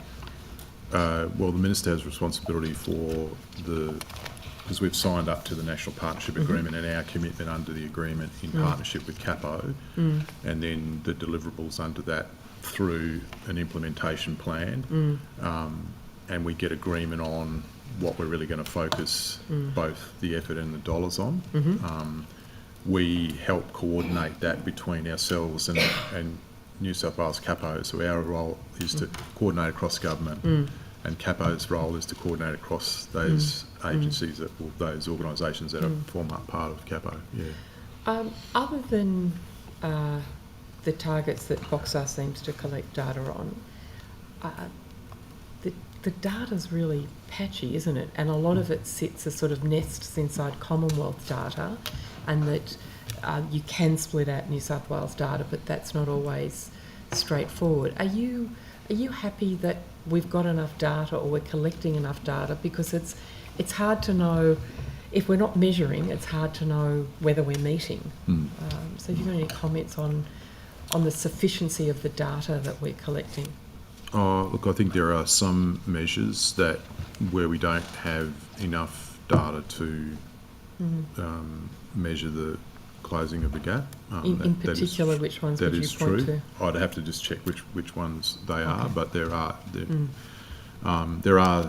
Yeah, I mean, it's fair to say that some are better than others, and there's more work to be done. But that's part of closing the gap. So Priority Reform 4 is not just about data sovereignty, but it's about government being able to capture and share that data with Aboriginal community-controlled organisations, so that when it comes to decision making, that can be done in a joint way. Yeah. So the community will capture their own data or have their own data through the services they provide. The government has the same. And the Priority Reform 4 is about respecting those principles of data sovereignty, but bringing those two together so that joint decisions can be made. Yeah, because there's no data sovereignty without data. Yeah, So, true. Yeah. What percentage of Closing the Gap funding is actually reaching Aboriginal controlled organisations? Quite a bit, and I can give you the exact amount of money that's going directly to ACOs through Closing the Gap. If you could. Yeah. And in terms of ACOs, what's being done to help build capacity? So there's a particular program that's related to capacity building of Aboriginal community controlled organisations, and again that forms part of Closing the Gap, and I can give you the breakdown of that. Okay. Is it just funding, or are there partnership initiatives where people are working alongside ACOs and helping with governance or mentoring programs or anything like that? It's both, yeah. It's both dollars and support and working alongside. I mean, the whole notion of Closing the Gap is us working in partnership. It's not us making all the decisions. It's doing that in a joint way with our Aboriginal partners. So, yeah.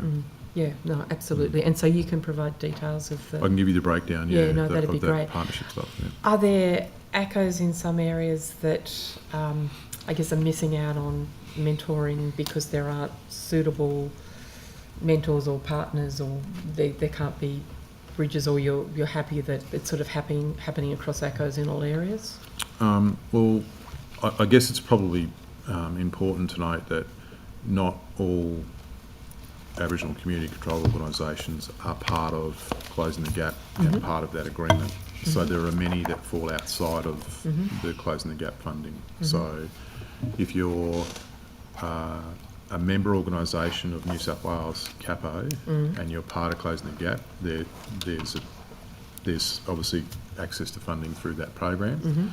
And then there are other Aboriginal community controlled organisations outside of that in other different areas. Yeah.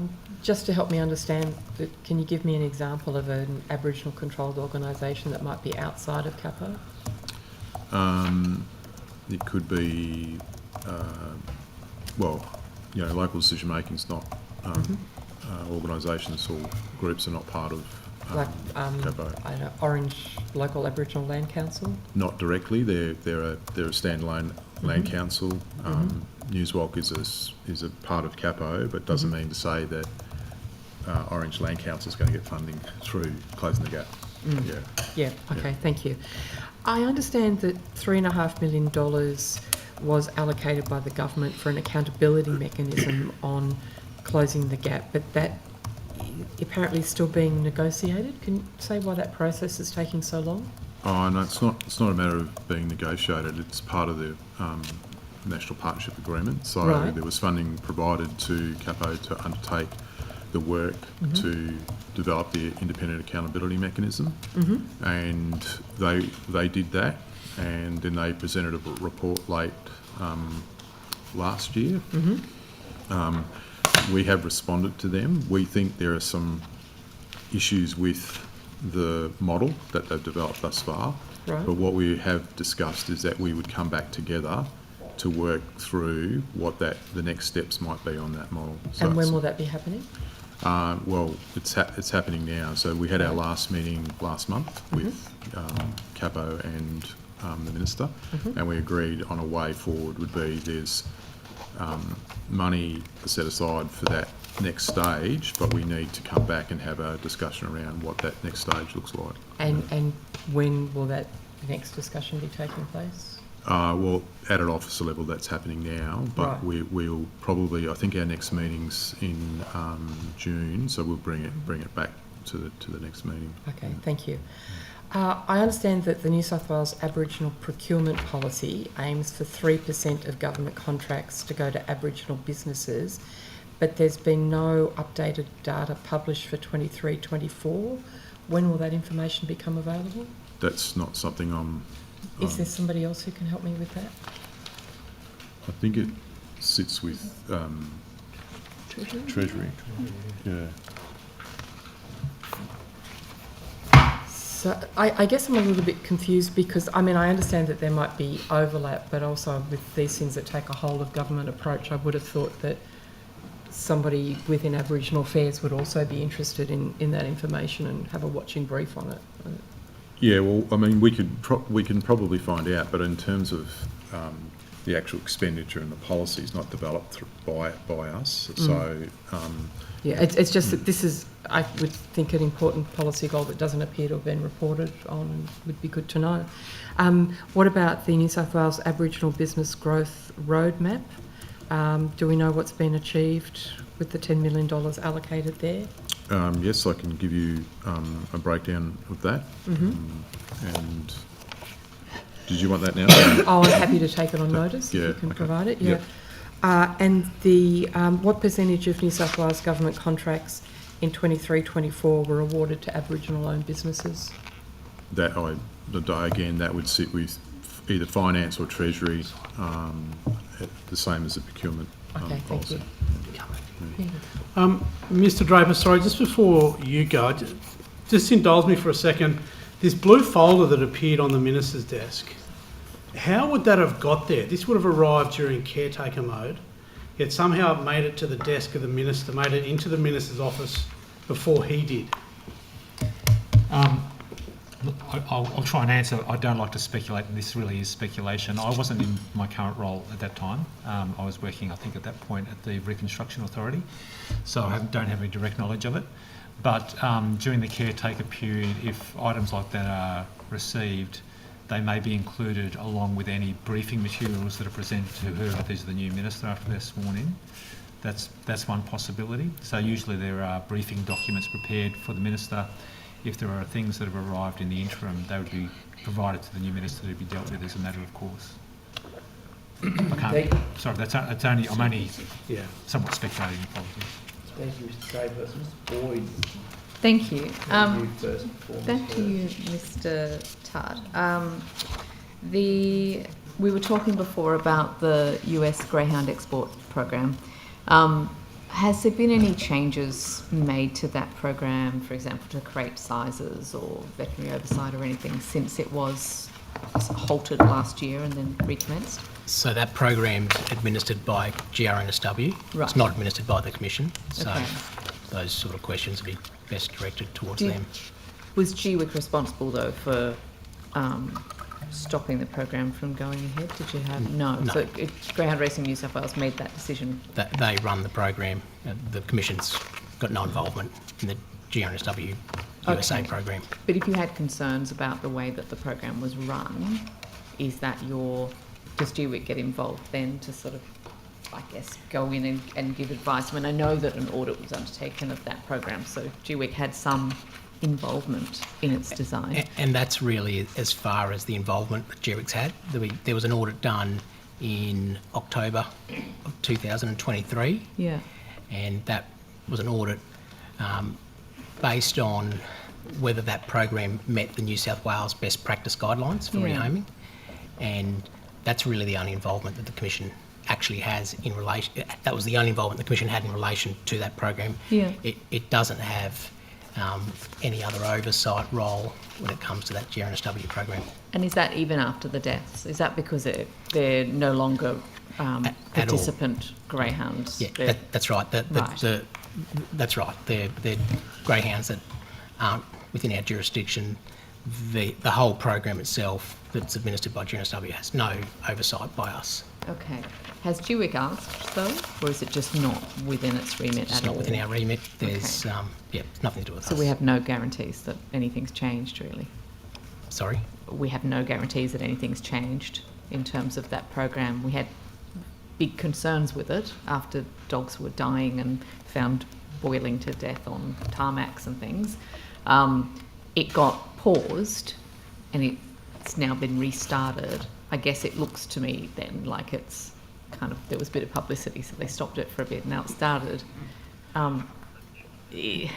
This is a regulatory gap then, is it? If we've got no ability for GWIC to get involved when dogs are dying. So it's a program run by GRNSW. As I said, the Commission doesn't have any involvement. Okay. The reasons. Under the new E-track, well, it's not that new anymore, but it's relatively new still.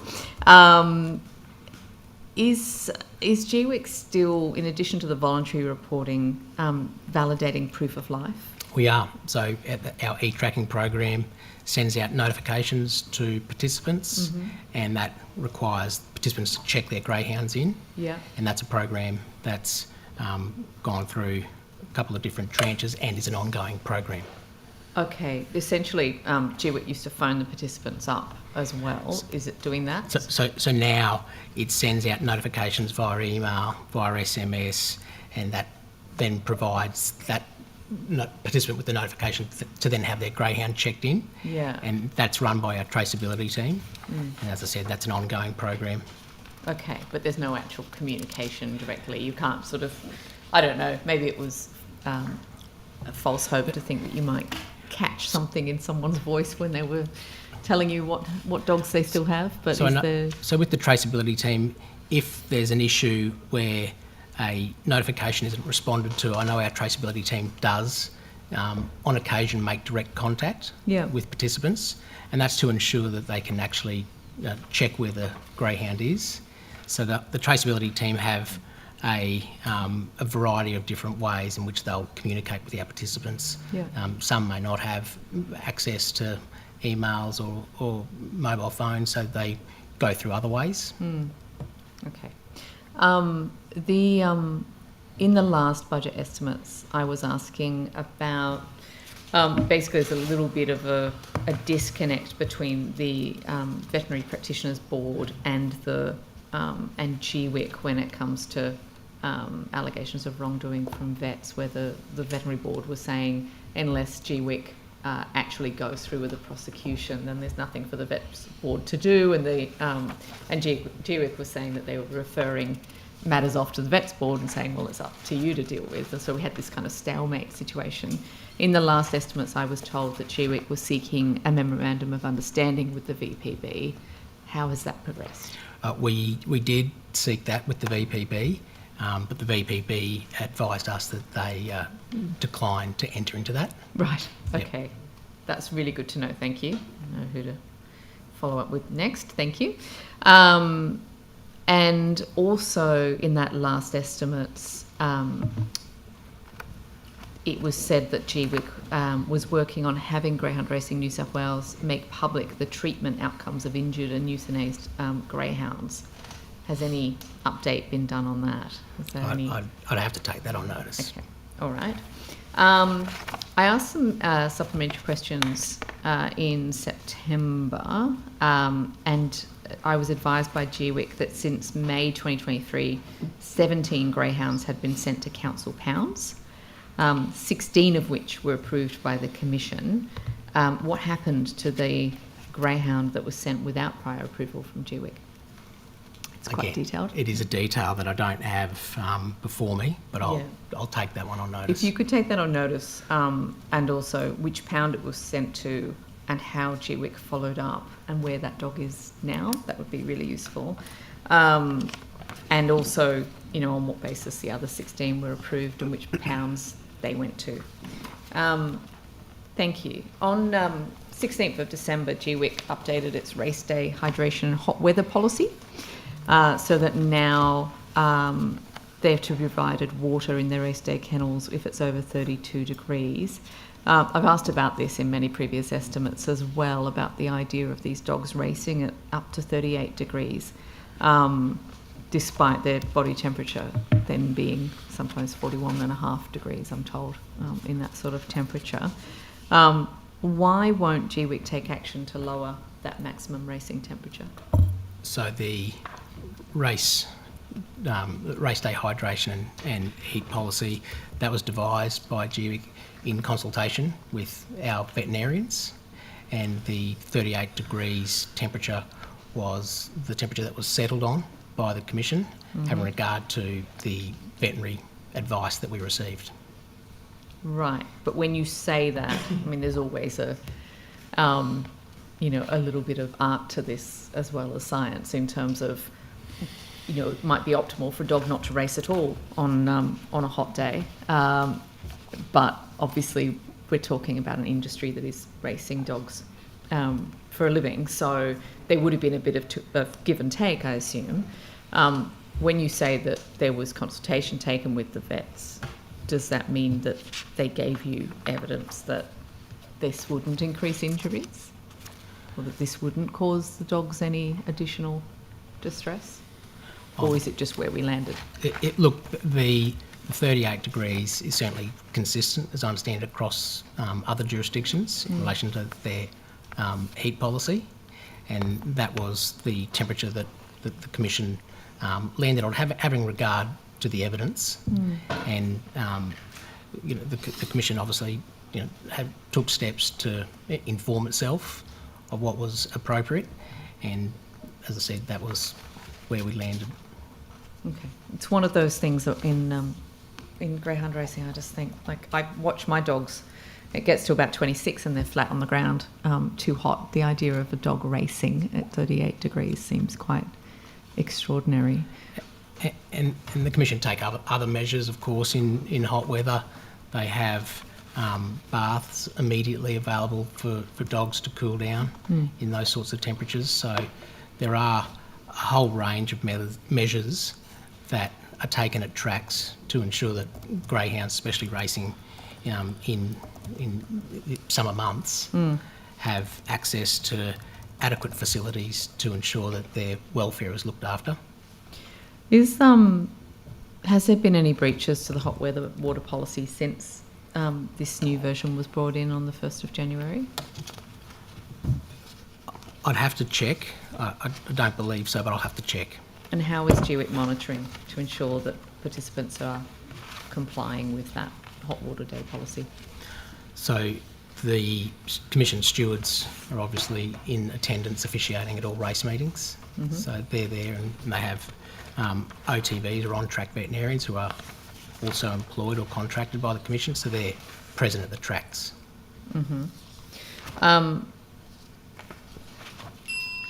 Run out.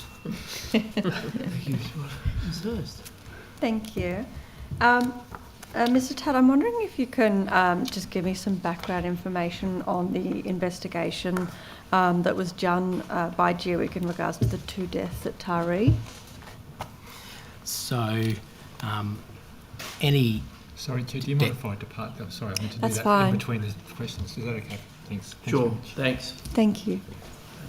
So any death or serious injury is subject to our race injury review panel, and that panel meets on a regular basis. I believe it's monthly, and out of that panel comes recommendations and essentially a review of each incident. I don't have the minutes from the race injury review panel that dealt with the Taree matters, but they are provided, and that assesses those injuries. And are you comfortable to table those minutes for the committee to see? Subject to any other matters that might be confidential. Perhaps if I take that on notice, and then we'll confirm that we can provide those minutes.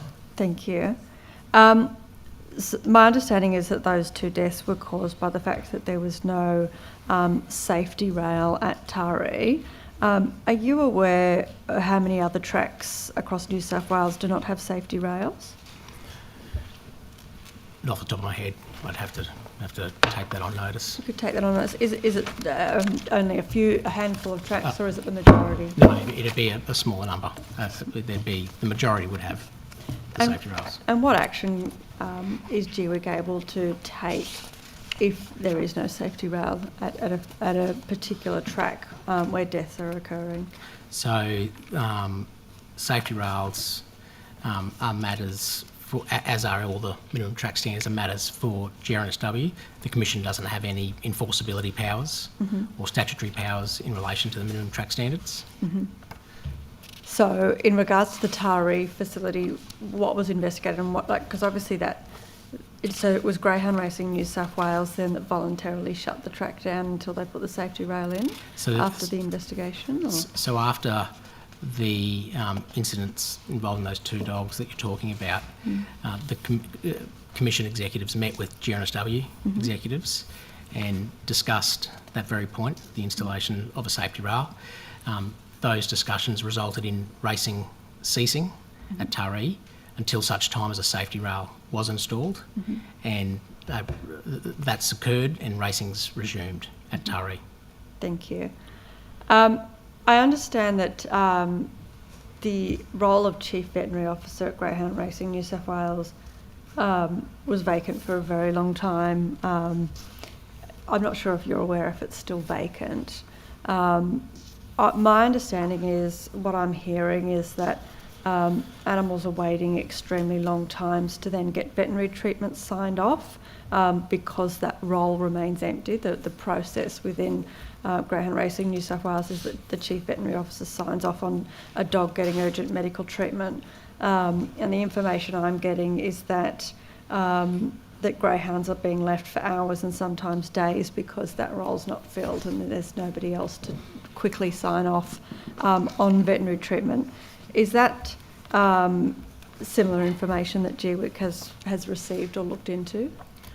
I'm not aware of it, but I could take that on notice as to whether the Commission itself has received similar messages. And is that the sort of thing that GWIC could investigate? Are you the right body for people to go to? So the Commission doesn't have any investigative powers in relation to GRSW, similar to some of the comments that Commissioner Drake was making. We don't regulate GRSW, so it's not a matter that the Commission would undertake an investigation into those sorts of things. So where would people go? Would they have to go to the RSPCA, for example, because it's an animal cruelty matter? Again, the Commission's not involved in matters that might go to GRSW. Some of those matters may even be subject to some of Commissioner Drake's current inquiry. Thank you. I just have a clarifying question in regards to the quarterly outcome reports. In regards to the catastrophic injuries, is the percentage of catastrophic injuries reported as a percentage of the total number of injuries or as a percentage of the total number of unique races? So in our figures for the financial year ending on 30 June 2024, there were 22 category E, which is the deaths on a racetrack, 22 across the year, which represents a decline on previous years. In the period from 1 July to 31 December 2024, so the last 6 months after that, there were 7 deaths on New South Wales racetracks, which again represented another decline of somewhere around 40%. Okay, thank you. I'm just looking at some of the data in regards to sort of percentages and how those percentages are worked out in regards to the injuries. And I'm just trying to work out whether the percentage reported is a percentage of injuries or if it's a percentage of unique races. But maybe I'm looking at some older data. So without knowing precisely what document you're referring to, we normally report injuries as a marking over 1,000 starts. So it might be, for instance, an injury rate of 40.2 over 1,000 starts in a reporting period. So it would be normally over 1,000 starts, which would be how we reflect our injury reporting. Thank you. No, that's helpful. Thank you. And just in regards to some of the questions I asked the Minister this morning in regards to penalty comparisons and regulatory action, and I've said that I'm happy to give this to the Minister, and this is some of the older document details that had come forward from Craig Hollis. Are you aware of this, and is this something that GWIC is continuing to analyse and look into in regards to this analysis that was originally done in regards to the regulatory action taken by GWIC compared to when GRNSW were the regulatory body? Is that still being assessed in the most recent years? So I'm not aware of that document that you're referring to, but the Commission opened over 700 cases in the last financial year. All matters are investigated by the Commission and disciplinary action is taken where appropriate in relation to those matters. And I know that just in more recent years, the disciplinary actions that the Commission has taken have been reasonably stable, around between the 90 and 120 participant mark per year.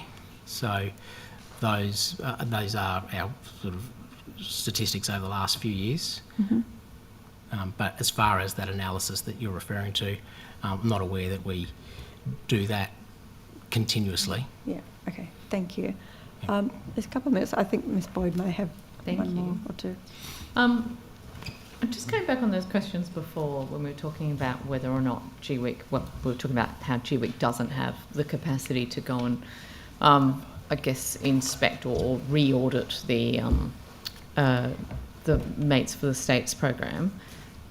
Does that mean that when the team from GWIC went over with Greyhound Racing New South Wales to the US to look at the program previously, it didn't need to do that? And that was done at the request of the Minister's office, so we did that.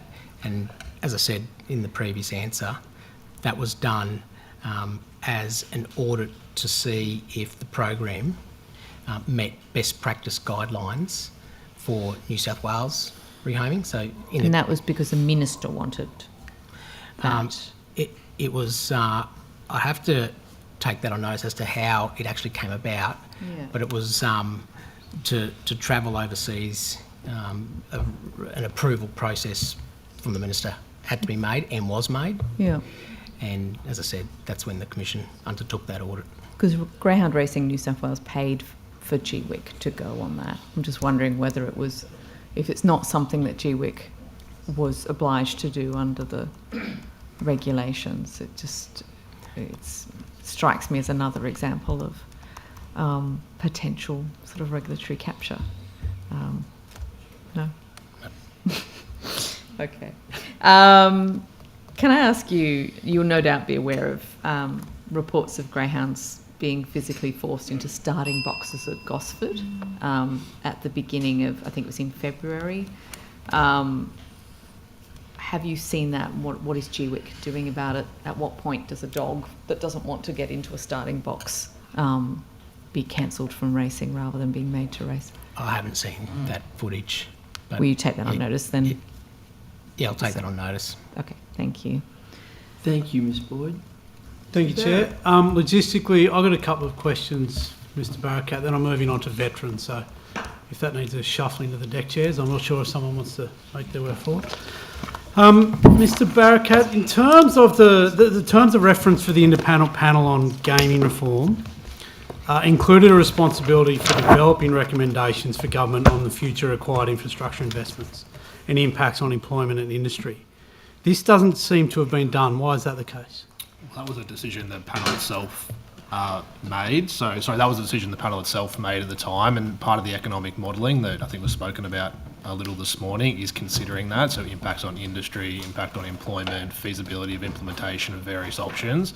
So that work is being done, and the panel asked for that work to be done before government made a decision. That will be provided to government to consider as part of its response. So the panel themselves decided to move away from that terms of reference? The panel, as the Minister said this morning, made the decision based on the fact that it didn't have in front of it a clear model for cashless gaming to recommend that before government made the decision, it should be required to undertake some independent economic analysis, and that's what's happened. So that new analysis, where's that work up to? It's almost complete, I think. So it'll come to the departments first, as is standard practice, and Treasury is assisting us with that, and then we'll prepare some advice and provide that to government to consider in the preparation of its response to the report. And at this point, you've got nothing you can reveal about what it's finding, about the impacts this might have? No, unfortunately, I can't at this point. And sorry, did you just give me a time frame before that I missed? I didn't give a time frame. So we will be providing it to government with some advice in the near future as to when government responds to the report itself as a matter for government. And who is conducting that modelling? I'd have to take that on notice, but unless the secretary. Yeah, it's a company called CIE. It's an independent organisation procured looked Okay. at it. Yeah. And were they provided terms of reference from the panel or from the minister? They were provided a scope of work during the procurement process from ourselves and New South Wales Treasury based on some of the deliberations and advice from the panel. Okay, thank you. And they will be going out to industry as well to consult on that, or is it I'd a have to desktop? check if they have spoken to anyone during the preparation of the report. If they haven't, then the answer would be no, but that's not to say that further consultation can't occur if government would like it to. Would you be able to table that scope that they were given? I can take on notice, and if it's appropriate to do so, very happy to do so. Yep. Thank you very much. What are we thinking that the infrastructure investments are going to look like for government? Are they going to be loans, buybacks, grants? Well, I think these are probably questions for government. I think government's got an independent report in front of it, which makes a range of recommendations, and the government will need to respond to that. And once it knows what it wants to do, then it will need to consider how to implement whatever its decision is. Yeah, sure. Now, the minister did mention a number of several harm minimisation measures. I don't have that list in front of me, and Sure. I don't think you'd have it off the top of your head. Are you able to table that list along with sort of documentations of when they started work on those measures? Sure. I mean, I can read through the things that have been implemented to date if you'd like me to, but otherwise happy to take it on notice, and I can include commencement dates for some of those reforms some as well. documentation about when those things. That's fine. What impact have those things had on gambling habits and losses? Well, I think we'd have to, we will be evaluating these reforms as is standard practice. I mean, some of them, so the example that springs to mind is ATMs are now requiring to be 5 metres from gaming machines and not having visible signage. I mean, that really only came into effect early this year. We've got responsible gambling officers in venues with 20 or more gaming machine entitlements, which came into effect 1st of July last year. So they are relatively recent, some of them, so they probably need a bit more time on the ground for us to actually make a meaningful evaluation as to their impact, but we will be doing that. I suspect a similar response, but what reduction are they having of what we've seen in relation to money laundering? Reduction in relation to money laundering, I think that's probably a question for the police or AUSTRAC. It's not something we have a remit to oversee, but if there's any information we can provide on that, happy to do so. Yeah, so particularly with that, I guess that earlier question, the impact it's having, if you do have any information, Sure. Would you be able to provide that on us? Yep, we can provide Thank that. you. Ms Macanas, is that right? Yes, that's right. Thank you.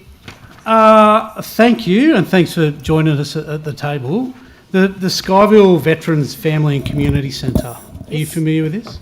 I am. So on the 22nd of February, there was an official opening, and my understanding is there is, or at least was, an issue surrounding the occupancy contract centred around that. National Parks wanted to have access to the refurbished buildings for purpose outside the veteran scope. Does that ring any bells with you, and has that been sorted? I actually attended the opening event. The group of veterans out there, led by Mr Brett has done an absolutely extraordinary job. They received a $5.5 million grant from the Commonwealth, but not from the Department of Veterans Affairs. It's a slightly separate project, so there's a series of hubs being rolled out under the Department of Veterans Affairs that have also received about $5 million. So $5 million was allocated to a Hawkesbury Southwest Corridor hub that is yet to be built. So this one runs in parallel. So the restoration has been to some historically significant SARS huts, and the opening was absolutely beautiful. It sits within the national park, so the responsibility for licensing and leases sits with the national park. So I can't actually comment on that because I don't know. Okay, so what's the role of Office of Veteran Affairs in this with the hub?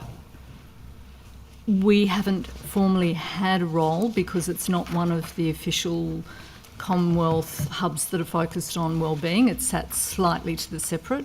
However, we have communicated quite a lot with Mr Wild, and we're very supportive of the veterans out there.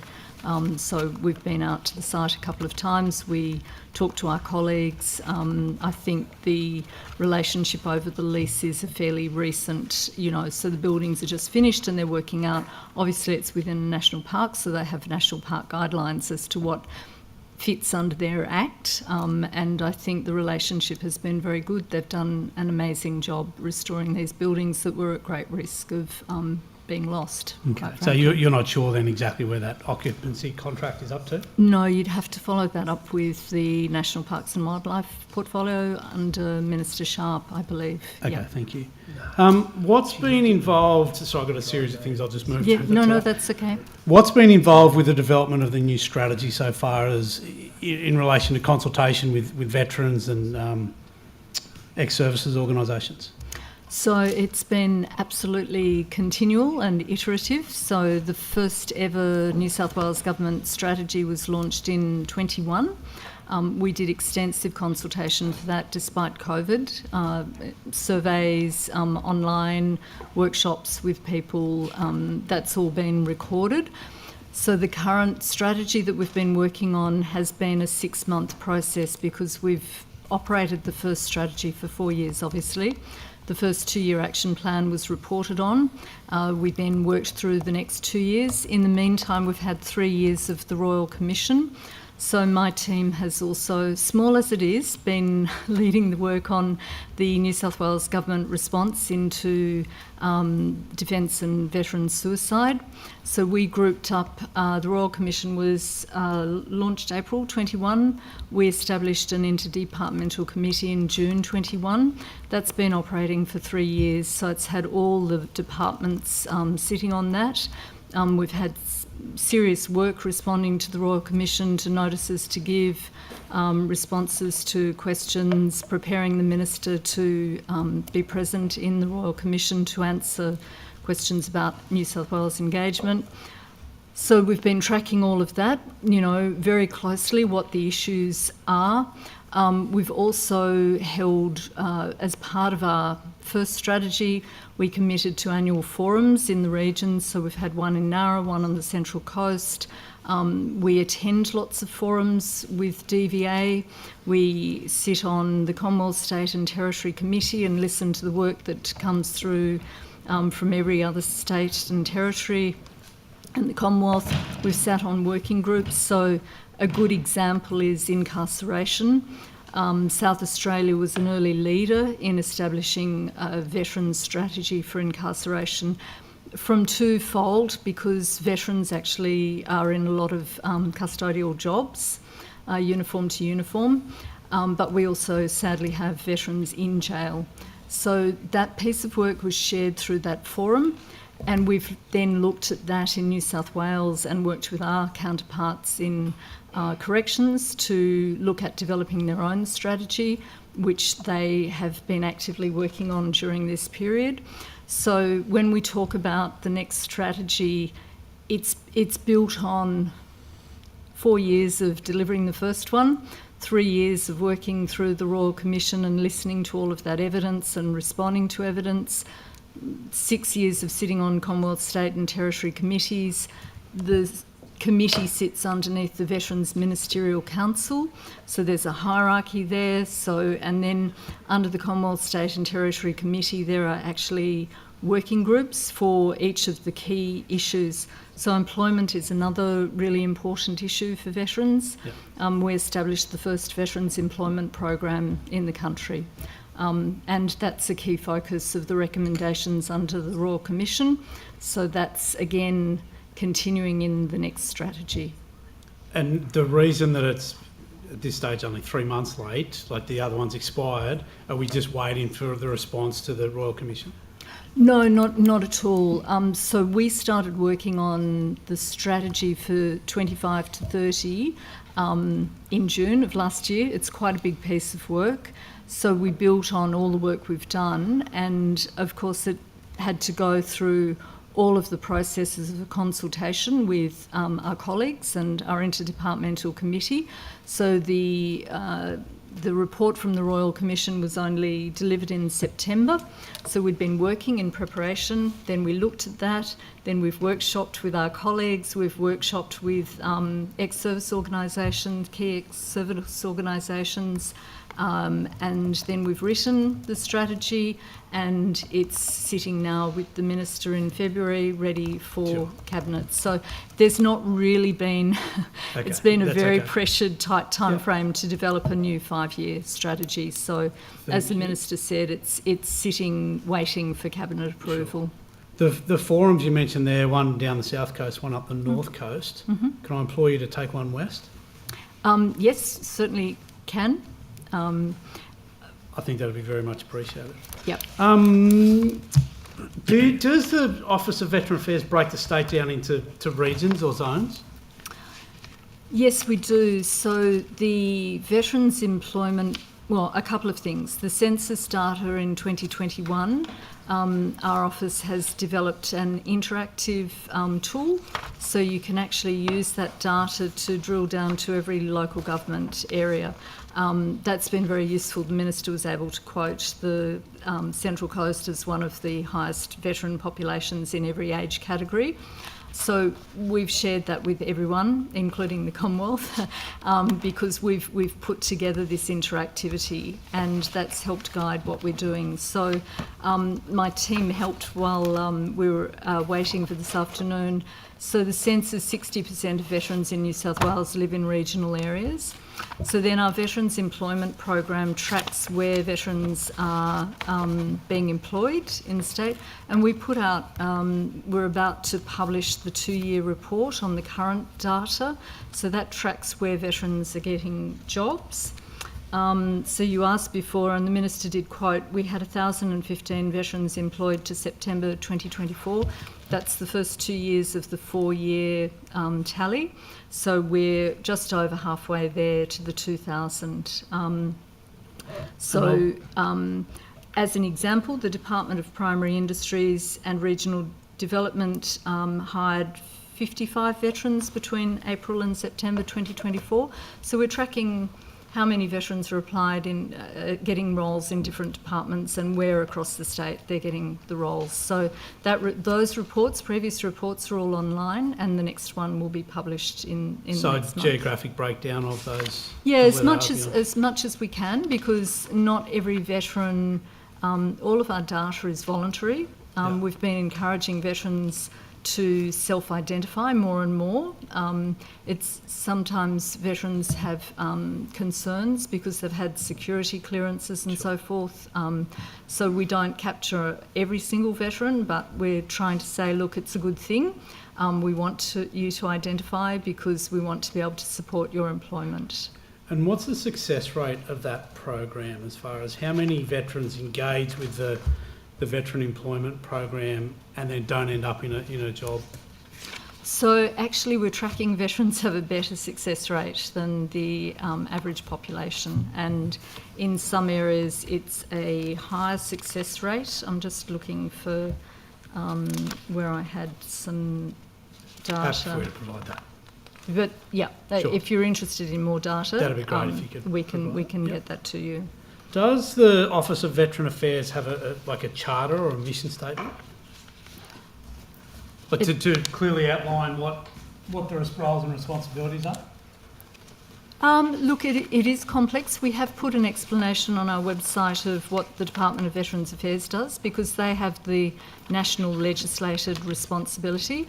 You quite rightly referenced this morning that states provide frontline services. So there are agreements in place, for example, with health, for the state to deliver services. Our National Centre for Veterans Healthcare is a New South Wales initiative, and it is largely funded by the state government. There has been some Commonwealth contribution. It's leading work in complex multidisciplinary healthcare for veterans, and they are getting referrals nationally. So the Royal Commission looked at that as a leading example of best practice of healthcare for veterans. Is that the facility at Concord that I Yes, the National Centre for Veterans Healthcare. Yeah. Okay. Yep. Sorry, I just asked that question before. I just go to the forward from the last strategy that talked about the strategy bringing together New South Wales government initiatives available to veterans. Yep. Like, what are the top, what are the most subscribed, utilised initiatives that they'd be referring to in there? So we try and bring together the landscape, I guess. So we help every single veteran who contacts us, either by letter to the Minister, letter or email directly to us, phone call. The team is amazingly committed. So if someone rings us up and they're homeless on the banks of the Hawkesbury, which happened, we will group up anyone we can to try and help, whether it's the local police, the RSL, health. We refer people to RSL Life Care that have specific services, the Commonwealth. So a lot of our information is referral or best advice or go to, this facility. We've helped people that have needed assistance into aged care because they've had a crisis. So we just try and send people in the right direction. So grants, we often get letters asking us where do we get funding to help with this. If we don't have a grant program, then we'll refer them to the Commonwealth or we'll refer them to a sporting grant program. Our mission is to try and help veterans and their families genuinely, and that's what the team does every day, consistently. Am I right in inferring then, and this isn't me being smart, I'm just trying to get my head around it, that the role of the Office of Veteran Affairs is sort of a facilitation or almost a case management role? It's facilitating because, as the Minister rightly referenced, we're a small team and, corrections. So my team sits on the Commonwealth interjurisdictional group on veterans because there's a research project. So they're tracking that, but they're encouraging corrections to actually do the heavy lifting and develop and deliver veterans. So what we try and do, same with Transport. Transport's a huge organisation. They employ a lot of veterans. We meet with them, the Veterans Employment Program. We've encouraged them to establish their own network within Transport to support veterans in employment, to encourage veterans to apply into roles.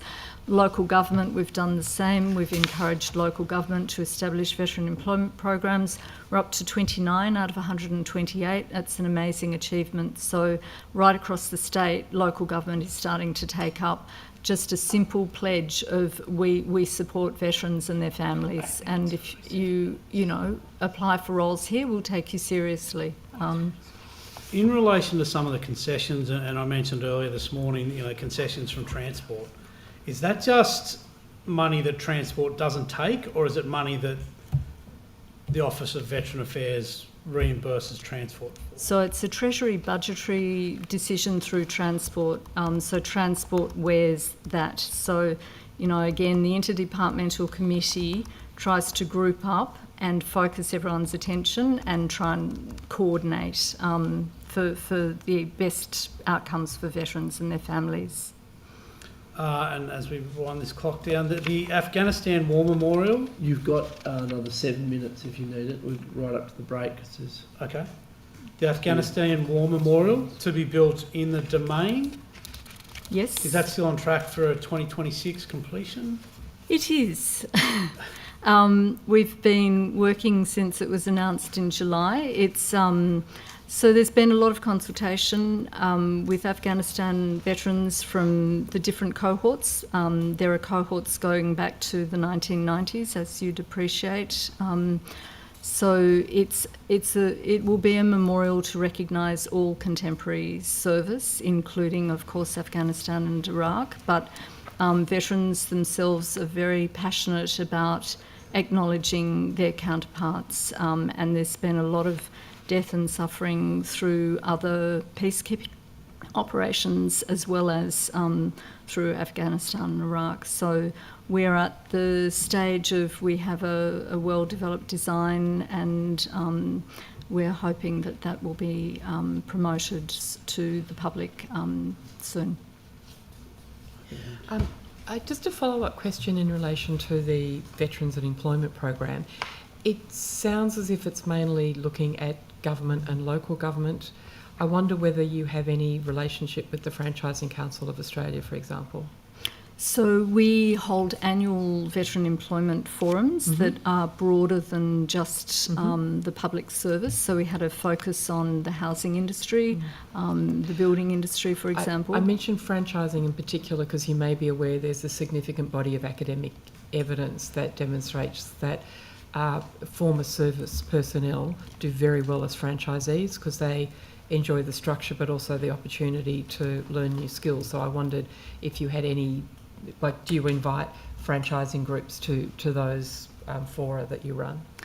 We haven't, but I'm keen to know more about that. So yeah, I would encourage you to do that because there's significant evidence that they do very well as franchisees. So there's a Veterans Business Chamber that, and there's also the Prince's Trust helps sponsor veteran initiatives. So we're aware of, but we don't have a role specifically. The Commonwealth leads some of the business initiatives with veteran employment and defence industries, which is sort of bigger scale than... Not quite franchisees. No, but, you know, the more non-government sector, private sector employment, Thank you. Yeah, you keep going.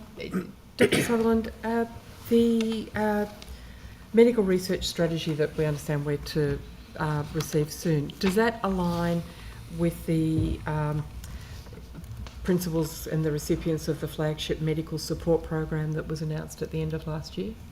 Yep, so the strategy's due for release next month, and the principles of it are very broad brush. You were asking about the action plan, and I'll talk about that in a moment. So the strategic directions are that we do want to have a thriving ecosystem, so all the different parts of the system working together and us playing a particular coordinating and communicating role.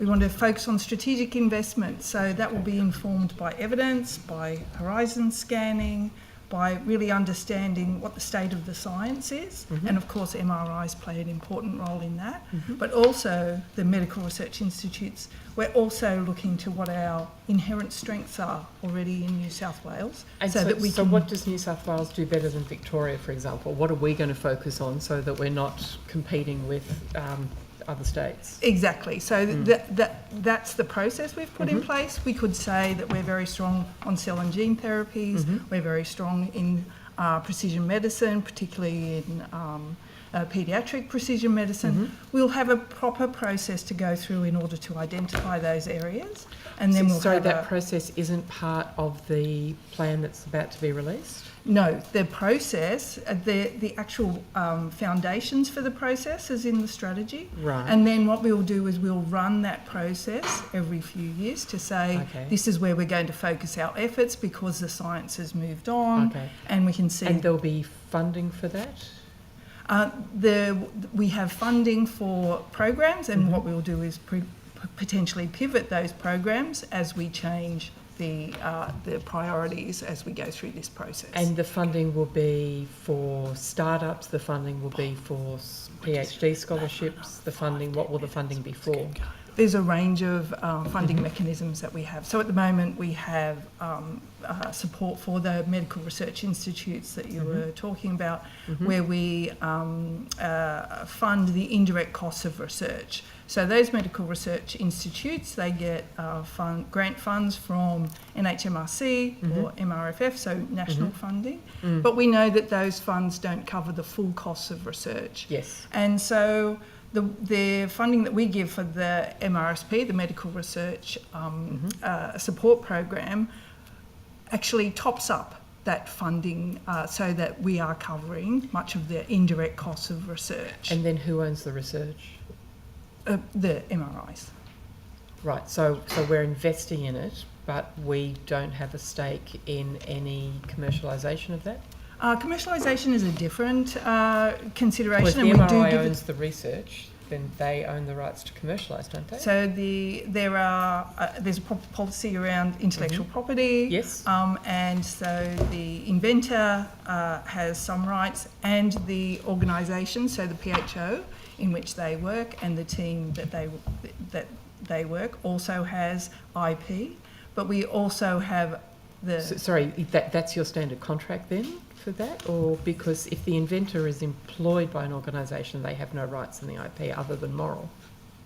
If they, I can come back to you with our proper policy. Sure. But it is a third, and the inventor does have some rights to the IP. What happens if you're investing in, so that's in the MRIs, what about in... That's everywhere. Everywhere that gets New South Wales government funding? Yes. Or any research that's undertaken. I'd love to get details of that on notice because that's very different to the way I understand the legislation works. If I misspoke, I apologise. Yeah, but no. I would love to get details of that on notice. We do if I have may. a policy, so I can very happily send you that. No, that would be great. The Microbiome Research Centre, have you calculated the cost of the investment in the translational research involved? So the Microbiome Research Centre... At UNSW? So is it located there? I think it's going to be. I understand it's in St George and Sutherland. Right, okay. And I think that's in South East Sydney, LHD. That's not directly funded by the Office for Health and Medical Research. Okay, so how do we know... Excuse me, Mrs Carter. How much longer... Do you have many more questions? I do, yeah. So how much longer would you like to go for? Half an hour? Oh, okay. Well, then, if that's the case, it's time for a break. Okay, sure. Right. Sure. So we'll have the break. Thank you very much, everyone. We're 15-minute recess, and we'll reconvene at 3:45. Thank you.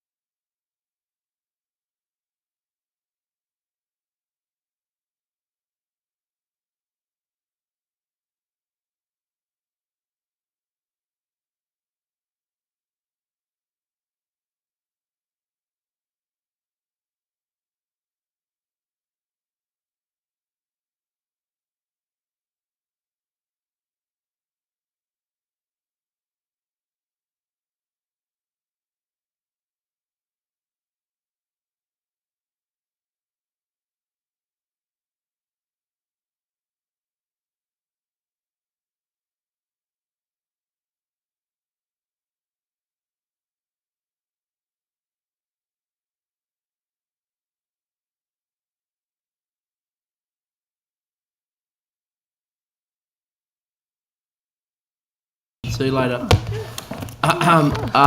We will now reconvene. At the beginning, Mr. Hamilton, you said you had some answers you'd like to give. Yeah. Oh, great. Thank you. So please fire away. The question on how much has been spent of the $5 million on the treaty consultations, 375,000, which is made up of operational expenses and treaty commissioner salaries. Yep. Treaty commissioner salary is 324,000. The MEMAL responsible minister is Minister Sharp. Right. And it's the Department of Climate Change, Energy, the Environment and Water. Thank you. Funding to Aboriginal community controlled organisations, I think you asked me. Yes. So out of the 221 million in total for the Closing the Gap funding, 192 million has been provided to Aboriginal community controlled organisations. Okay. That represents 85%. Yeah, great, thank you. The business roadmap, you asked me, which is 5.6 of that is for the Indigenous Chamber of Commerce and YAPA, so Right. that's supporting Aboriginal businesses. Yep. And the balance is the roundtable work that we've done thus far and will continue to do, and the rest is for the task force that's been established. You did ask me about procurement. Yes. And I understand that,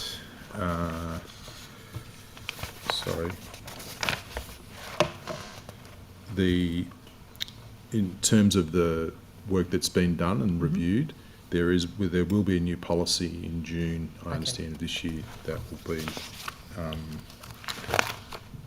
delivered. The other thing I thought you asked me about was the breakdown of funding, and I thought I could give the breakdown in relation to, as I mentioned, what Aboriginal Affairs funds out of Closing the Gap. But not like the total Closing the Gap. Well, the total, I can give you the total 221, but the component for us. Yes. So there's actually 38 million now in total over a 4-year period. Okay, so of the 221, you are responsible for 38 over 4 years. Yeah, and that's broken down into 7 schedules. So Schedule 1 is about shared decision making and partnerships, and that's at 9.1 and a further 5 million in 24-25. Supporting local partnerships, a total of 9.7 million. Aboriginal Community Controlled Organisation Partnerships Fund is 1.5. Yep. New South Wales Aboriginal-led accountability mechanism in total 1.6. The Aboriginal Community Controlled Organisation Comprehensive Support Package of 1.9 million. Right. The Data Sovereignty Development Approach 6.1, and Building a Model for Aboriginal Data Sovereignty is 3.1. Okay. Yeah. And that data sovereignty work, that includes better data collection? Yeah, Great. both on government side and community side. And that's going to fund the dashboard that's under development? Yes. Great. Yeah. Because I think that's due for an update in about 2 weeks, that dashboard, I think, is it? The dashboard on... I thought the dashboard that gave the breakdown of some of the New South Wales stats indicated that it would be next updated in 2 weeks. Haven't got it in front of me, sorry. From the Productivity Commission, or...? No, it wasn't the Productivity Commission, because that's Australia-wide, but there was a New South Wales government one that I found. Yeah, I'd have to... Okay. I'd have to... All right. Yeah. Because the problem with the Productivity Commission one, you can drill down for some state figures, but it's not everything is, and it can be quite tricky to, I find anyway, to understand the New South Wales compared to some of the other states. Yeah. Okay, thank you very much, Mr. Hamilton. Thank you. Chair, I could also clarify a Yes. question if that would be okay. Yes, so the fire away, policy I was Doctor. referring to on IP is for public health organisations. So if it's occurring within the LHDs, Yes. and when we're providing money, for example, to the for the medical research support program, the requirement is that there's an appropriate IP policy in place within that organisation, but it doesn't need, it's not guided by our policy. Right. And does it include that you get a share in the IP because you have funded part of it? Well, we're only funding the indirect costs of research for those organisations. Okay. Yep. All right. Okay. Thank you. No, that Yep. that makes more sense to me. Yep. Thank you very much. Yeah. Apologies. Okay. No. It's a complex area. Yeah. We're trying to rationalise questions a little bit. Is there anybody here who can answer questions about matters to do with the Central Coast? I can have a go. No, Thanks, I don't Julie. think there On is. behalf of the Minister, that's very kind. So I have one question about racing, which is probably for you, Mr. Could be, Barrett. yeah, Is sure. that right? Yeah. So it's to do with the Racing for the Regions program Yep. and the disposition of those funds. So I understand that in 2021 there was close to $8.5 million allocated in relation to building stables and associated infrastructure at Gosford, which has taken some time to be spent. Do you know anything about that particular project? It's Racing for the Regions is an allocation of funding provided by the former government to Racing New South Wales to do certain things. So it's not Yep. something we oversee. We provide the funding on the basis that certain milestones have been hit. Okay. So I have information here on Gosford, for example, in relation to stables and associated infrastructure. So who's responsible for overseeing those programs? Racing New South Wales. Right. So okay. But I can tell you that the Yeah. information from Racing New South But Wales. it's your money. It's government money. Yeah, the yeah. government's provided an allocation to Racing New South Wales for specific projects in regional Yes. areas. I think there's 9 in total. Yeah. Well, the total funding was something in the order of $67 million. So I think there's 67 million in total, about 58.6 of which is to Racing New South Wales for infrastructure projects across 9 thoroughbred racecourses, and there's the balance, which I think sits with Crown Lands, to upgrade racecourses on Crown Lands. Yeah. And there appears to have been some practices associated with some of those projects whereby Racing New South Wales has required land to be sold to them so that they can construct and then retain the infrastructure themselves. Was that the understanding of the way the funding was to be allocated? Not to my knowledge, and as I said, this is funding allocated to Racing New South Wales, so these are probably Okay. questions better directed to them. I'm happy to take on notice if I can, but I think the Well, answer... perhaps I might frame them and put them on Sure. notice as supplementaries, Yep. then that might be the best thing. Okay, Yeah. thank you very much. Thank you. That's my racing question. Dr. Sutherland, in relation to medical research,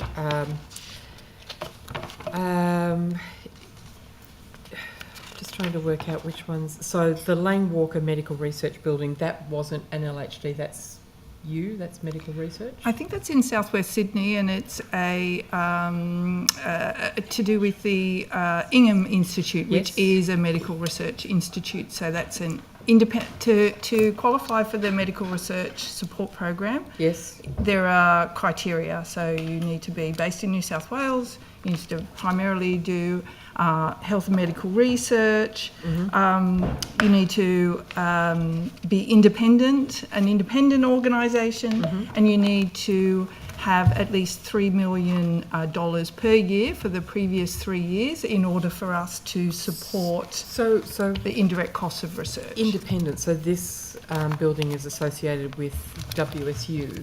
Does that compromise independence if it's associated with university? I think this is it's a joint agreement for that Right. building, so Okay. it's not wholly owned by the institute. Okay, and the areas of research have been identified as addiction, medicine, diabetes, Indigenous health, mental health and paediatrics.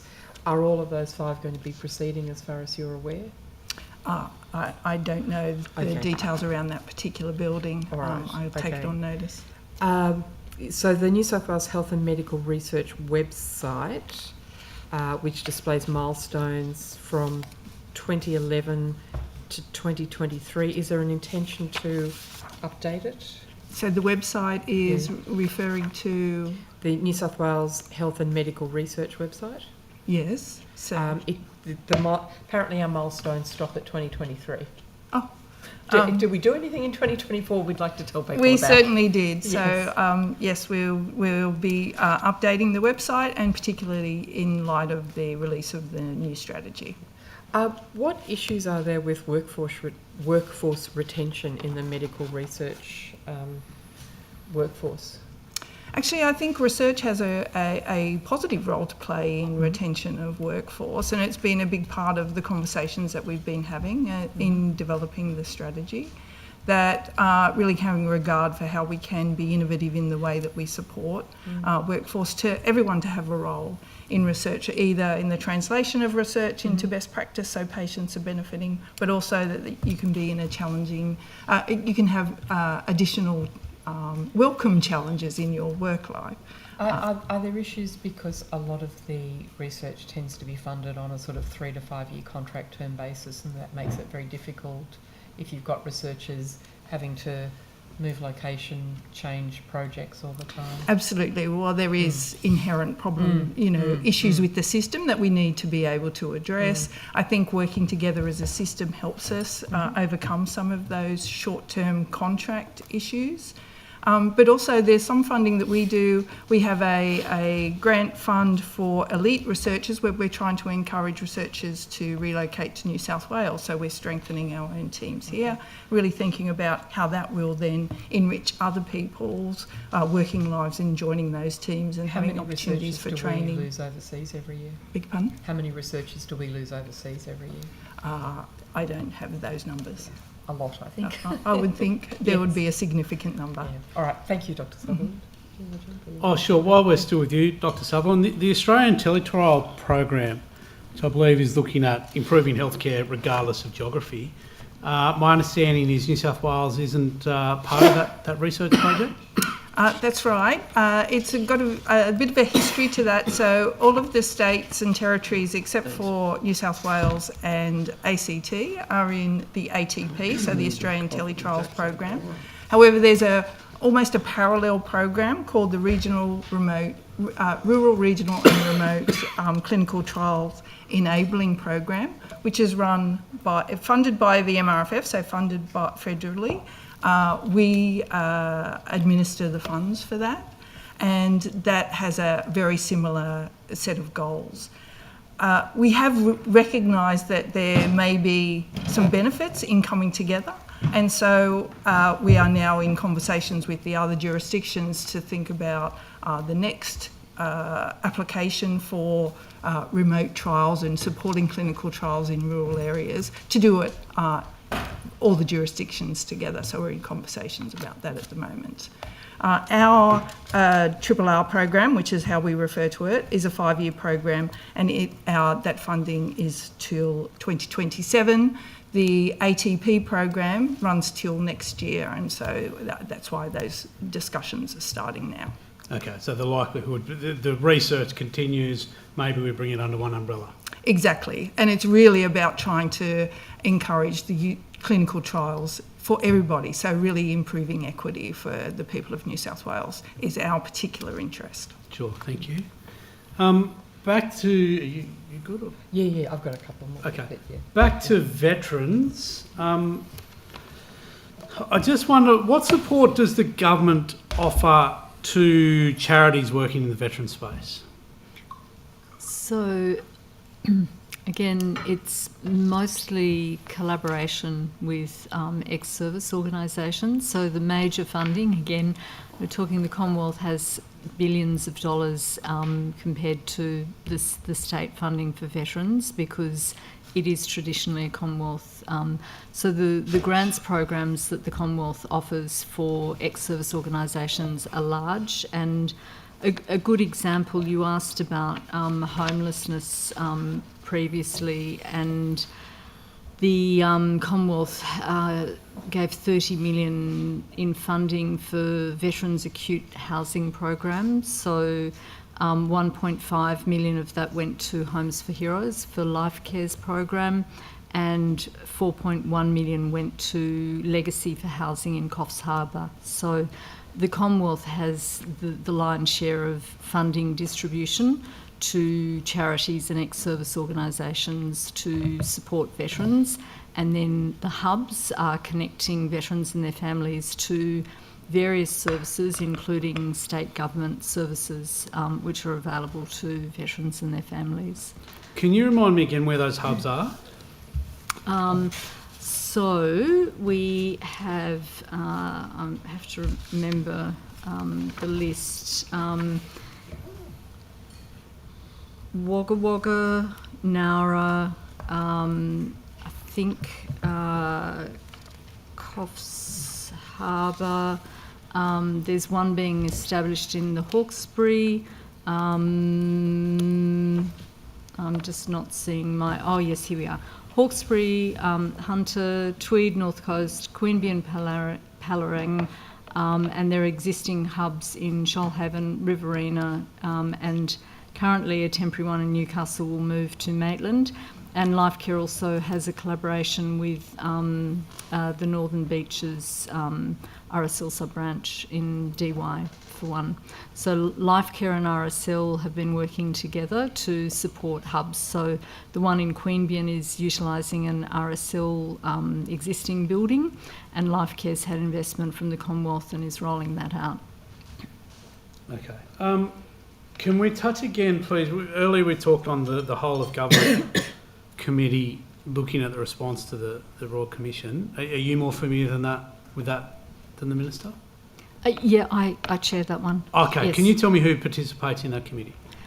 We have every cluster represented, so Treasury, Police sits on it, coroners. So where there are very specific recommendations, we have people. So Health sits on it. It's every cluster is represented. But where there's a specific focus, so Corrections and Police and Health, they're absolutely there. Okay, and how regularly does that committee meet? So at the moment we're only meeting quarterly. Last year, in the sort of lead up while we were developing the strategy, we communicated a lot out of session. Okay. And maybe, I guess, my final couple of questions. You talked about the breakdown that you can provide as far as, a couple of questions. The breakdown as far as population. Yep. Is there a breakdown you can provide me as far as services available or spending by the OVA as far as different regions? So that's really complicated because we don't fund specifically in the regions. We connect and ensure that services are delivered. So, and again, another good example is my team went down to Nowra and connected the Service New South Wales people and the local health district into the RSL Lifecare Run hub. So we're building awareness, connectivity, local government, New South Wales services, hubs, to ensure that everyone is aware of where to direct people. Another is the Gambling Aware program. We've connected, they run services all over the state, and we've made sure that RSL Lifecare and their hubs know where those service providers are so that they can refer people to those services. Do you have a remote team, a mobile team? I'm thinking, for instance, with this Matthew Lock Day coming up on the 22nd of March, is that an opportunity for some of your team to get out into the public and meet these people and hear their concerns face to face? So we already commit, we've only got 2 people that work in the Veterans Employment team, but they go to every transition seminar that is run in New South Wales. So that captures all of the people leaving the Defence Force, and we have those one-on-one conversations. We've grouped up and have representatives from other parts of New South Wales government attend as well. We do occasionally venture out as a team and run a forum, but we're a small team, so we would leverage, I guess, our colleagues in other departments and other locations to support some other activities in the regions. when there are government programs such as the affordable housing programs, are there sections of that ring fence for veterans? So that 30 million from the Commonwealth was specifically for Sorry, any state government programs? state government. So we have Link to Home and a 24-hour phone service. So Link to Home is this phone service and rent choice veterans. So they're programs that the New South Wales government established specifically for veterans and their families. RSL Life Care provides the frontline support for homelessness and crisis housing, and then refers people into those New South Wales government services. So again, it's a sort of team effort depending on what the needs and challenges are for the veteran and their family at any particular point in time. Yeah, okay. Look, I'm pretty much satisfied at this point. I just wonder, are you able to provide for me the breakdown of that, the employment thing per region? Yeah, Can you sure. just provide that for me online? Yeah. I don't know, Yeah. So, is there anybody here? I just have one question about the design of the cashless gaming trial. Anybody who? Oh, great, thank you. So, the cashless gaming trial, how many people did you intend to have using that to test it? So I can't speak for the government. The panel itself, I don't think, not that I was a member of it, it was an independent panel, but I don't think the panel itself set a number of people that it wanted to participate in the trial. Was there some understanding that for it to be statistically meaningful, you'd have to have 2,000, 200,000? I think there was an understanding of what the trial, from the panel, of what the trial could and couldn't do, and I think that's why there was a focus of the trial looking to determine the feasibility and acceptance, as opposed to trying to run a double-blind, peer-reviewed scientific trial. It was more about trying to get an understanding of the feasibility and acceptance from individuals and industry about implementing this sort of technology. So the objectives being the feasibility of having cashless gaming, and also a secondary objective of how acceptable that would be to people engaged in gambling and clubs and pubs and places. I think the where gambling acceptance occurs. piece was more on acceptance generally. So what would need to be done to make this, this, the Minister spoke about behavioural change this morning, to make this acceptable to people more broadly, and feasibility from a cost perspective, from an impact on industry, from an employment perspective, from a technology, data security perspective. Yeah. I understand that there were 14 people who were using the technology. Does that provide you with any meaningful result? Look, I'm not going to sit here and say that the panel, and I'm sure government would have preferred there to be more people participating in the trial, but I also don't think that nothing was learned from the trial. So there was a fair bit the panel gleaned, and it's called out in the report around people's concerns. The Minister spoke about government intervention in gambling activities, people having concerns about their data, their privacy, the technology not necessarily being particularly frictionless to start off with, so there being some clunkiness to it. So I guess learning those things to make sure if government is to make a decision along those lines at some point in the future, then it's got an understanding of the types of things that would need to be addressed. Just kind of one more follow-up, quick one. Sure. Are you aware of any other government program that would have been decided on the basis of 14 people in a trial? No, government hasn't made a decision in relation to this yet. It's still considering its response. I think that's probably a hypothetical question. Okay, thank you. Kate. Thanks, Chair. I'll keep going on the line of questioning in relation to cashless gaming, actually. So wouldn't another one of the key reasons that 14 people only, I think it was described as genuine and active participants, is because it was voluntary and they could go elsewhere to gamble? Isn't that also a reason? I think that's probably a reason. The panel made that decision early on, though, to make it a voluntary trial and not to mandate venues to use it for reasons that I'm sure you're well aware of. Yes. But yeah, look, to be fair, yes, people had an option, so they could go elsewhere. Yeah. So and was that in any way surveyed by the participants? Like, did you get information or data around that being a reason? as to the number of people who decided Yeah. not to participate. That's right. Because I'd have to take that on notice. There were surveys done as to whether that specific question was asked. I'd need to take that on notice, but I'm happy to. Okay, thank you. Just want to ask you about the mandatory 6-hour pokey shutdown. My office has asked, and I may have asked this, I think, in budget estimates. Yes, I have before. I've been told consistently that there's no collection, or there was no collection of that data in terms of how many venues in total have applied and been granted the exemption. Is that still the case?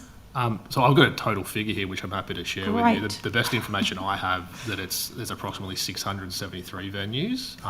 Whether that's venues who have applied or who just were granted it early on when they were first introduced, I couldn't tell you that. But the figure I have here, the best information I have is 673 venues. And to be fair, that's some of the information we provided to the trial. So that's as at August 2024. That's at August 2024. Do you have the breakdown of pubs and clubs? I'm sure we could provide that on notice. I don't have it with me now. Okay, thank you. And is it the government's intent? Like, what I do believe as well that there was some, not maybe commitment, but concerns expressed around the extent of exemptions granted, also whether the factors that have been used, or the factors that were used for the clubs and pubs to want the exemption.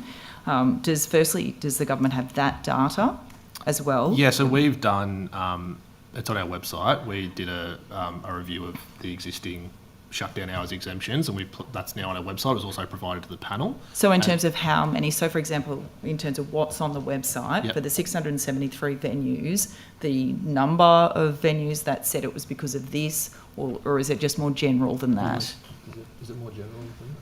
I'll take it on notice, Yeah. but it is publicly available, but yeah, I'll come back to you and let you know. But I think the purpose was to provide that picture about what's occurring. And I think, to your point, to acknowledge that some of these exemptions have been in place since 1997, 2003. So what may have been justifiable then doesn't necessarily mean that's the case. It was now. justifiable at the time as well, I think.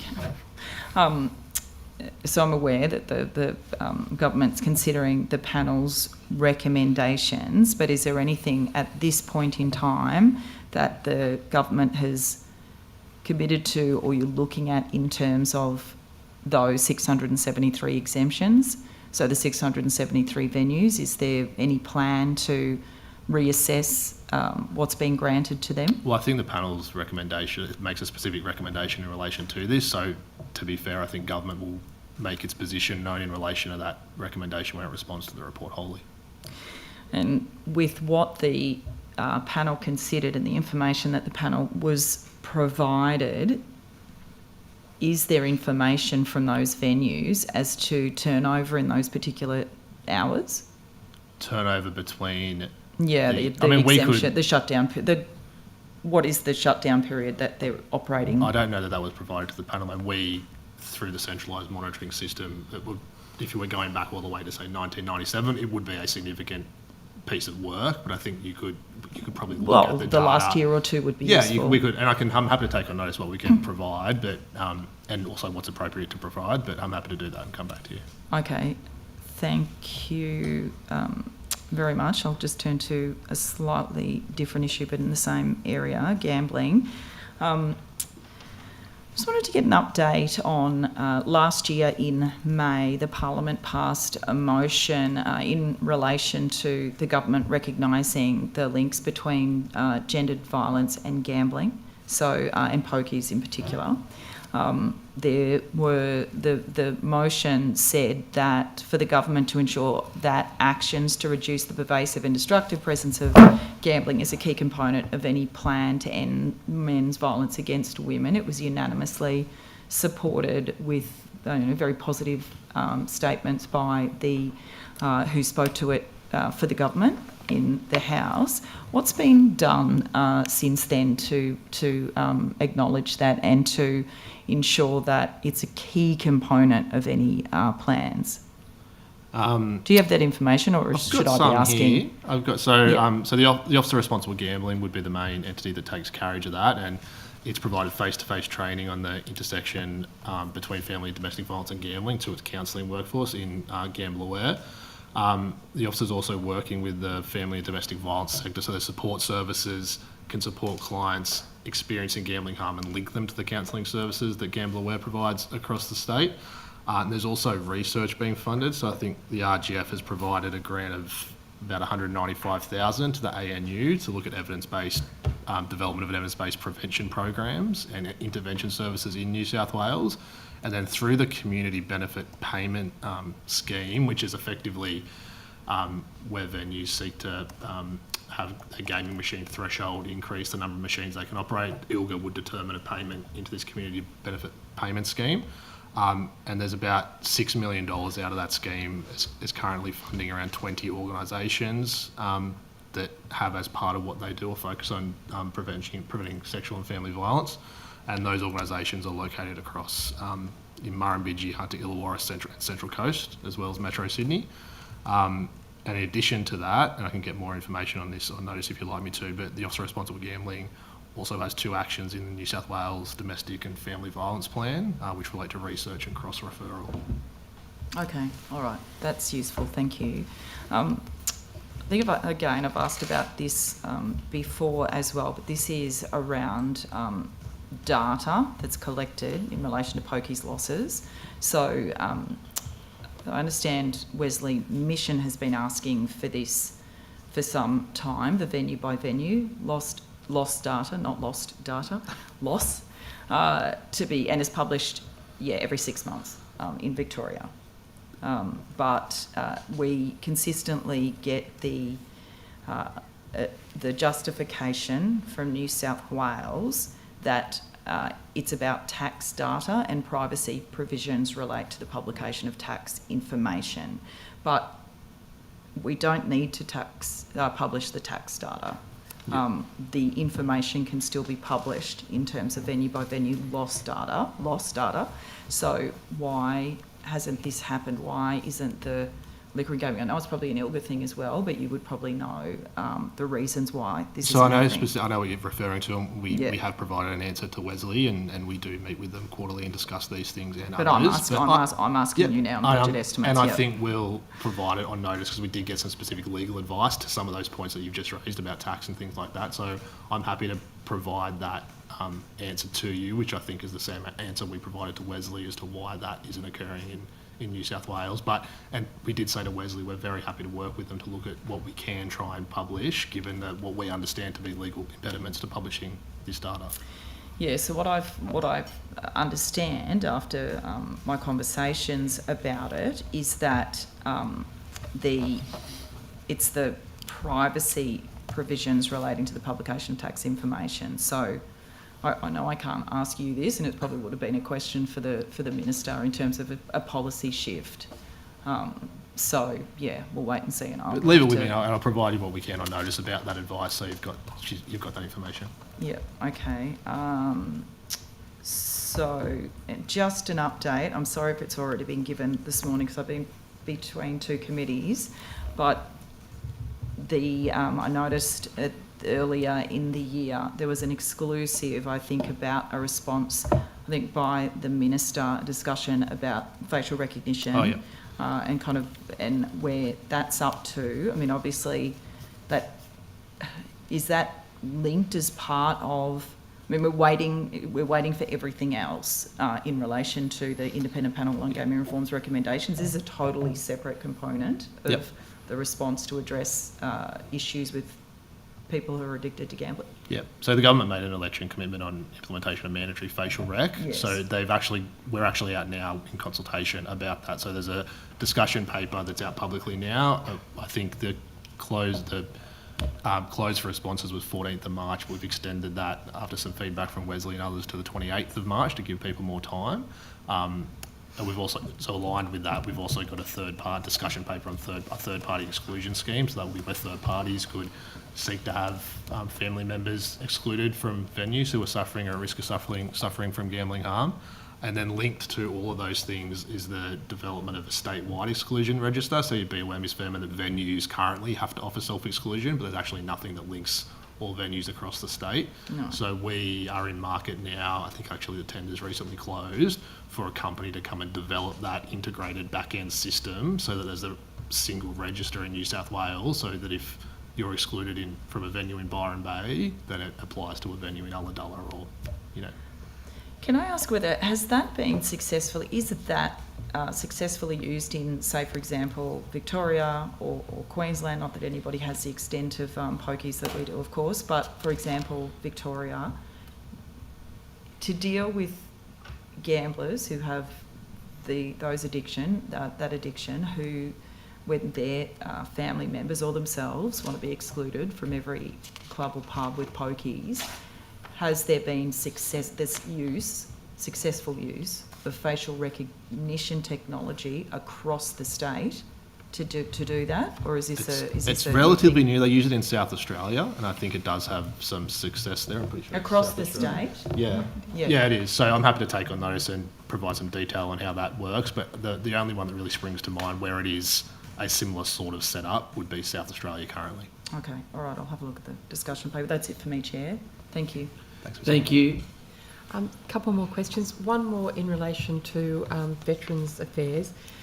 I believe that I understood the Minister this morning to say that the funding arrangements in respect of grants to do with memorials, there had been 2 rounds a year and they'd been collapsed into one. Is that correct? That's correct. I'm just wondering now what the total dollar amount available for grants each year is. 250,000. Thank you very much. And what's the biggest grant that can be made out of that? If the Minister approves, it will be 15,000. 15. Thank you very much. That's great. Thank you very much. And Mr. Hamilton, a few more questions for you, if I may. I just wonder, have you had a chance to look at the Ombudsman's report in relation to the OCA program? Yes. Look, a very interesting discussion in that about the overlap between OCA and the National Agreement on Closing the Gap, and I understand that there'll probably be work that's to be done about how they're reconciled. But the observation that OCA actually lends itself to bottom up, but Closing the Gap seems to be top down, and that's creating tension and difficulties to reconcile. And I'm just wondering if you have any comments about whether Closing the Gap, if it is actually top down, whether the Ombudsman's report is an opportunity to perhaps to reconsider the way in which we're approaching some of these issues. I think it absolutely is an opportunity for us to reconsider where we're currently at. I would say that the Closing the Gap is a national partnership agreement between the peak organisations and the government or governments across the country. OCA is a policy that has essentially been around since 2011. There was extensive consultations done in the development of that. I think it's also an important point to make that OCA is not something that the government at the time came up with, nor is it a government-driven initiative. It's something that's actually been driven from the community. It's what the community, as a result of those consultations, said those were the key principles upon which any future programs or policies should have those practice principles in place. So I think if you think about the particular priority reform around government changing the way it operates, then I think OCA principles lend itself to embedding those across government in terms of, because they are what community have told us. So to ignore them would be to ignore what community told us way back in 2011. Yeah, perhaps we might revisit this next time when there's been more time to sort of reflect on the Ombudsman's report. Yeah. Just some quick questions about how many land claims are outstanding. Do you know how many land claims are outstanding? Yes. Yeah, I'll just get that for you. Thank you.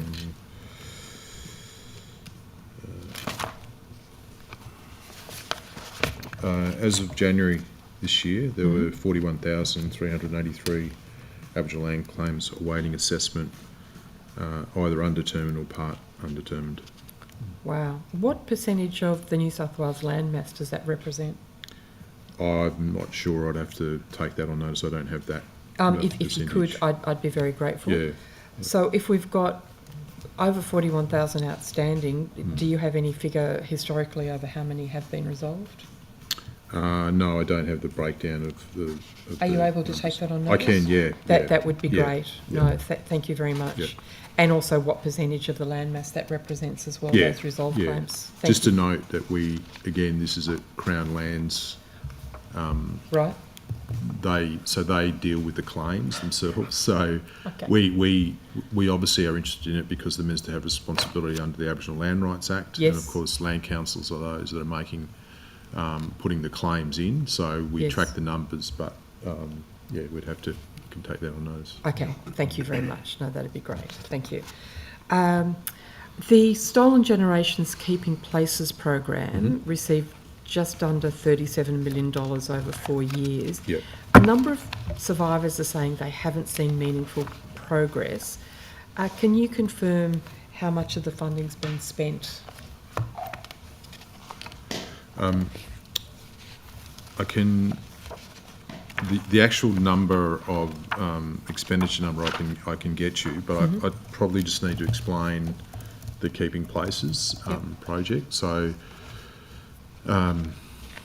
probably a couple of years ago now, we put together a business case which was seeking funding to return the sites of the former homes to the Stolen Generation organisations, and we were last year's budget. We were successful in essentially the balance, if you like, with the commitment that we would come back at a later point for the final amount of funding. I think in total it was about 124 million.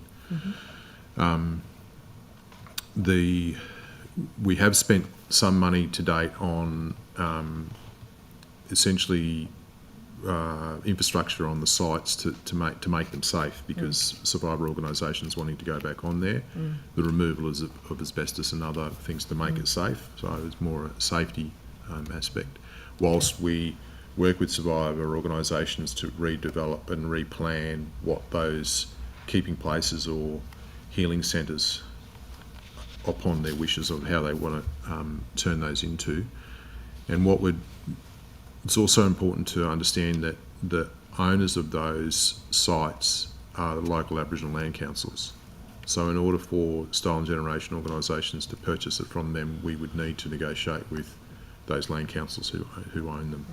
And so what we've started to do is understand what, and again, I would say in free and prior informed consent, that our survivors are able to understand what the options might be available to them in order to purchase those sites from the land councils. And with respect to the local Aboriginal land councils as well as owners of that, we would need to understand their wishes as well. And so there'd be this sort of land dialogue negotiation process that we'll undertake, and we're in the sort of midst of that right now. Yeah. Right. So we're working with what we refer to as respectful urgency, because we recognise that our survivors are getting older. Yeah. No. Do you have any idea of how many outstanding claims remain unresolved? Of the land claims? Yeah, of the claims by survivors. Yeah. Or is this, or they're all part of a negotiation? So it's no, the survivor. The keeping places is the ultimate thing, is to return the sites to the wishes of the survivor organisations, is to have those sites purchased and right. and then they can have them as healing centres for them into the future, and families and community as well. So Okay. it's kind of separate to it's not a land claim as such. Right. Yeah. Okay. It's a land use or land. Yeah, because land councils already own those sites. Right. So Okay, yeah, so great. they'd have to negotiate with land councils to purchase them. Thank you. Yeah. Look, sorry.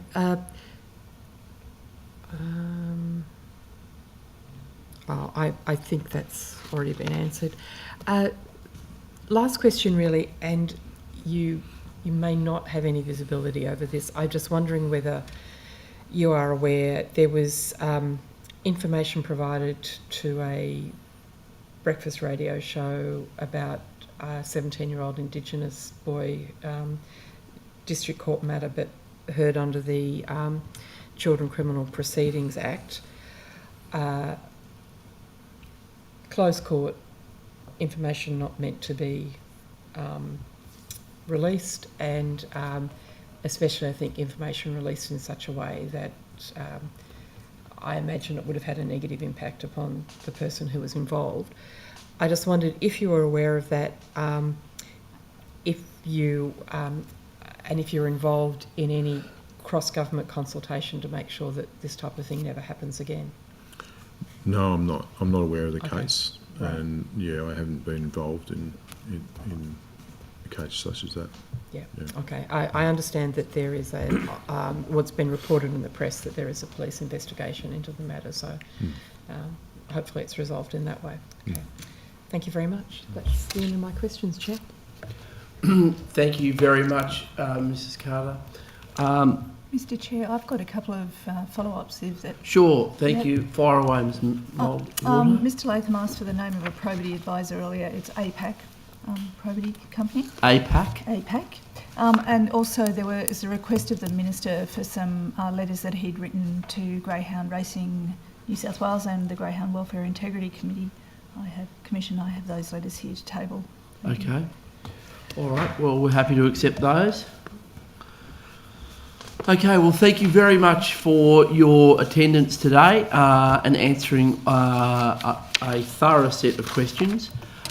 We very much appreciate it, and very much appreciate the work you do for the people of New South Wales. So thank you very much, and we will see you next time. Thank you very much.